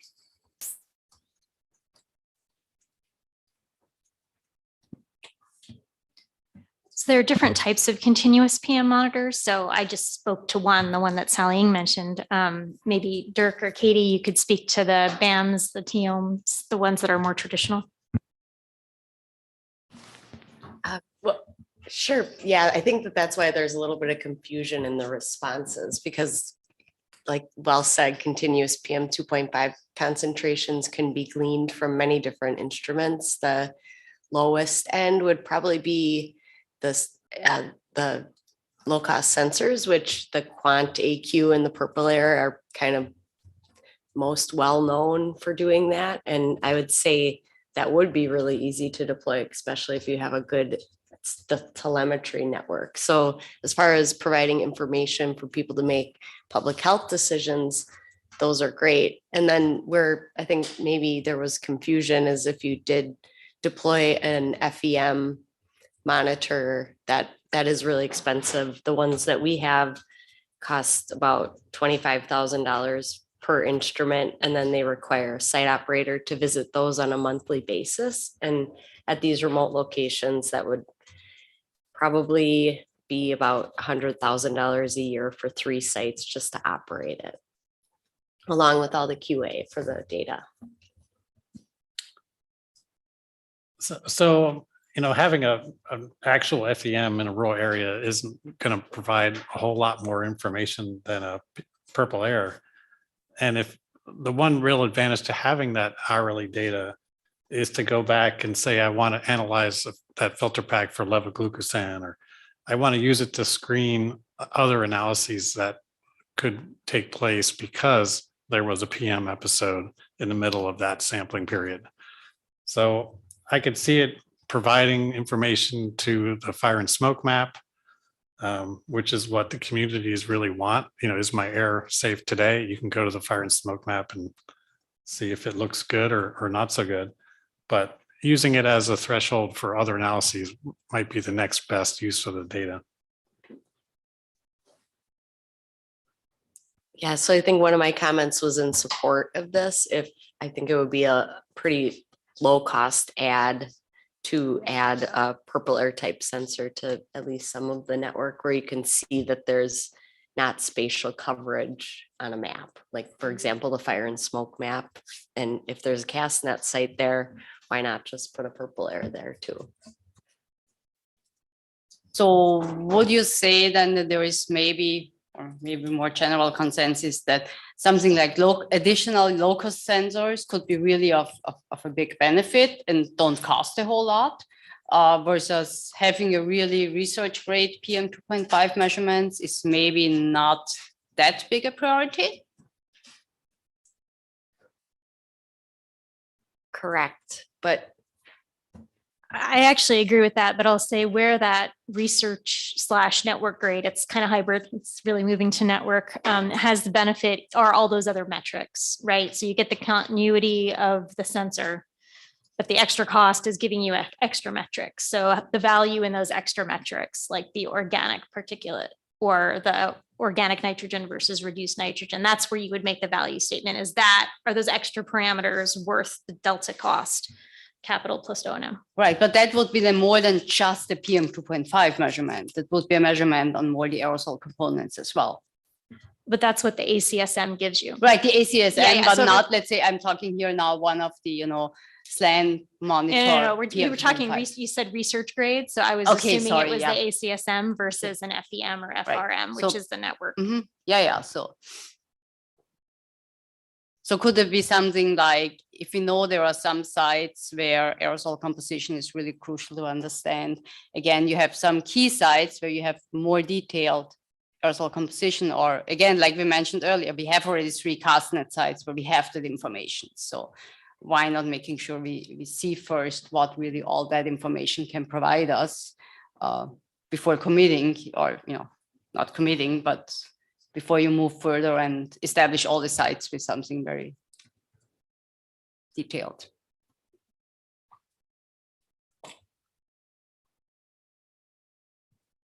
Okay, any more feedback, input to the PM 2.5? Else we can go enhanced wildfire tracers, such as levoglucosan. So there is a list of pros here that yes, smoke plumes impact air quality. We all know that, and it's a growing area of interest for regulators and monitoring agencies. Knowing about, when wildfire smoke impacted a measurement, it reduces the uncertainty of air quality degradation during wildfire events. We know if it's a wildfire or not a wildfire, maybe. It could at least be explored in an initial pilot phase at some Western US sites to examine efficacy and information content. And it seems a well-justified expenditure of the IRA funds. Pairing wildfire tracers as well as those of nitrogen species with ozone monitoring is important. And then the comment that we mentioned earlier and what you brought up, Sarah, was levoglucosan is good tracer for wood burning, which is prevalent in many of the communities and happens at night when satellite retrievals are not available. Satellite retrievals with aerosol optical depths, fire counts, they give us a lot of information about potential smoke impacts. So there's definitely some pros to it. There was also a list of cons. The discussion on the most appropriate tracers is warranted. Levoglucosan is short-lived and cannot reflect the full extent of plume transport. Similarly, another tracer would be acetonitrile that may also have atmospheric degradation. So the lifetime of those species, how representative is it for, let's say, ozone impacts? It varies. Not clear what is currently done for wildfire attribution and how much added value data would bring. Will it provide sufficient additional info over current available information? There is a lot of smoke impact metrics out there already, satellite data, smoke products that are ranged from everything from just satellite to just models to measurement model fusion products. Yes, many of those products cannot clearly tell you if the impact happened on the ground or on the column, but there is often, when you look at the number of different data products together, they actually can give you a fairly good information. Continuous PM would be a more versatile option that would capture some of the source assessments that the unique biomass burning tracer would provide. And another comment was also tells when and where smoke is, but relating this to the impact on ozone, NOx, the position, etc., is a very different story. So it relates a little bit to the first point under the cons. Adding current available smoke metrics to CASTNet data set would be a more effective way. And then some other ones, there was a question, do we already get similar info from improved filters with potassium and OCBC components? And then there was also a comment made, may be possible to analyze filters selected from archive to do source attribution studies or to assist SLT agencies with exceptional events demonstrations. So there was some support for having the wildfire tracers, but it also seemed like there is already, there is maybe not that amount of information that you can get from it that you can't get also from some other product. So it's not giving you a whole lot of additional information. What does the panel think about?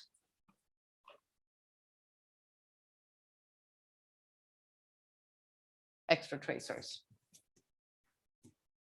Not specific to this tracer, which is again, out of my area of expertise, but a broader question.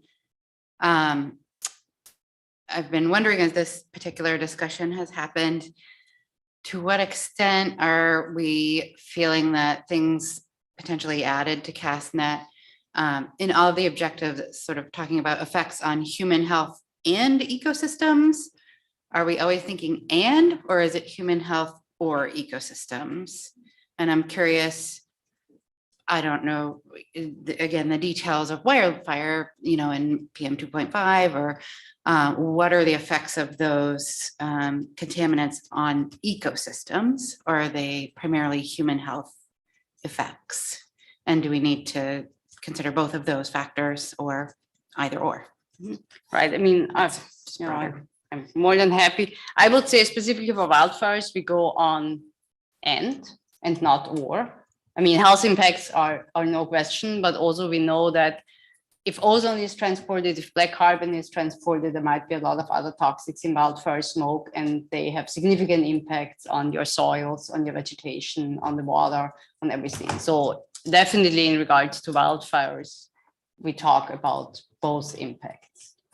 I think glucosan and acetonitrile, really, they would be exactly what it says. It's tracers. They tell you smoke was in the area or smoke was not in the area. I just see really, I think these are excellent tracers. We use them in field campaigns all the time.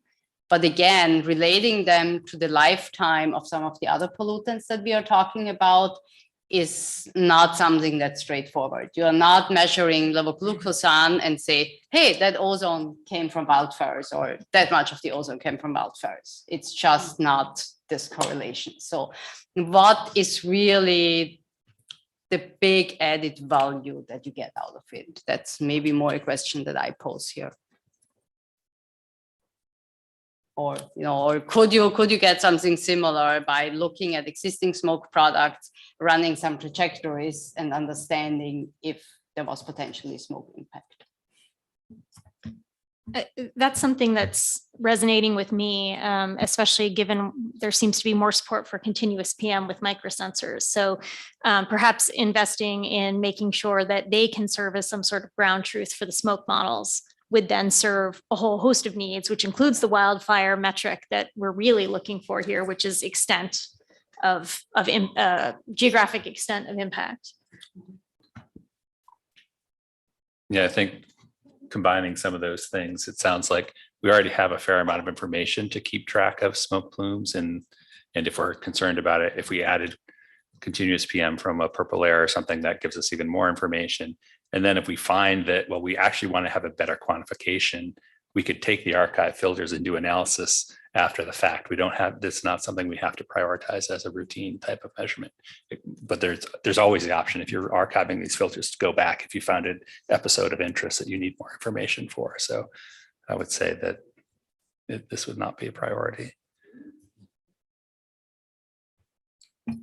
Sounds great. Thank you.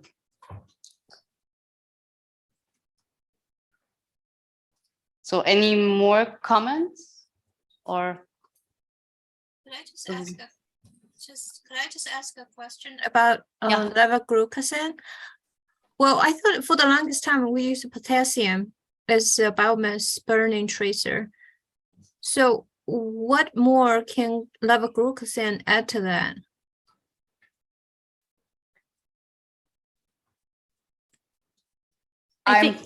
I'm probably the wrong, but Stephanie. I'll give you my experience from the search network. We used all of those tracers and they were good for different things. Generally, we were really happy when they all agreed. But the problem is that potassium tends to come from multiple sources depending on your localized sources. So maybe less of an issue in remote areas than it is in, say, urban areas. Whereas the levoglucosan was so short-lived, some people in some atmospheres, right, some oxidative conditions and weather, it can be a few hours or it can be 2 days. And so that lack of understanding of how old the plume is when it reaches your site really hampered interpretation of essentially the source attribution, which is what we were trying to use it for. I see. Okay, thanks. So my impression is that potassium, the other sources would be soil or dust or sea salt aerosols maybe. But if you use enrichment factors, you can pretty much, rule out the source of soil dust or sea salt aerosols.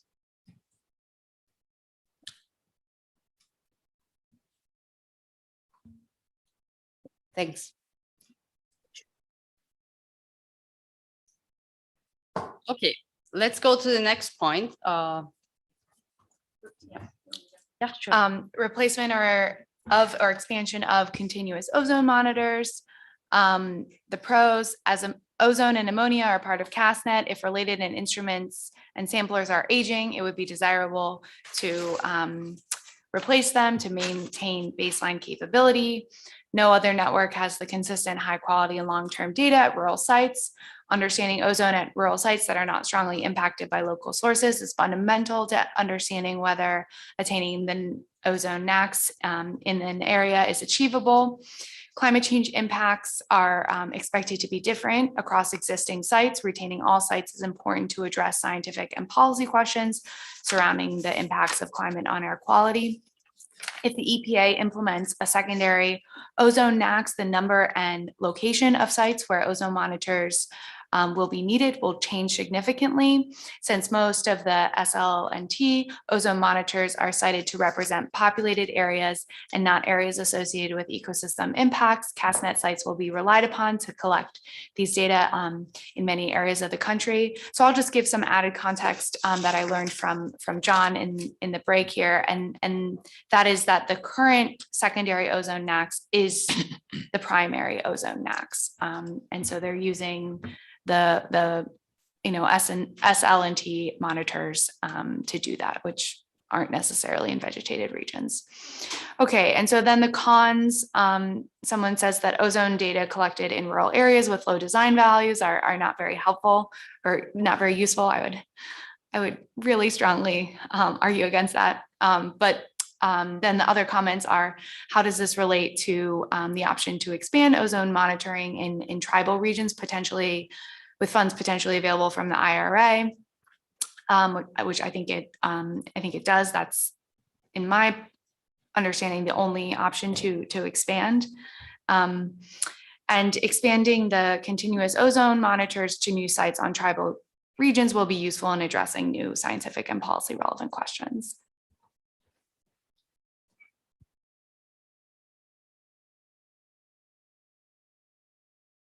So maybe could somebody comment on these questions that we had here? How does this relate to the option to expand ozone monitoring sites in tribal regions potentially available from the IRA?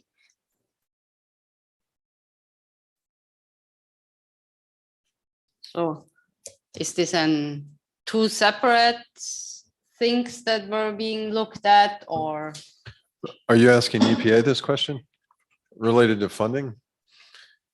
This would be one, yeah. So there were these two scenarios brought up. Would it mean that you replace all the CASTNet sites with ozone monitors, and then you add the same ones to also tribal sites? Is this one big thing? Is this two separate things? Yeah, I think for this panel, the question is, what would you set as a scientific priority? And then if you had this budget and policy related question to sort out your scientific priority, we can pose that to the agency and let the agency actually give you a more thoughtful answer.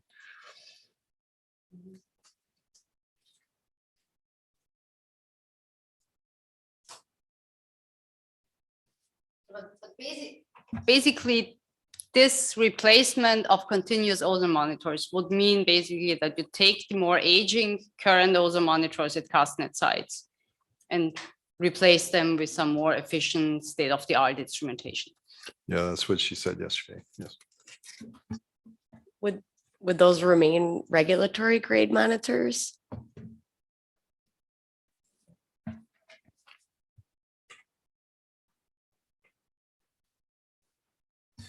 So I think in our, in our write-up, that was the intention. I'm looking at Melissa. She's nodding her head yes. But that's also, a question for you guys as well, right? My understanding, and I'm looking at Melissa again, she got tired of being up here. So I just said, we're trying to tag team this so that, we switch off being in the hot seat. My understanding is that because of the QA standards, right, for regulatory grade ozone monitoring, they're more expensive to run, right? So if you're thinking about cost over, in terms of being in that smaller suitcase we talked about yesterday, you might think about a mix of regulatory and non-regulatory, across the landscape in order to decrease costs, but still maintain the capability to inform the model development, right? Which, I keep hearing from you all is really important and a really important use of the CASTNet sites. So that's one thing to consider. But we're looking to you guys for advice in that regard. Did I get that right, Melissa? All right. So Yeah. Melissa, I always check with her. yeah, but I thought you were implying yesterday that what you do at one site, you really want to do for all sites. Okay. So,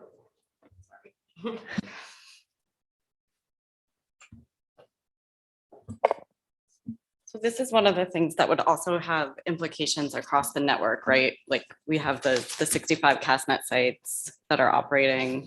And then Park Service has their own sites, and we're all consistently running the 49i thermo FEMs right now.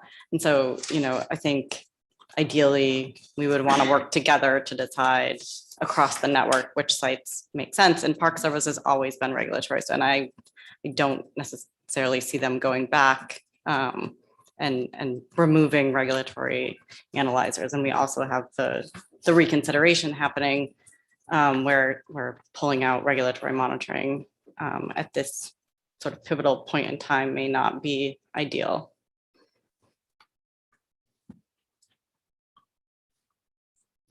So knowing that, and I think knowing the kind of life cycle of regulatory equipment, maybe this is a two-part recommendation where we all see the value in the regulatory network right now, and the multi-pollutant sensors, we're right on the cusp of the technology becoming federal equivalent method, and there are certain ozone sensors that are federal equivalent method where you can kind of add in what you want as you go. So maybe for the near term, it would be, yes, replace the network and then continue to investigate cost savings through low cost sensors that are FEM and kind of create like a equipment replacement plan for future sustainability of the network.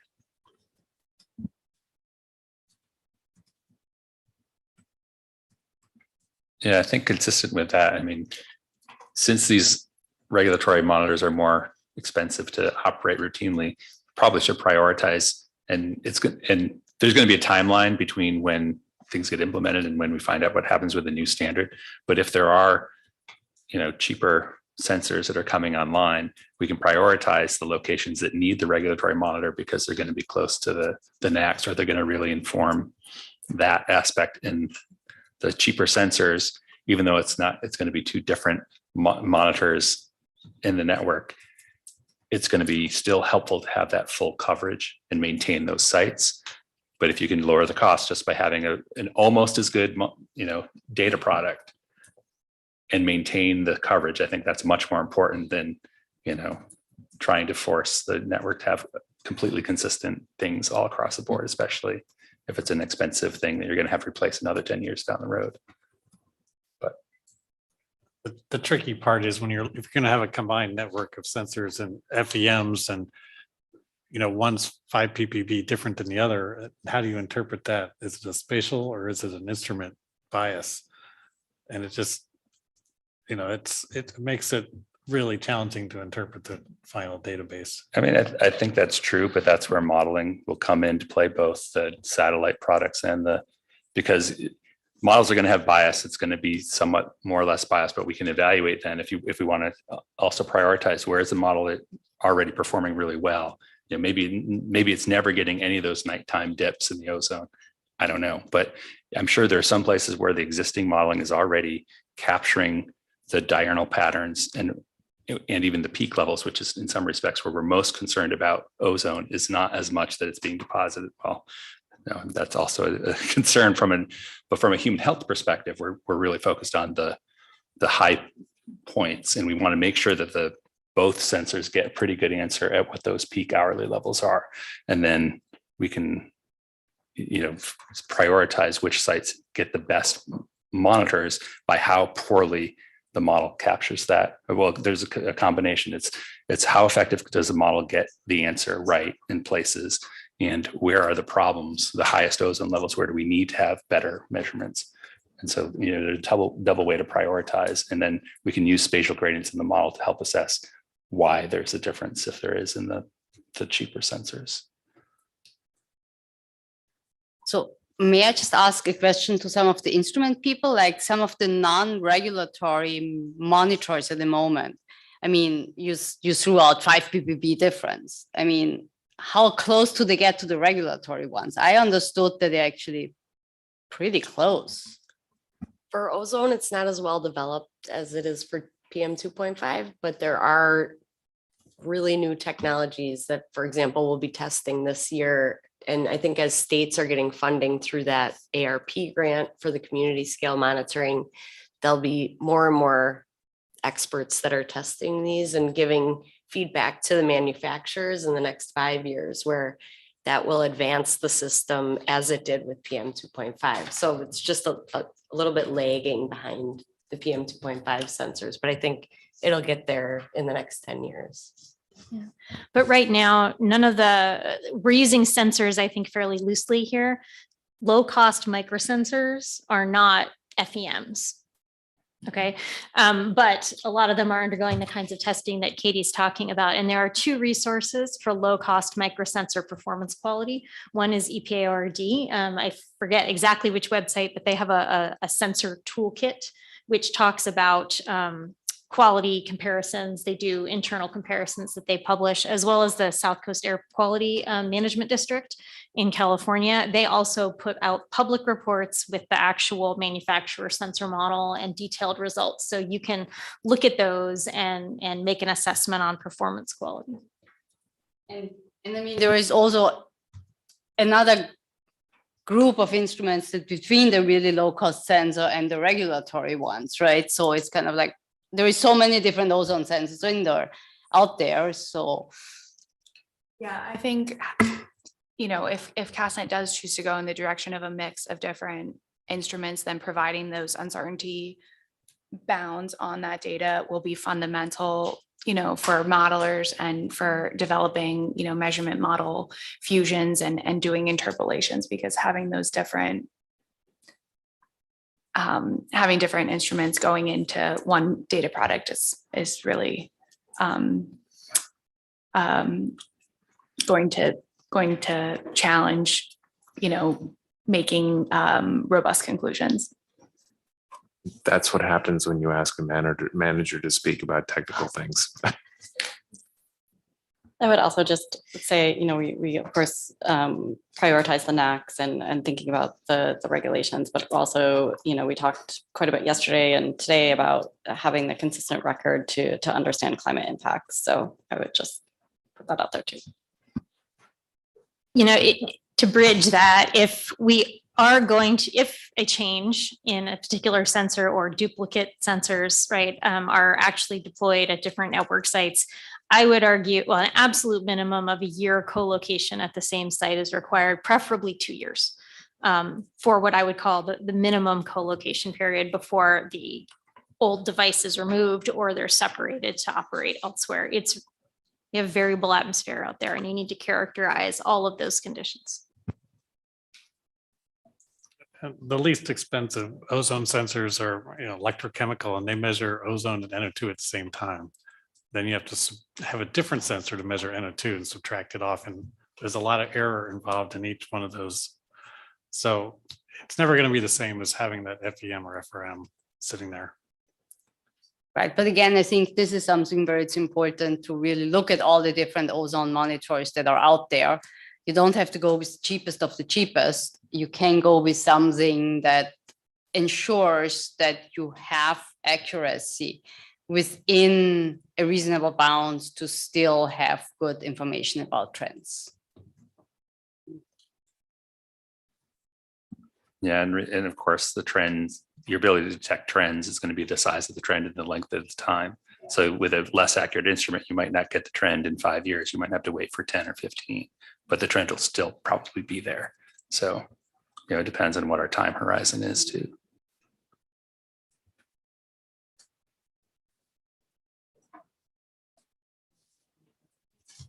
We have one more. Okay, that's a long one. If you don't mind turning on your microphone. I can also do that. Okay, so last one to look at is the expansion of passive ammonia concentration measurements. There was a long list of pros. It's critical for improving air quality modeling and management in the future. The proposed carbon pollution rule could increase deployment of amine solvent-based post-combustion carbon capture and storage on fossil fuel power plants. So this is going to be a potentially major ammonia source in the future. It's important to input to capture dry deposition flux of ammonia, given the heterogeneity of concentrations and sources, that concerns agricultural as well as non-agricultural areas. Ammonia is less well understood, and its relative importance has increased as emissions of SO2 and NOx have decreased over the recent years. Controls on ammonia emissions could be the next target for effectively reducing exposure to PM. So we need increased ambient measurements that improve our understanding of current levels and our ability to model its behavior. Ammonia has been put forth as potential non-carbon-based fuel for the transportation sector, mostly large engines like marine vessels. Expanded use of ammonia as a fuel would increase the need to expand ambient measurements. Again, there's another comment: ammonia and ammonium concentrations have been increasing in some regions of the US, specifically the upper Midwest and the near coastal areas in the mid-Atlantic. Additionally, reduced nitrogen species are becoming the dominant form of nitrogen in the atmosphere. So again, we are talking a lot here about regimes are changing, climate is changing, which changes our atmospheric composition, and ammonia is an important part of that. Wet and dry ammonium is measured at all sites, where CASTNet is also measuring dry forms. Until the NADP implemented the Ammon network, widespread measurements of ammonia were not readily available. CASTNet is a major supporter of Ammon sites. An examination of the Ammon sites indicates that an increase in the number of sites would be helpful in improving geographic characterization of atmospheric ammonia concentrations across the US. And I believe that the person who put that comment in put also a reference to a study in there. And another important point is that the satellites rely actually on Ammon for validation. So some satellites you can measure actually ammonia. There were actually no cons that we could find in the comments. So there were some other comments. There seems an option to expand to tribal areas, but else passive ammonia measurements need to be cut from any sites. So there was a confusion between adding passive ammonia concentrations, and then in some of the scenarios where it was talked about reducing CASTNet sites, there was also shutting down some Ammon sites. So how does that play together? With the short ammonia lifetime and heterogeneous emissions, you need to really have a good strategy in figuring out where you want the measurements and where they are needed the most. There was a question: how important are co-located ammonium, NO, SO2, sulfate, HNO3, etc. data for constraining PM2.5 formation? It seems proposed configurations always have co-located ammonia and filter pack data, but not necessarily SO2. A comment was also made that the current NADP Ammon biweekly ammonia concentrations are of limited use for dry deposition estimation, and it would be good to have more clarification on that. Why? Is the biweekly sampling not enough because of the diurnal cycle and perhaps day-to-day variability in the position? And so maybe rather than adding passive ammonia concentrations, a higher frequency data at current sites is more useful. So lots that speaks for ammonia, and some clarification was also needed. Godfrey? Are there any questions? Well, it's break time, therefore. Okay, so thank you for that. I think we're interested in taking a break. Maybe the energy's just kind of flagging a little bit. That was Sorry, a lot. I have absolutely no idea what time it is. Yeah, just let people digest that a little bit. We'll come back and check in before we move on to the next charge question. Just make sure you have what you need. And so we'll be taking a break for 15 minutes, and I took my glasses off. So it's 3:18 now. So 15 minutes from now, we'll be back.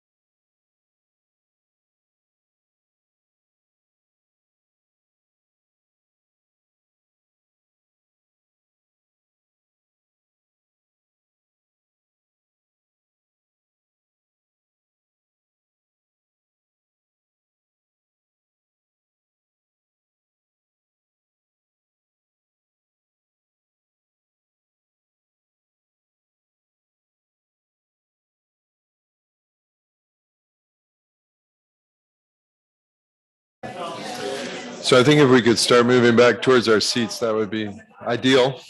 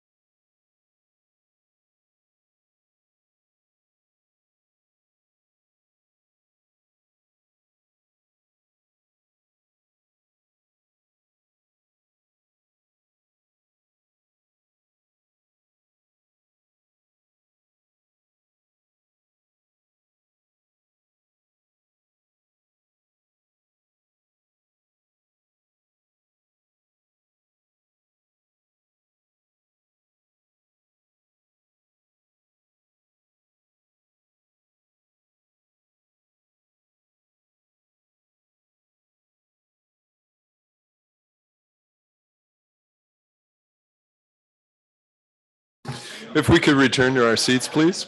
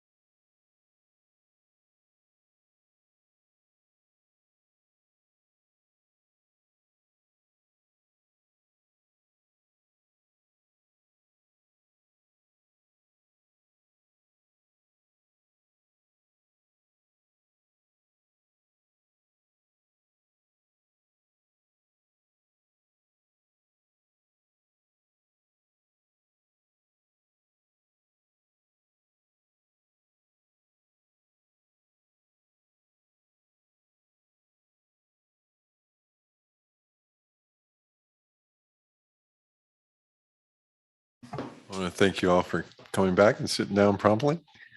And I just wanted to check in with you. Did you want to have more discussion on that last one about the ammonia? Sure, maybe I just want to open the floor and see if anybody has any further comments on the expansion to adding more passive ammonia sampling.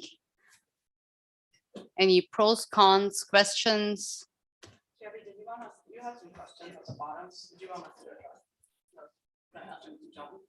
yeah, if you would be able to, so I think the one question we had was there seems an option to expand to tribal areas, but else passive ammonia measurements need to be cut from many sites. So how does that play together?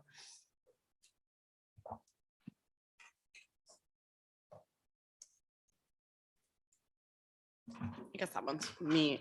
So that is sort of we have to shrink the budget, but also we have this one-time funding to expand, to meet new objectives like EJ, monitoring building capacity and EJ and tribal communities. So that's where that led us to of reducing the overall annual budget, but increasing capacity.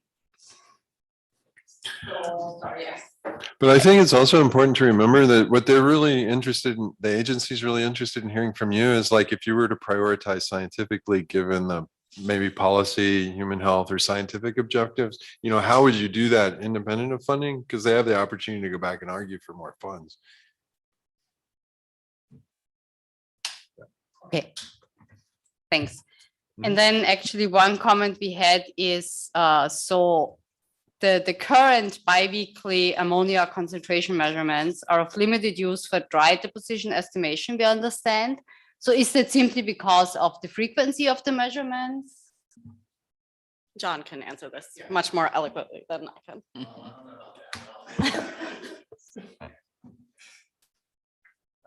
you want your little placard, Melissa? Yeah, it's a good question, and it's a project that we've been working on in ORD, and so because ammonia is exchanged bidirectionally, there's a compensation point at the surface. It's a lot more complicated than just applying a standard deposition velocity to something like nitric acid. So you have to sort of take into account when you model it, this potential for both emission and deposition to the surface, even in natural ecosystems. So, and because the processes that drive the flux are varying diurnally quite a bit in some cases, you want to somehow incorporate that if you can. And then obviously a 2-week integrated air concentration is problematic there. But what we've been looking into is, what are the differences in measuring and estimating the flux using a model just with the 2-week integrated concentration versus having an hourly concentration. And in most cases, as you aggregate the flux up, the error is not real large. But in some cases and in some ecosystems, it is. But what you can do is rely on the measurement itself, but scale it diurnally with something like CMAC. So if you have CMAC output for an area, and you may not trust the absolute concentration, but you feel like it's probably getting at least the diurnal variability right in a broad sense or in a general sense, then you can take the 2-week observation and just introduce that diurnal variability to it and then run that through the model. So that's an approach to use the 2-week measurement that still gives you more information than what you would just get from the flux prediction straight out of CMAC with no measurement at all. And so just to clarify, you think that the 2-week measurement is definitely better than nothing in terms of dry deposition estimates? Yeah, I think it is, because you're at least using the measured air concentration.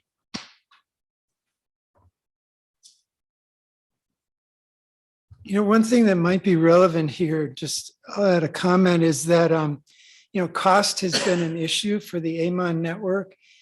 And there's a pretty serious effort right now. Right now they use Radiello collectors to use the next most expensive one, which I believe is almost as good And I think the network is going to transition to those in the near future. That's the sense I have from the discussions in NEDP, which could help a little bit in this matter in terms of getting more bang for your buck.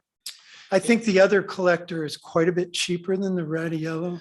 It is, it's quite a bit cheaper, but there will be some trade-offs. It collects at a slower rate than the radiello. So in some places you may have to leave it out longer, which Okay. if you're using it to model atmosphere, air surface exchange, becomes a little bit more problematic. Okay. But, there may be, an opportunity to deploy that lower cost sensor, in areas where there's lots of ammonia. I don't know. I mean, maybe it's good for some things. It certainly will reduce the cost of the measurement, but there may be some trade-offs in terms of temporal resolution. Okay, that's good to know. Okay, let me just ask one quick question, Dr. Pochaski and Dr. Walker. I'm not hearing anything about mercury on this thing. Isn't that an industrial pollutant? I probably am not the right person to answer questions about mercury, honestly. Okay, I may. All right, I may be able to answer the Okay, question. Mao? Is that okay if I speak? Yes. Okay, so Dr. Ozo, you were asking if mercury is an industrial pollutant. Is that right? No, I'm asking, we're not talking about it. Oh, we are not talking about that? Yeah. I think he's asking, why are we not talking about it? Oh, Some of my comments were related to mercury. I was going to show Doug's comments on mercury actually in the next question. Okay, Dr. Mao, let's transition to you. Okay. Yes, it's your turn. Okay. Chat question number 5. May I share my screen, please? Thank you. Oh, it doesn't seem I can share my screen. You should be able to share it now. All right, great, thanks.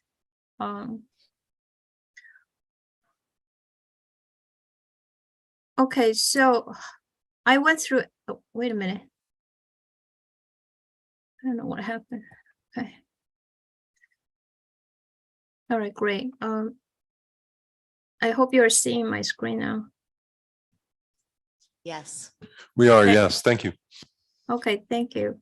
So I'll put, all right, so what I did is I went through everyone's comments regarding this question. So I'll start with reading this question then, just like everyone did.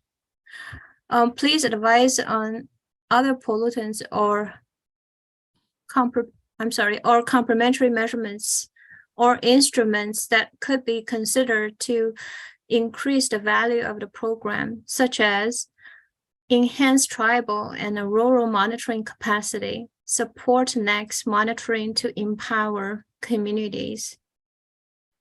So under this question, everyone provided great comments. So I just compiled them and summarized, the main points of everyone's comment. So here's a list. If I'm left out anyone's points, please let me know. And this will be a great time to incorporate them. So should I just go through the list one by one? Yes. Okay. All right. So one thing that a couple of panelists commented is we should consider using isotope techniques. For instance, the organic aerosols are becoming more important, and one important component is organic nitrogen in aerosols. So isotope techniques will be really important, very useful to help identify the source types of those organic nitrogen species in aerosols. And one panelist also suggested using isotopic data. So apparently, I mean, there are several projects that have been going on, have generated quite a bit of isotopic data. So those existing data can also be used, to advance our knowledge of the sources or transport and fate of organic nitrogen in aerosols. And a couple of us suggested the online instruments should be employed, and modernizing networks is becoming more and more important. New techniques will, in the long run, new techniques will save effort and resources, provide continuous real-time data. And new sites are needed for the Great Plains and the Mountain West, as the impact of shifts in emission profiles needs to be reassessed for those regions, and expand tribal sites. And one panelist, well, which is Dr. Burns, said mercury in tribal communities should be prioritized.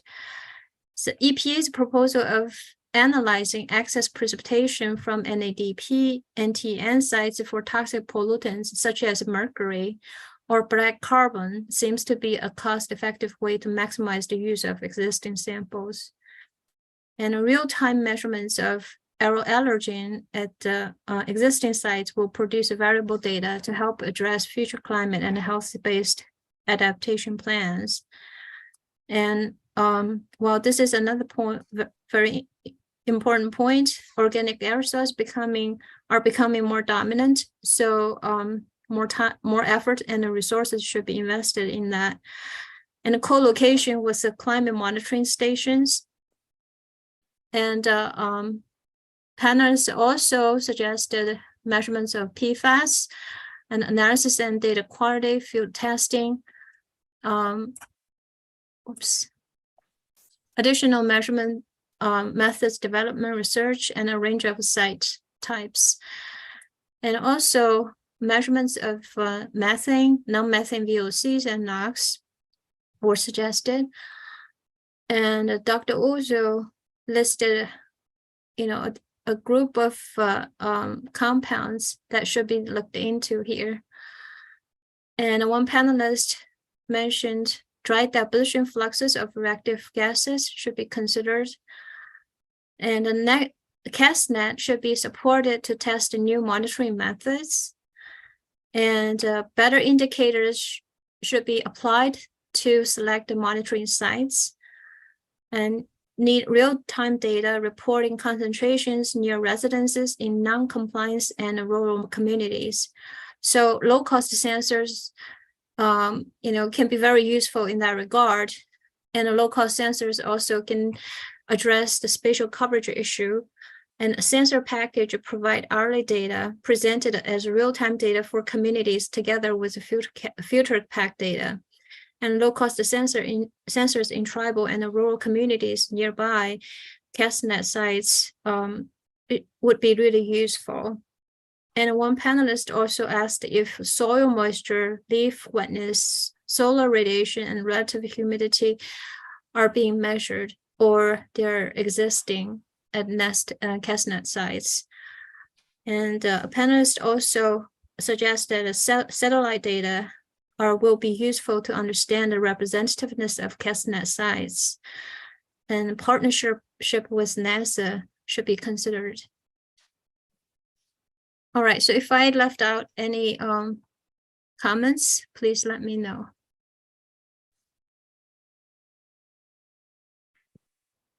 All right. Hi, I just want to point out that you have PFAS there. That was my comment. And Yes. The comment was really focused on how I think that those are not yet network ready measurements. So not suggesting those are a good idea in the short term.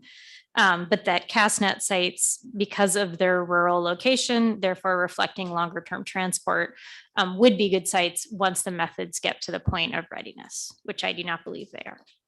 Thank you for the clarification.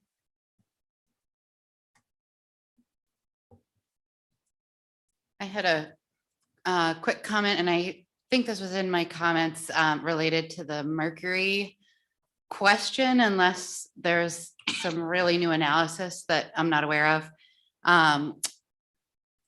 Likely, I would just say, using excess precipitation from NADP for mercury is likely not going to be useful because you need to use certain materials, Teflon and glass, to collect those samples, and they need to be collected in an ultra clean way.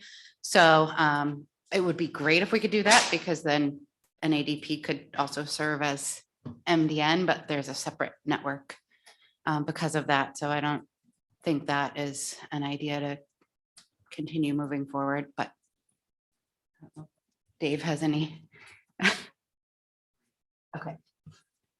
So I would say that should be off the table just because of the considerations in sampling mercury.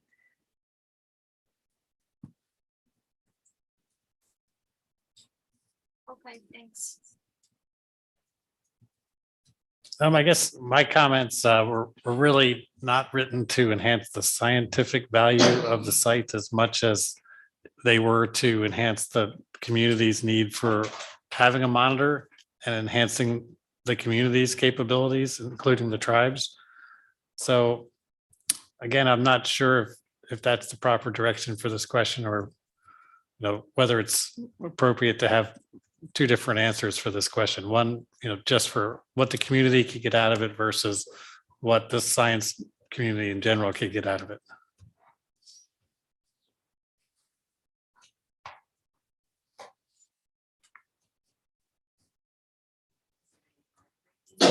Now, I listed a bunch of things that, if you wanted to have a website where the community went to look at data at a CASTNet site, if it was representing their community or their tribe or whatever it was, that CASTNet could be more responsive to that need.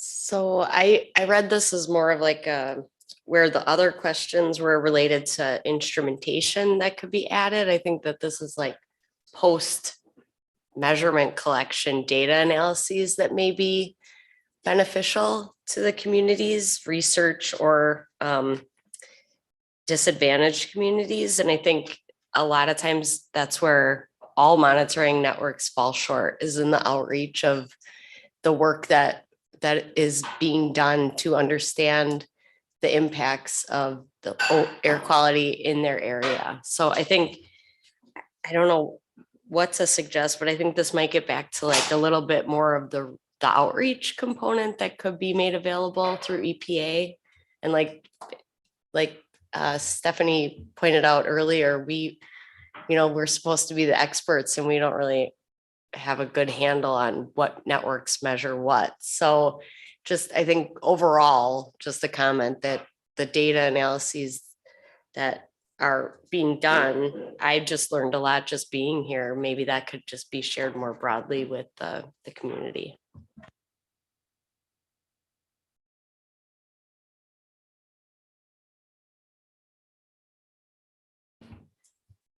So I'm noticing quite a lot of variability here. This became a kind of a pie in the sky question. Our answers to it became a bit pie in the sky as well. So I guess what I'm interested in is, for the organizers of this question, what can we provide you here that will be most useful to you in writing this up? Do you want us to try to rank priority or value, or provide some other content? Well, ranking the priority of these instruments or data methods would be really appreciated. I mean, I suppose tomorrow when we report back, that's what we should do, right? So I would take that one step further and say, of the two slides that she's collated here, does anyone here feel anything on them rises to the importance of the things that we were all in general supportive of from the last question? So looking at it, right? We discussed, it wasn't complete consensus, but there was a lot of interest in passive ammonia, some interest in continuous PM2.5, right? But more so than the other metrics. Is there anything here that rises to the importance of those two potential new data products?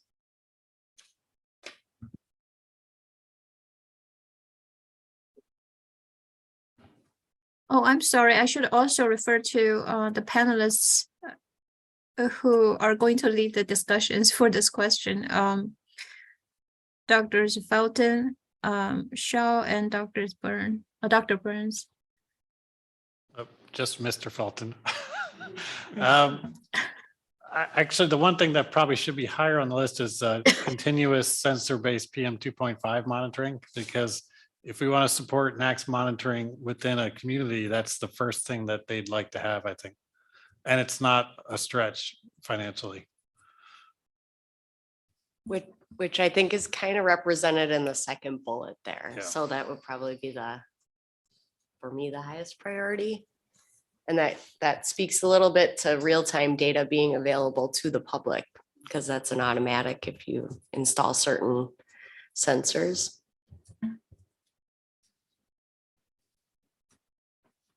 Oh, that's right. This one. Right. Yep. Okay, so this one and also the online instruments. Yeah, okay. Thanks. Yeah, and I guess I'll say, let's do the opposite, right? What's on here that's not a high priority? I'd suggest PFAS, since I mentioned that already. Sounds like mercury from excess precipitation is not, may not be feasible. Anything else that we should clearly deprioritize or remove? I guess I can add the methane and VOC and NOx was also a comment of mine, where I was also kind of exploring it, but do not think it should be a priority at this time. There's a lot of ongoing work for mobile platform monitoring of methane leaks. Detection is the hardest part. Fixing them is easy. You got to find them. You can't find them with a stationary source. So I don't think that's the priority for natural gas leaks at this point in time, and not for CASTNet.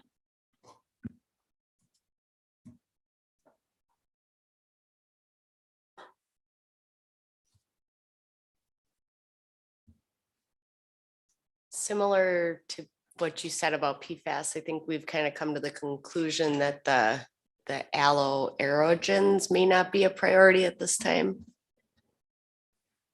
Nice. Aero allergens.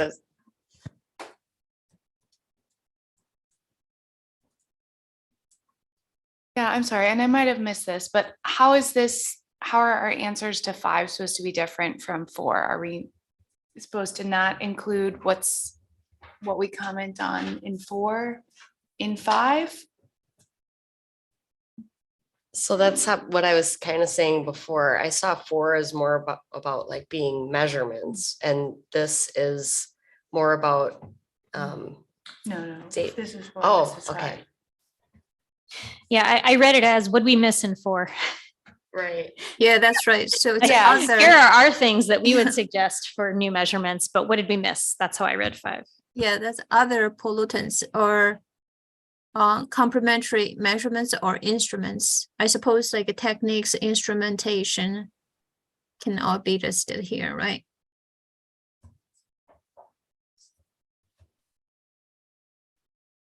And if I could just remind you, there was also some discussion about process analysis and chemistry analysis, and like the daytime, nighttime difference in the chemistry, and whether or not there are things that might be critical to understand there that the measurements at these locations could really help, that maybe aren't being done or maybe should be prioritized for a short time to help solve a critical science need for enhancing the model or understanding other scientific products. I think we've spoken to that in the answers to several prior questions, so maybe we can mine the notes we're all taking for those.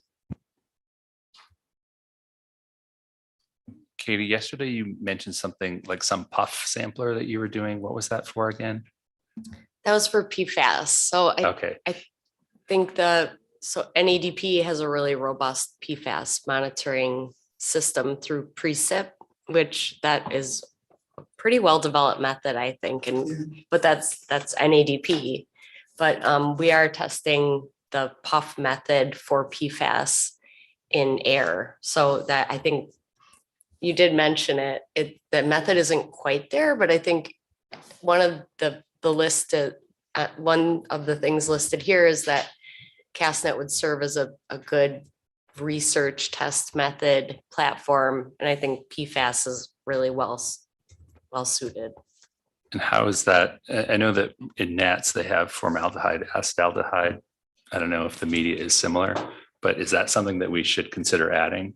Is that an important thing from the chemistry standpoint, or do we get the satellite products that are good enough? No, I mean, I think having formaldehyde would be really nice. Yeah, It's also air toxic. It's like the driver air toxic that's out there, and it's secondary in nature. It's like ubiquitous across the country. If you look at, air toxic assessment, it is one of the biggest. It's a different method. It's TO11, so you only need 1 liter per minute instead of 150. So it's DNPH is a little cartridge, and you sample on that. There are continuous methods for formaldehyde as well that are pretty well developed, but still not exactly calibrated. So that's really what's helpful for the ozone modelers, because it's hourly, so you can really see what's happening in near real time.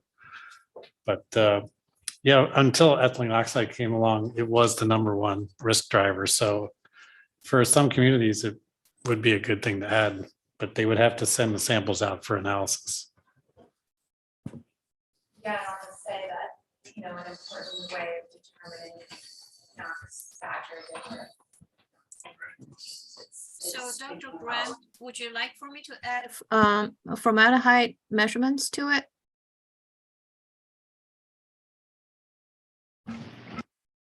I mean, I would be okay if you added it, but I don't know. I don't know what other folks think. I think it's a parameter that's not been mentioned, but I think it's a really useful atmospheric chemistry thing, and it has air toxics applications. It has modeling, it has other potential uses. So if we think that it's going to add, this point is adding value. How is this going to, maximize or increase the utility of the network?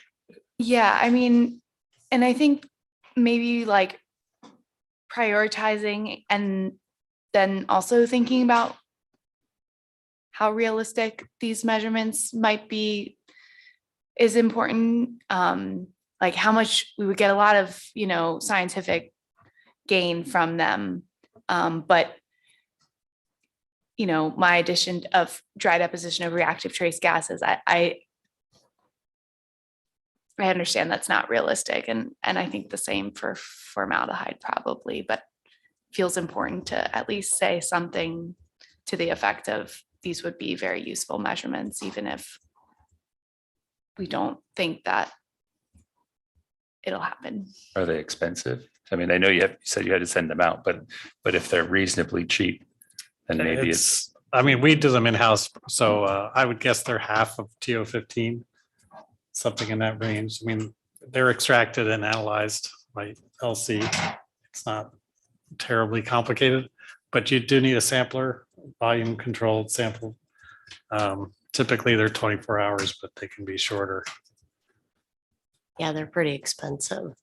There is a national contract, so we could look it up and see what the cost is now for contract.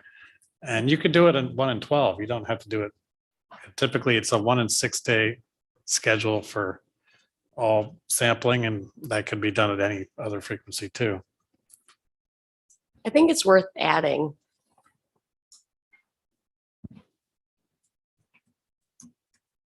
Okay. I have a quick question. I'm not in the previous slide. Oh, sorry. Oh, no, go for it. All right, this one? Yeah, I'm not understanding the piece above the one that you just highlighted in blue, looking at, looks like organics in wastewater.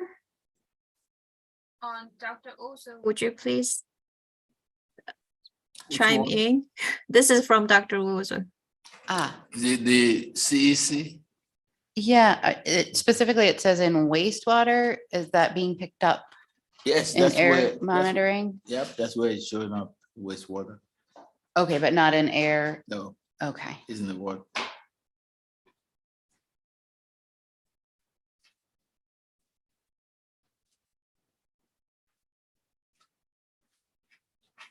Dr. Burns, I'm sorry, I interrupted you earlier when you wanted to talk about mercury. Do you have comments?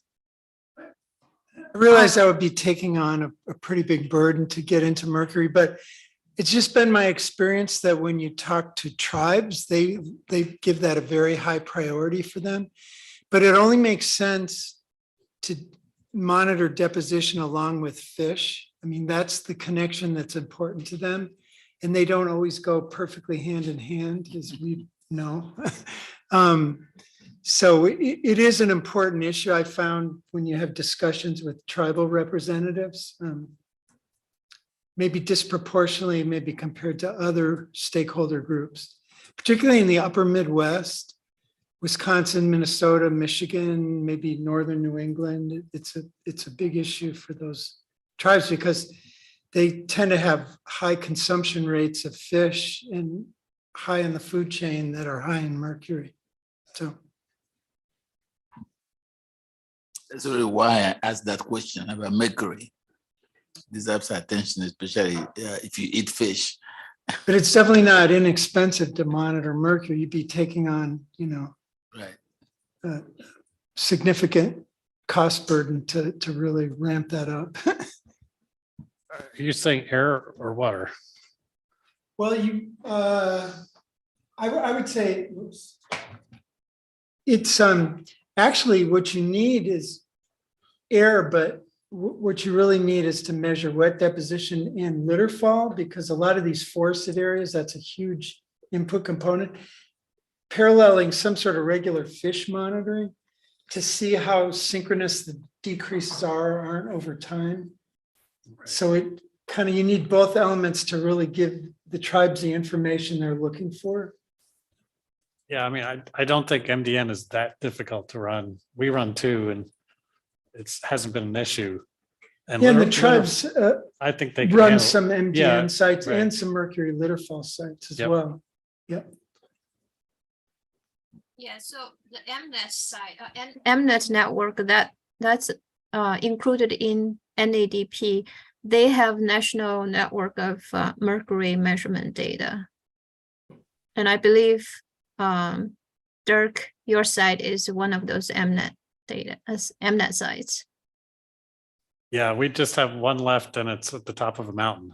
That's down to six sites nationwide, I think. It's very diminished, that Right. element of So, monitoring. But we're going to keep the MDN. So I think that's a more robust network. But one thing that NADP is just in the process of implementing is getting values for elemental mercury through passive collectors, and they're trying to get a network off the ground. That might be a way to allow like tribes to do more mercury monitoring by participating, and that's promised to be relatively inexpensive to do. Mm-hmm. So supports, should I just phrase it as a support passive samplers to measure mercury at MNets, at MDN sites? Is that how you're proposing? Yeah, that sounds reasonable. Okay.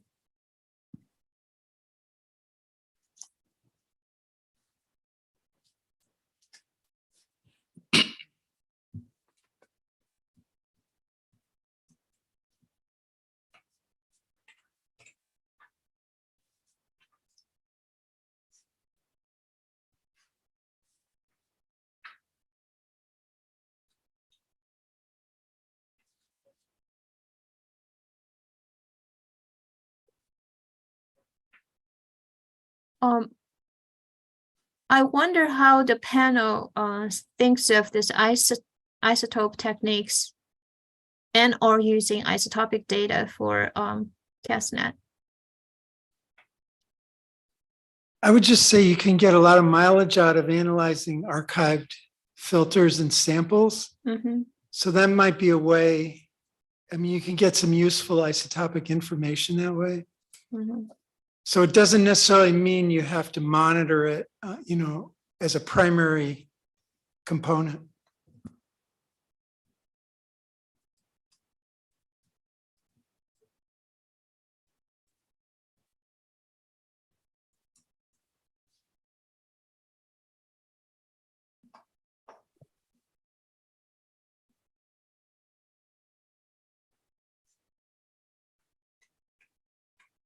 I guess it also, just one more thought, it also depends, isotopes of what? Isotope of, 'Cause it- for instance, nitrogen. Of nitrogen? Yeah, organic. Well, I'm more thinking about organic nitrogen in aerosols because there's a lot of work on inorganic nitrogen isotopes, right? Mhm. But hardly there's work on organic nitrogen in aerosols. So that's what I was thinking. Because I was just thinking, there's also regular monitoring of archived NADP samples, which includes CASTNet sites, but it's for the water isotopes to tell you things about climate in the hydrologic cycle, but Mhm. it's a different set of isotope measurements. I see. Yeah, and I'll say that it's not just organic nitrogen for which the stable isotopes are valuable. It's also, I mean, even ammonia, you could actually get a lot of value out of that. The isotopic endpoints for various sources of nitrogen containing species, no matter what they are, sometimes have quite different signatures. So you use an endpoint model and you can essentially do a source apportionment between them. And there are a few papers that are cited in the background that make that valuable. So the idea of if it's possible to use archive filters may be a good starting point, but every transformation, every reaction of that chemical creates a small fractionation. So you need to make sure that the samples haven't been transformed too many times, or then you start losing the distinct signatures from the various sources. But that may be a topic where CASTNet, solicits researchers to come explore the resources that it has for trying to do more of those in short-term studies. Great.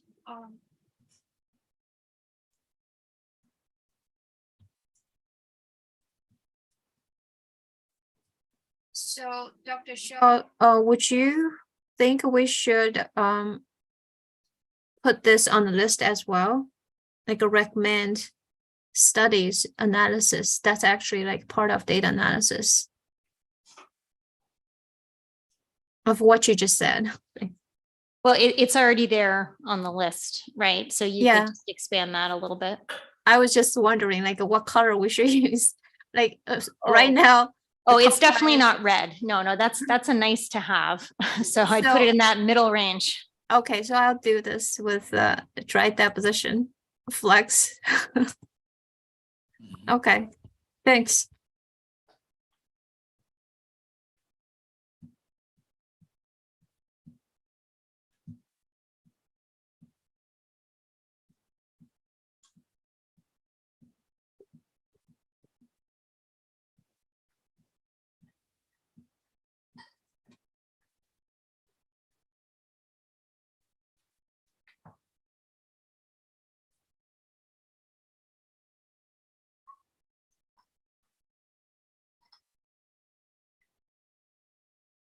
Has everybody chimed in?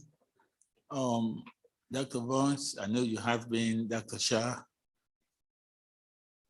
And then Dr. Furton.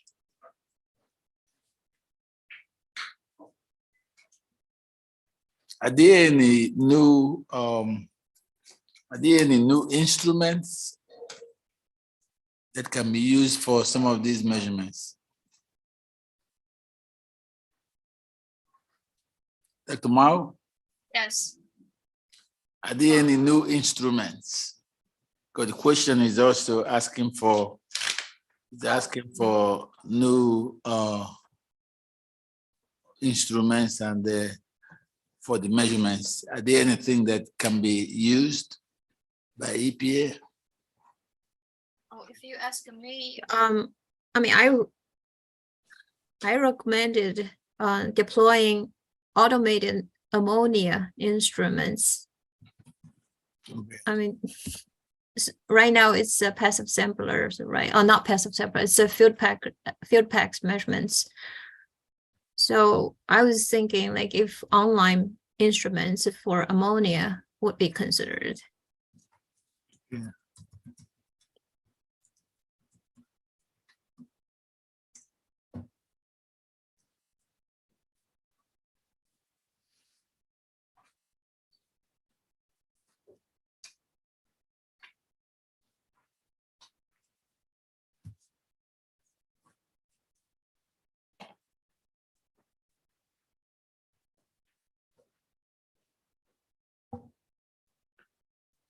I could say, I think I put in the co-location with climate monitoring, and on this slide, I think there was something about soil moisture. Yes. Those are probably something that, well, some of it goes together, and I'm not sure if it's more about looking at sites that currently have co-location or are close enough to a climate monitoring station and thinking about how to augment that at sites that aren't one of the 7 climate monitoring stations or don't have other instrumentation, just to kind of fill that out.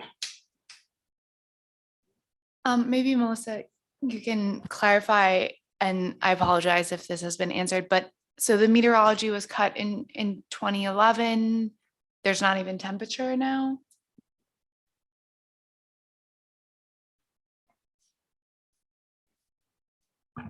There is temperature at every site. We use it to convert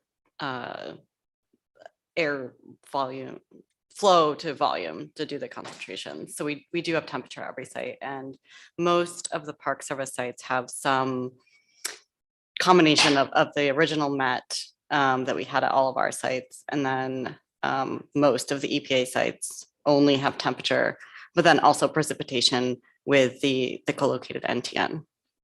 And that temperature and precip is provided in the CASTNet data sets online. The temperature is included with the data set on the CASTNet website, and the precipitation is on the NADP site. Yep. And just to clarify, all of those temperature measurements are now consistent, made with the platinum wire thermometers? Winston, do you know the answer? I'm sorry, say again. Are all the temperature measurements at the CASTNet sites now consistently made with the platinum wire thermometers, all the same technology? Don? I can only comment about the US Climate Reference Network, and those are triplicate platinum persistence thermometers, but I can't comment on CASTNet. Yeah, my knowledge about it is like probably 10 or 15 years old. There was a mix before, but I'm pretty sure you probably have all moved to the platinum wire, but I just wanted to confirm that. I will confirm that. Yeah. I don't know off the top of my head. Thank you.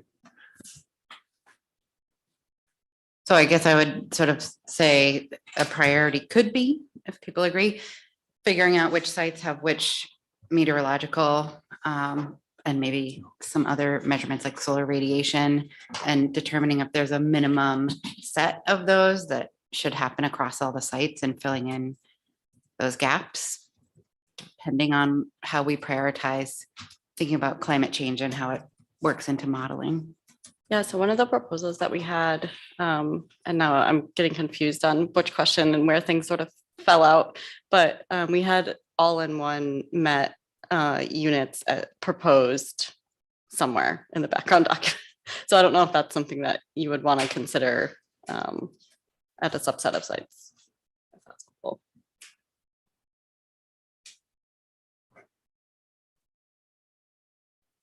Yeah, I think that would be useful. And you mentioned that, I think yesterday, that you actually have a piece of equipment in mind for that, because MET's kind of hard to measure, surprisingly. Yeah, and more expensive to calibrate with all the different pieces. Visala makes an all-in-one, I think. I don't even know if I'm saying that right. Okay. it also requires a lot more data validation. So Right. somebody would have to look at the hourly data. If you get a drop of water on top of the sensor, it spikes it, and there's all sorts of things that have to be removed from the data set. So it would change the level of work the CASTNet program would have to do that in somewhat real-time fashion. From my perspective as a modeler, I definitely like the temperature is needed, but unless there are going to be dry deposition fluxes, I don't know how useful the surface wetness and soil moisture measurements would be. We could use those to drive a dry deposition model offline, but without the added constraint of having the observational constraint on the dry deposition fluxes. I don't know how much I would use them.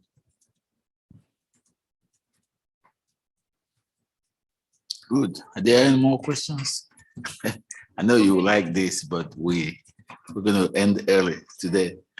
Okay, shall we prioritize to select the sites for meteorological measurements then? Yeah. What did you say, Dr. Mao?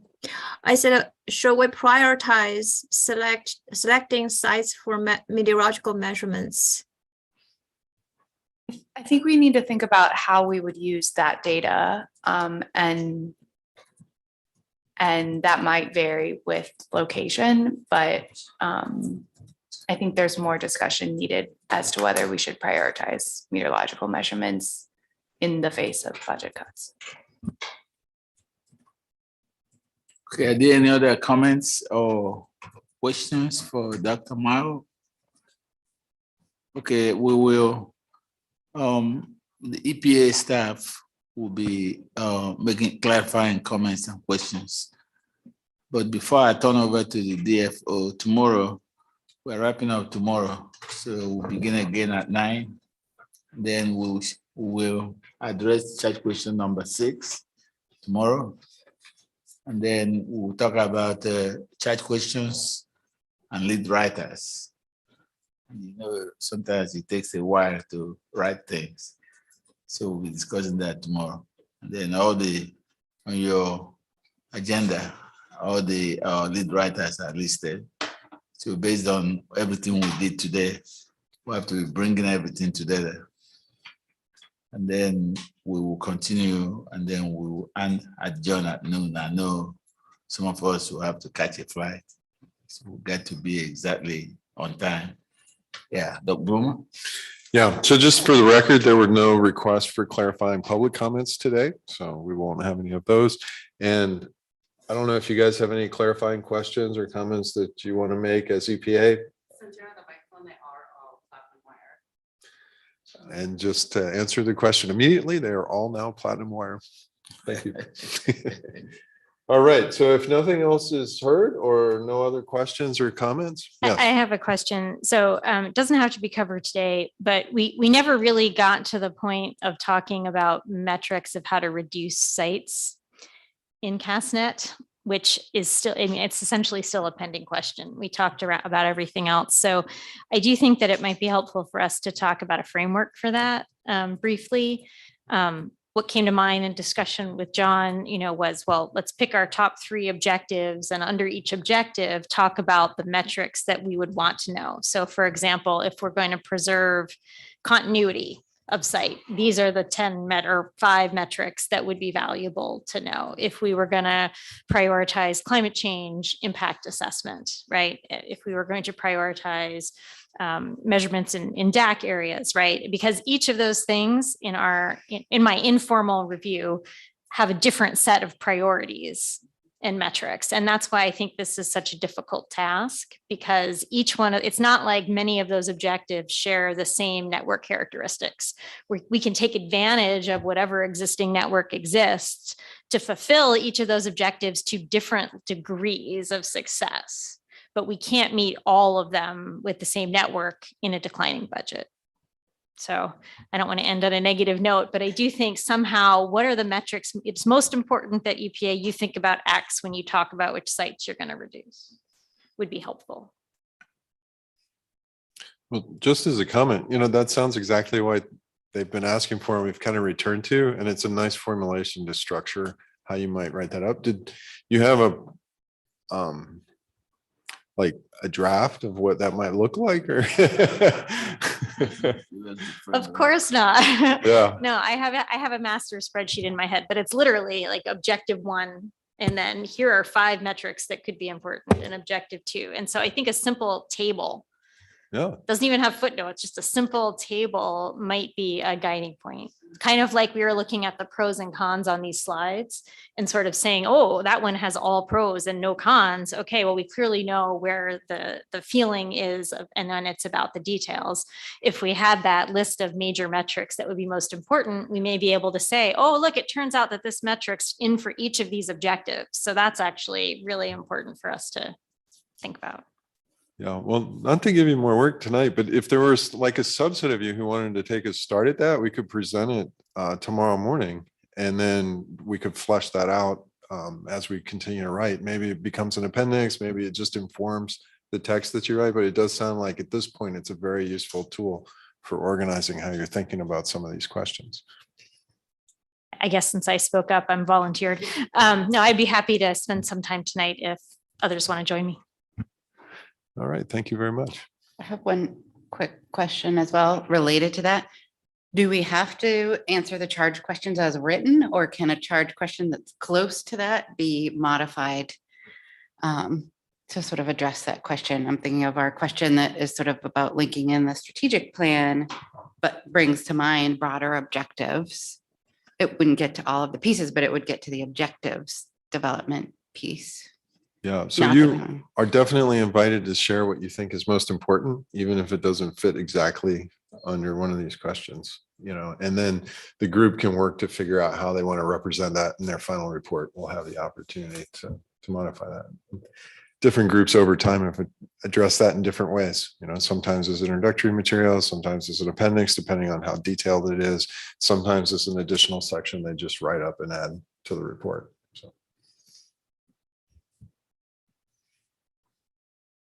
And we'll be talking more about writing tomorrow. So just continue to think through the questions and the answers and the important points that you think are worth making. And, the organizing of those thoughts will suggest approaches going forward. So any other questions, thoughts, comments? Okay, nothing heard. So I think what we'll do is we'll recess early today. And sounds like people have some things they want to take care of, probably a few things to catch up on at home. And we'll reconvene here nice and bright and early in the morning. I invite you again to show up early like you did this morning, and that way we can start right on time. I think given how energetic the discussion was this morning, we were able to actually keep it on time, but we may end up with a lot more to discuss tomorrow than we've actually allocated time for. So I encourage us to really be here to start on time. So thank you very much. And until tomorrow morning, have a great evening. Thank you. Bye-bye. Thanks.